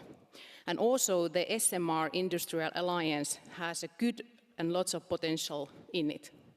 However, the work is not done yet. We should not have a separate debate about nuclear in each and every policy initiative, and that's still happening. So that's one of the things what we have to kind of have a resolution in the future. And as you mentioned in the 2040 climate target communication, it stated that both renewables and nuclear are necessary to decarbonize our societies and energy system in the future. And we think that nuclear and renewables are not competitors. We need both of them in the future. So we need to have the strong signal also for nuclear. And one of the things what I think that we need to do is to move away from technology-specific targets, such as the renewable energy target or the requirement of having 90% renewables energy for green hydrogen. And instead of that, we should be implementing and discussing about the measure emission reductions. EU is having quite good funding mechanism already in place.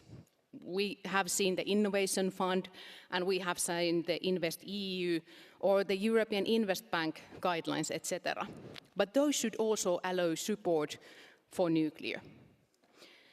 And in addition to the financial questions, the EU decision makers, they also need to ensure that the nuclear projects, that they do have the same regulatory support than the renewable energy project as well. And one question which we are already facing now is the question about licensing. For example, I think that the EU needs to cut the red tape and remove the unnecessary regulatory burdens. And this does not mean that we are going to make any kind of shortcuts on safety. No, I want to highlight that we need high safety levels. But for example, what could be done is that we could be encouraging the cooperation between the national safety regulators, and that could be the first step forward on this matter. Excellent, thank you. Fernando, to you next. What's the general outlook for nuclear power in Latin America, and do you think nuclear power can play a role in the energy transition there? Thank you. Good evening, everybody. First of all, CAF is a relevant development bank in the Latin American and the Caribbean region.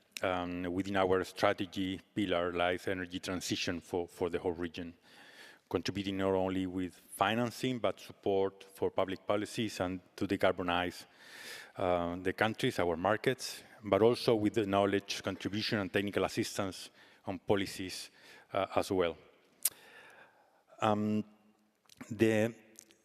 As we heard today, the development of nuclear in the region is relatively modest. We have only 3 countries, Brazil, Argentina, and Mexico, representing less than 4% of the total generation.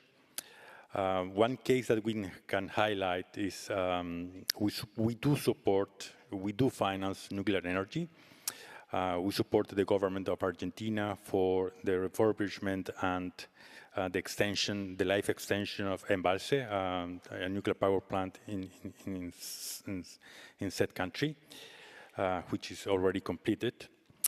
But the outlook for the region, there's projects in Argentina, there's a project in Brazil, and there's one project also in Mexico. But for the rest, basically relies on safety, risk, and public perception.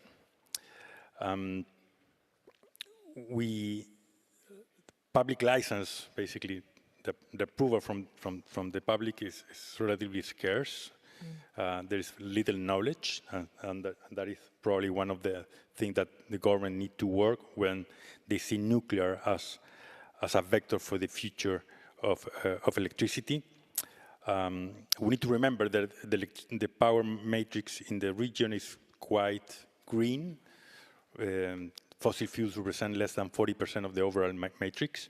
So the pressure to further decarbonize is still there, but it's not really top priority. Today, the energy transition is focusing mostly on adding more renewables, wind and solar. So nuclear will be possibly the last to come in the region as development. Great, thanks. So we had a couple of regional conversations between Latin America, the European Union. Let's get now into finances, and I'm going to come to you next here. Is it possible to do nuclear projects without, public funding and state aid? What are some of your thoughts on that? Minister Sikala. I decided that I will be rather honest and polite today with you. And I have the difficulty of 30 years commercial and investment banker experience. So basically my once banker, always banker. So I will be heavily criticizing the banks that they are not flexible enough, but when I'm looking on how to finance nuclear, how to make it bankable for the future, and I had already discussion with Peter, it's extremely difficult. So for the time being, we can start with like ring-fence projects with financing of the security issues, working capital. However, without a state support in the form of either power purchase agreements, contract for difference, or direct state guarantees, and with the involvement of state financial institutions, which might play a role of the umbrella arrangers, it's pure involvement of the commercial institutions extremely difficult, because what they need is predictability, stability. If I'm teaching the students, I'm telling them you need a cash flow based lending and second way out, and whatever pessimistic scenario you prepare in the good times is not pessimistic enough in the bad times. So we have one positive, but the only experience, the exception is Mankala model.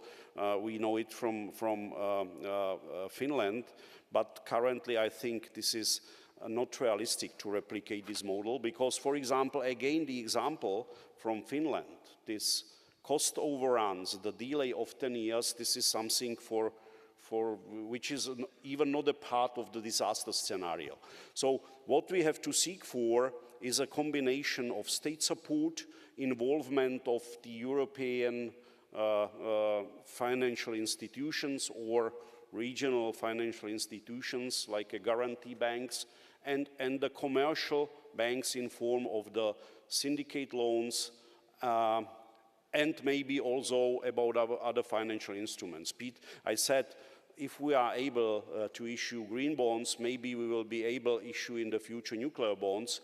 Peter asked me if I believe that we can place them, and I said we were able in the past place 100-year state risk of the good rated countries, so why not to be able to place a nuclear bonds if there will be a state involvement, and if what is extremely needed for the future of financing is to push the financial costs down and to limit basically the delays, because basically the financial cost represents the major part of the final baseload electricity price of a megawatt. So therefore, the aim of the investors is to have as low refinancing as possible. So we have to seek for the solutions which are basically close to the sovereign risk price of the countries which will be the co-investors of these projects. So I was hoping for a yes, we can do this, and didn't exactly get that from that response, but we're going to keep working. Yeah, we can, not now, but we should prepare us that it will be needed. Okay, okay. Ines, help us out. All right, given the worldwide renewed interest in nuclear, what is EBRD's approach towards nuclear capacity? Thank you. So the European Bank for Reconstruction and Development works a lot, or the core economies are former Soviet Union economies. So, a lot of them had, in fact, nuclear capacity. So to date, we have not invested in new nuclear capacity. Instead, what we have done is we have focused on nuclear safety. So we have a department that specifically focuses on nuclear safety and improving the conditions of some old, in particular Soviet-style power plants. And therefore, in order for us to consider new nuclear, we would have to go back to our shareholders and get an opinion on that. now we have done, very important work, for example, connected to Chernobyl, so in the post the 86 accident in terms of the new safe confinement, and we do also a lot of decommissioning of old power plants in some of the EU accession companies. So we have done recently a debate around our energy sector strategy, where we have committed to monitor the development, in particular, the recent, as you say, the renewed interest in the nuclear sector, and we have established cooperation as well, for example, with the IAEA in order to help us to monitor that. But for the moment, we are focusing very much on nuclear safety, which is a critical point as well for any investment. Thanks. Okay, Tomas, you're going to have to help us out here. What do you think the EIB can finance in the nuclear sector? And how does the EIB decide whether a nuclear project meets its requirements? Thanks for inviting me. Maybe I should say a few words about the European Investment Bank for those of you that are not familiar. We are the Bank of the European Union. 27 member states are our owners, and we're the world's biggest multilateral development bank. So we have a balance sheet that can really handle big, important projects. And we're the climate bank, probably the most advanced multilateral development bank when it comes to climate financing. Our focus is a lot on energy. I mean, usually we finance about 14 billion of energy investment per year. But now we have put an extra effort because of the Repower EU program from the European Commission. So we are adding 45 additional billion on top of that the coming years to see to that we really support European energy transition. So nuclear for us is eligible. There's nothing in our rules that says that we are not allowed to finance nuclear. As you all understand, with 27 member states owning us, we have the same discussion in our board as in any council meeting. So that means that you have all the views on nuclear represented strongly in our board. But there's no rules hindering us. Since the year 2000, we've been doing 8 nuclear projects, mainly safety, upgrades, nuclear cycle types of, fuel cycle types of projects. The last one was actually in December last year in Romania, to remove tritium from heavy water in a local nuclear plant. So we are open to see what is happening in this field, and there's no doubt that some of our member states are very active in this field. We like to be in the field of innovation and new technology. So the discussion on SMR reactors, that type of ideas, if there is a sound business model, we would certainly look at closer to see. We are a bank, so we need to see, as my colleague minister, we need to see that it is bankable. And that's probably, from a financing perspective, the most challenging thing, because the project risks, as we have seen in reality, seems to be very high. And there's no bank that can take on its own shoulders that type of risk. So my personal experience, I've been a minister with responsibility for ownership of Vattenfall. I've been a member of the Swedish nuclear waste company in my previous career in the board. I mean, we need state involvement. I don't see any other in Europe, any other model except for the Finnish, which is very specific and not easy to replicate. And probably we need quite heavy government involvement to make projects like this bankable. Excellent, thank you. Now you talked about maybe a nuclear bond. Ernie, let's talk about how do we make nuclear green? We talk about green energy taxonomies. Is that a tailwind for nuclear? Can you imagine that we could get more nuclear attention and make nuclear sort of fit better as you start hearing about some of these green taxonomies? Well, there certainly has been a lot of progress. Well, I certainly call it progress. I think we all do here in terms of the discussion around nuclear.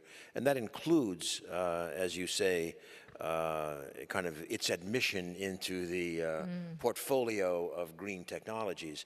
I think that does provide a bit of a tailwind in the sense that at least some investment groups, maybe some banks, would take that as a partial endorsement. But to be clear, my colleagues have both mentioned the word bankable. I don't think it gets over that hurdle. There are other issues to consider there. And so I think combining the green taxonomy with specific steps is critical. I would say also there, Maria, that to be honest, we've heard a lot today in the panels about almost a leapfrogging to the next generation of nuclear technologies. I would submit that it might be better just to focus on getting some technologies deployed. Right now, we don't need additional challenges. And I think that takes things like, for example, on the public sector, we do need public-private partnership. But I think, at least for a place like the United States, it has to be arranged in a way that there is some serious risk sharing, but still leaving the private sector, where I think, with the primary responsibilities. For example, forming an order book for a particular design can help share things like first-of-a-kind costs, which have not been mentioned, which is a huge impediment to going forward without a sufficient demand aggregation. I would just end by saying, at this meeting, in fact, we've heard from some of the tech companies how demand aggregation, and also heavy industry, demand aggregation is coming. I think we should all be helping that happen, but not just only among the tech companies, but any customer who is prepared to join into some of the risk sharing in a particular design, utilities and tech companies and heavy industry, whoever. I think that's the kind of a coalition we need so that these guys can get to yes. Well, it's interesting you bring that up, because just today there was an announcement. Microsoft, Google, Nucor, right, pulling that together to aggregate that demand, and I think they're going out with an RFP. And some may not know, Nucor is a big steel company. Right. With a lot of need for electricity. Yeah. So that's great. Okay, Jana, back to you. In December, TVO became the first European nuclear company to join the green bond market. So how do you see the role of green bonds in the future for nuclear energy investments? And more broadly, your view on EU's sustainable finance taxonomy system in the context of nuclear investments? Yeah, well, I guess that today you can't talk about financing without talking about sustainable financing. And that's the reason why we are also having our green bond out there. And really the introduction of the green bond framework, for us, it has been a really exciting opportunity to fully integrate the sustainability into our financing.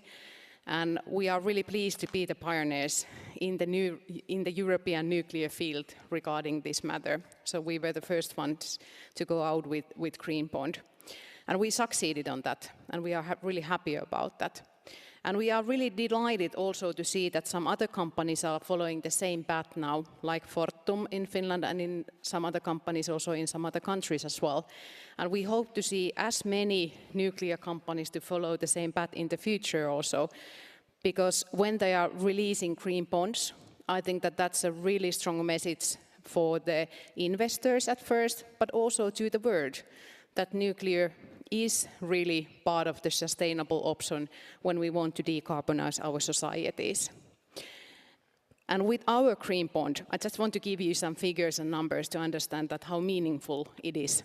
With our green bond framework, we will finance the production of climate-friendly nuclear power, and thus we aim to avoid about 7.5 million metric tons of CO2 entering to the atmosphere annually. So a huge amount. And this is really crucial for us, and it's really something what we want to do. And as I mentioned earlier, the fact that the right decision was made when nuclear was included into the taxonomy for sustainable activities on about 2 years ago. But however, all the work is not done yet. The technical screening criteria for nuclear is quite ambitious. And for example, the role of nuclear beyond 2045 is still something what needs to be discussed. And also, this is something that should be codified in the future reviews as well. Excellent, thanks. And Charles, I didn't forget about you. What are some novel approaches to financing nuclear? And are you seeing funds devoted to nuclear? Is climate philanthropy or ESG playing a role? Yes, thank you. I'm just going to borrow a microphone. Thank you. Thank you, Maria. One thing I was struck in the conversation today, you saw almost every world leader come here. It was amazing. Governments, and they often mentioned needing financing. Pretty interesting plea from most of the governments. And I think what I would talk about new sources of capital is the fact that there is a lot of capital out there for nuclear. We just mentioned green bonds, and if it's safe and secure investment with a predictable return, there's a huge amount of capital. That's actually almost where the entirety of the world's capital is, at 5 to 10% IRR rates that you can get safely. What is lacking generally in the field is capital for that risky build part that we were talking about in a stack. Who's taking the risk for the first part of the build when you don't know if a permit's going to get built? And where is the private capital? Where is the funds that are approaching that?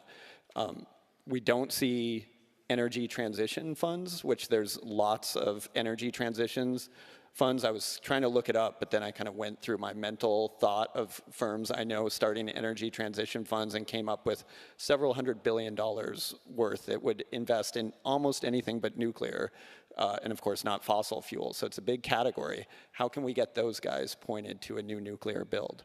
The problem is predictability about build cost and sharing. And I think one of the things that struck me is when you have such a large group coming together to promise that we're going to triple our nuclear energy by 2050. We have enough countries and people in this room, effectively, that could pull together a fund for the risk part of a capital build as an equity fund. And you could use a model like Breakthrough Catalyst. If you guys know that from the United States, it was focused on new energy projects. It was hoping for, you know, a 5 to 10% IRR, but not guaranteed. So that is a model that can attack the new build. I would propose Oppenheimer Energy Ventures is open. I can give you an action item for any sovereign wealth that would like to contribute to a global shared fund. I think you need new players in the market. You need people to go in and take the risk on the early part of the market. There is developers coming out who are looking at a developer model, which really has not existed in nuclear. There's institutions like IBNI, International Bank of Nuclear Finance, which is suggesting that you need more expertise coming into the world banks.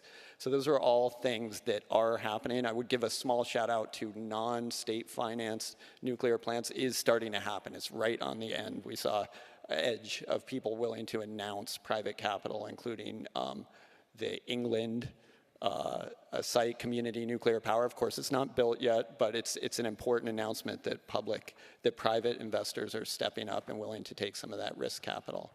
And that's where renewable energy started, and now it's this huge category with predictable returns, and I think we're right on the edge of that. So you can imagine if it's the lack of predictability, if it's that sort of understanding that in the beginning it's high risk, but it doesn't mean that it's always high risk. So can you imagine that once a few of the same thing is built, you start seeing it come down that cost curve, that there's an unleashing of this private capital opportunity?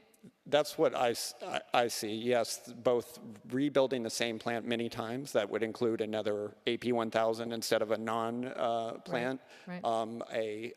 order book with 5, 10, 15, reduce the risk, Okay. and climate philanthropy, which I forgot to mention, it spends about $9 to $10 billion a year, almost none of it at nuclear. And I think our intention should be not that you own the market as a financial institution, but that you set an example.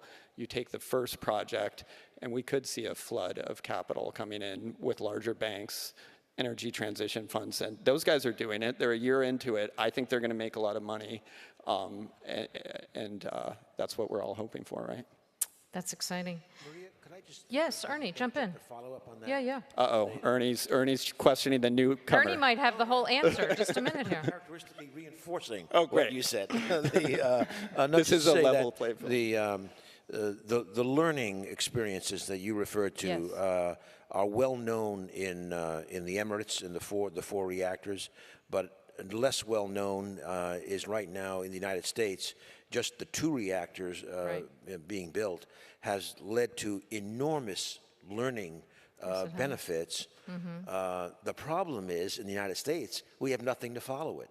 Not yet. Not yet to capture those benefits, and that's where the demand aggregation, et cetera, can be very important to make it bankable. My colleague Armin Cohen likes to say we've got to move from the project to the product mentality in the nuclear business, which we haven't really done. Great. Thanks, Arnie. Thanks for that clarification. Minister Sikala, the recent energy crisis has shown that electricity market designs in deregulated markets have exposed consumers to the volatility of energy prices. What solutions do you think governments can propose to help address that? I think the recent energy crisis brought a completely different view. What does it mean, energy, and how we see basically energy? Because during the good times of the cheap energies, the energy was treated like a commodity, always accessible, and then we were faced with the situation that even if you are able to pay for energy, there might be a shortage. So even with the possibility to buy, you will not get it. So, and now we see that the households and even the businesses, they perceive the energy like a public good, or some of the communities are even saying this is a human right, and they expect from the governments that the governments are responsible to ensure enough energy for affordable prices. So, and if they do not get it, they trigger political changes. So from this point of view, I think that the market design, the reform of the market design in that way is extremely necessary. What is also necessary is basically the technological neutrality. So we have basically in our effort to decarbonize, leave in the country's discretion which way for this fulfilling of the climate targets they will choose. And of course, in that way, when we are talking about nuclear and looking back around the world, we can see that successful long-term development of nuclear technologies over the last 30 years involve almost exclusively or partially state-owned companies. And we have to adjust to this basically renaissance of nuclear, because we were talking about like a predictability. And why we are not predictable? Because we lost the track, we lost the expertise. In the 70s, 80s, we were able to build reactors within the budget in time. And we have to regain back this ability to deliver in order to deliver to the investors, to the banks, but also to the states, the control over the costs, about the cash flow. And here we have to create the conditions and change the approach to the like a public aid, because without the involvement of the state, we will not be able to build new nuclear sources, especially in the area of the big-scale reactors. And today's leader's voice has shown that we need it. And for me, to be very honest, and I'm now coming back to this confidence, to the ability to deliver, this is like a big satisfaction, because 2.5 years ago, when I was appointed and I arrived to the first Energy Council, nuclear was something like in Harry Potter, the prohibited word, Lord Voldemort. And today we see a completely change in the approach. But what we need to do is not only to change the mindset, but also the regulatory framework and to the approach. Thank you. Well, there's so many more questions we could ask, but I'm not going to ask them. I am going to turn to each of you and say, it's 2024, so by 2030, give us your gut reaction. Are you bullish on nuclear? Are we going to be financing more nuclear in 2030 than we are today? And are we going to be on an upward trajectory, a stable trajectory, or a sad trajectory? Charles, I'm going to start with you. Finally, a softball question. I'm bullish. Bullish, okay. 2030 is 7 years from now. I'll remind you, we did the Manhattan Project when we didn't know the physics in 2.5 years. It was an impossible job. This is not an impossible job. This is possible. So we're not going to get where I want us to be by 2030, like the production of energy, but the projects will be moving with much better rate by 2030. I'm bullish with you. Yes. All right. It's easy. Oh my We gosh, can she's just jumping save our out of time. line. That's 2 for bullish. All right. We're the choir here, All and we're right. preaching. Okay. Jana, you're next. What is your view? We're in 2030. More nuclear, maybe not so much, or less nuclear? Well, as we know already, if you think about the situation in Europe, for example, there are lots of projects ongoing at the moment in Europe. However, it's only 7 years, as you mentioned, so probably those projects which are already ongoing, they will get forward, and some of them will be in operation already. We also know that on the same time, some of the units are also in the decommissioning phase. So probably we will get a few more, but we will also lose a few power plants. But I'm sure that there will be plenty of new projects in the pipeline during the next 7 years. That sounded bullish, Jana. Am I going to put you down for bullish? All right. Fernando, you're next. What do you think? Okay. From Latin American perspective, we're heavily investing in renewables, so decarbonizing through renewables. Our next task is to expand the networks. We are facing several stresses in the networks that are preventing basically to adding more renewables. And the third stage is to decarbonize the existing fleet of fossil fuels. And then is where nuclear or green hydrogen will play the role. So from the regional perspective, I am positive on the nuclear, but not as fast as here in Europe, that the need is much higher. All right, we're going to have to put you in the not so much by 2030 column. All right, so far there's only 1 in that column. All right, and Ines. I'm going to take it a little bit more of the cautious view also from Fernando. So I think, definitely we'll see more of sustainable energy, right? And that will be a mix of renewables, and I think we're seeing a huge push for that. And of course, I think, undoubtedly some nuclear. But if I look, at our region and here more on Central Eastern Europe, there are a lot of considerations on some of the decommissioning,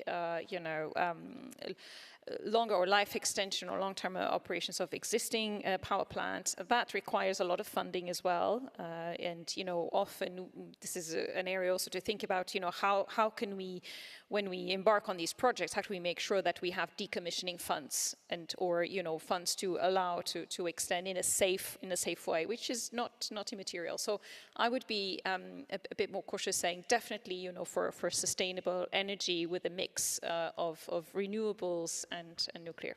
Okay, next time you guys can't sit next to each other. All right, and let's go on to Tomas. Our big focus will definitely be renewables, energy efficiency, and grids going forward. We are not closing the door for discussions on nuclear projects, but I still think that most countries that are in need of increase relatively fast in their energy production must concentrate on renewables now and energy efficiency. But the lead times for nuclear are so long, they will be needed for baseload, but we cannot just sit still and wait. So I think decarbonization means renewables, renewables, renewables in the short term, and maybe we will see an increase in nuclear in the longer term. We have ourselves stopped all financing of unabated carbon-based energy production, so no oil, gas and coal, and putting all our resources into renewable, and are thereby also one of the main actors in this field. This is also important when it comes to our issuance of green bonds. We are a big issuer of green bonds, the first world issuer in 2007, with the first green bond globally. For us, it is very important to safeguard the sort of the value of the green bond in that respect, and that will also be focused on renewable and energy efficiency. What would be interesting to see if SMR technology could come into play as a new technology, innovative, and with a business model that works. And we are still a bit far from that. It will probably take a few years until we are there, but we will follow that very closely. So nuclear eventually, but not so much by 2030. That's where you're at. Okay, it's a tie. It's 3-3. Ernie, it's to you. Well, first I would observe that if the bankers are uniformly pessimistic, it's a self-fulfilling prophecy. So we need to change those attitudes. So I would say with the question asked as it was asked, I would be in the bullish column. That is, there will be more, I think, investment. However, I think there's another question. Might not be built yet, but it might be invested in. The other question is getting to scale. Okay. So I think it's useful to set the scale.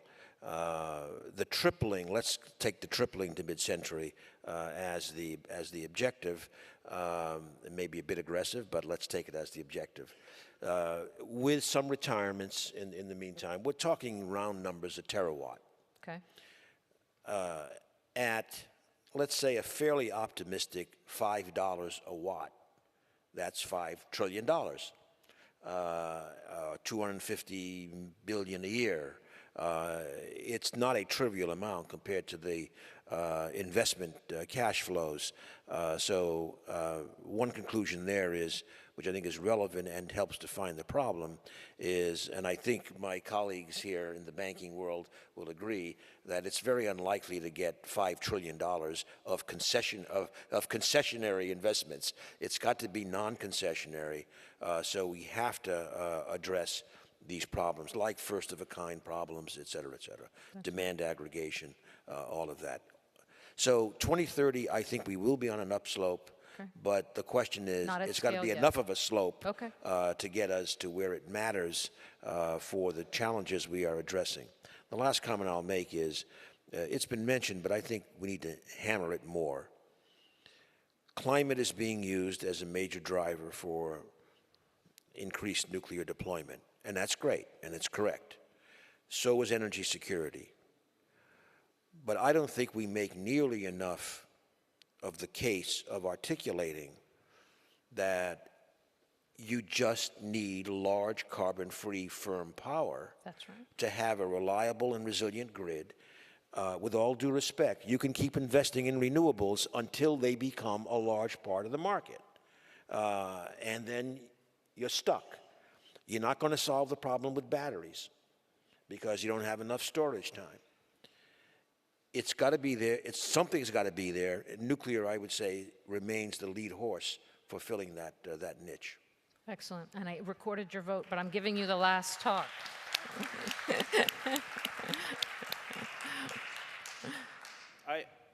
I think that we have to seek for completely new perspectives. 5 trillion was the amount mentioned. Recently, I got some study, I think it was a Bloomberg, about a final bill in Europe for the energy crisis. 1 trillion euro. Wow. Was there a business case? So everything, price caps, subsidies, the cost for the infrastructure. Let's guess what you can build for 1 trillion euro. Was there a business case? Was it like investment money with return? No. When we are talking about the nuclear business case, when we are talking about 2030, so we see, and the bankers are calling for the proven business case. So in the SMR, we can have the first of kind somewhere around 28, and the probability that they will take the first of kind as a proven business case is pretty limited. So we are talking about to give them a proven business case around 2030, 2032, 33. But when we summarize the plans just in Europe for new big-scale reactors, and when we basically take that the announcement has a certain level of probability that the countries will go for it. So we are talking about 45 reactors, which represents an increase in the GDP of 100 trillion and 450,000 working places. So from this perspective, this is a pretty nice business case. We just need to find a way how to make it predictable, stable, bankable, and affordable not only for like a state companies with a state financing, but also for funds and the banks. Non-concessionary. I couldn't have said it better myself. Let's give a round of applause to the panel here.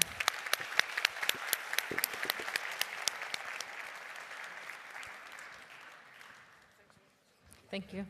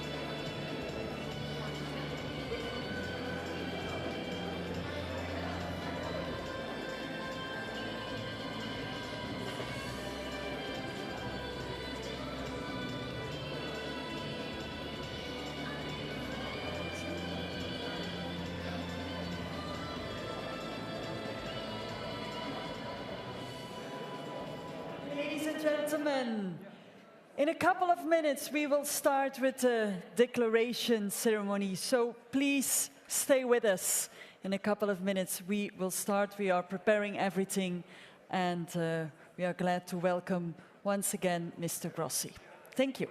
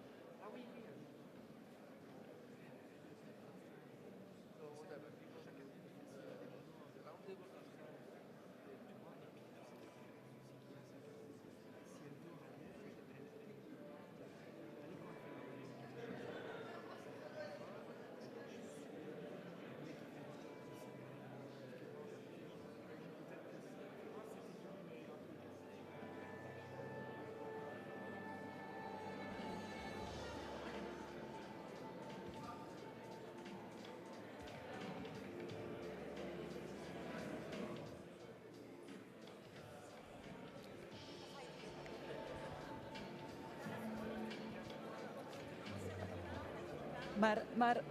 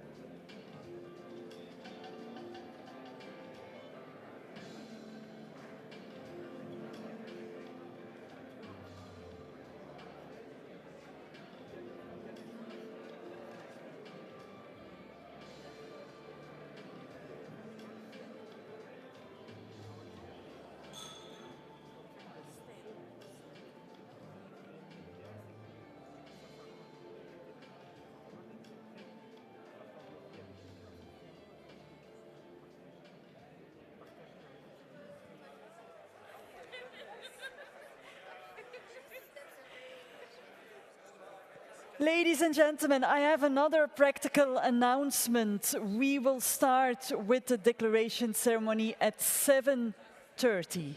So at 7:30, we will have Mr. Grossi here and the representatives of the industry. So, and then we will start with the declaration ceremony. I hope you can wait, and I hope to see you in about 20 minutes.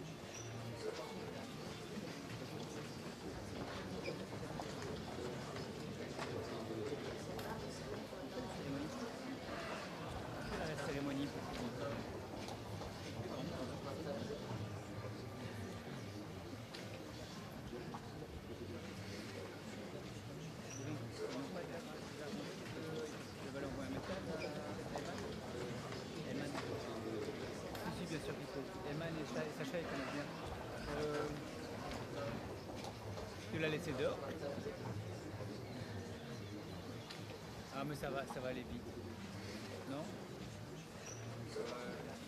La dernière fois que j'ai vu ranger, les sacs dans un grand paquet. J'ai fait une fois moi-même et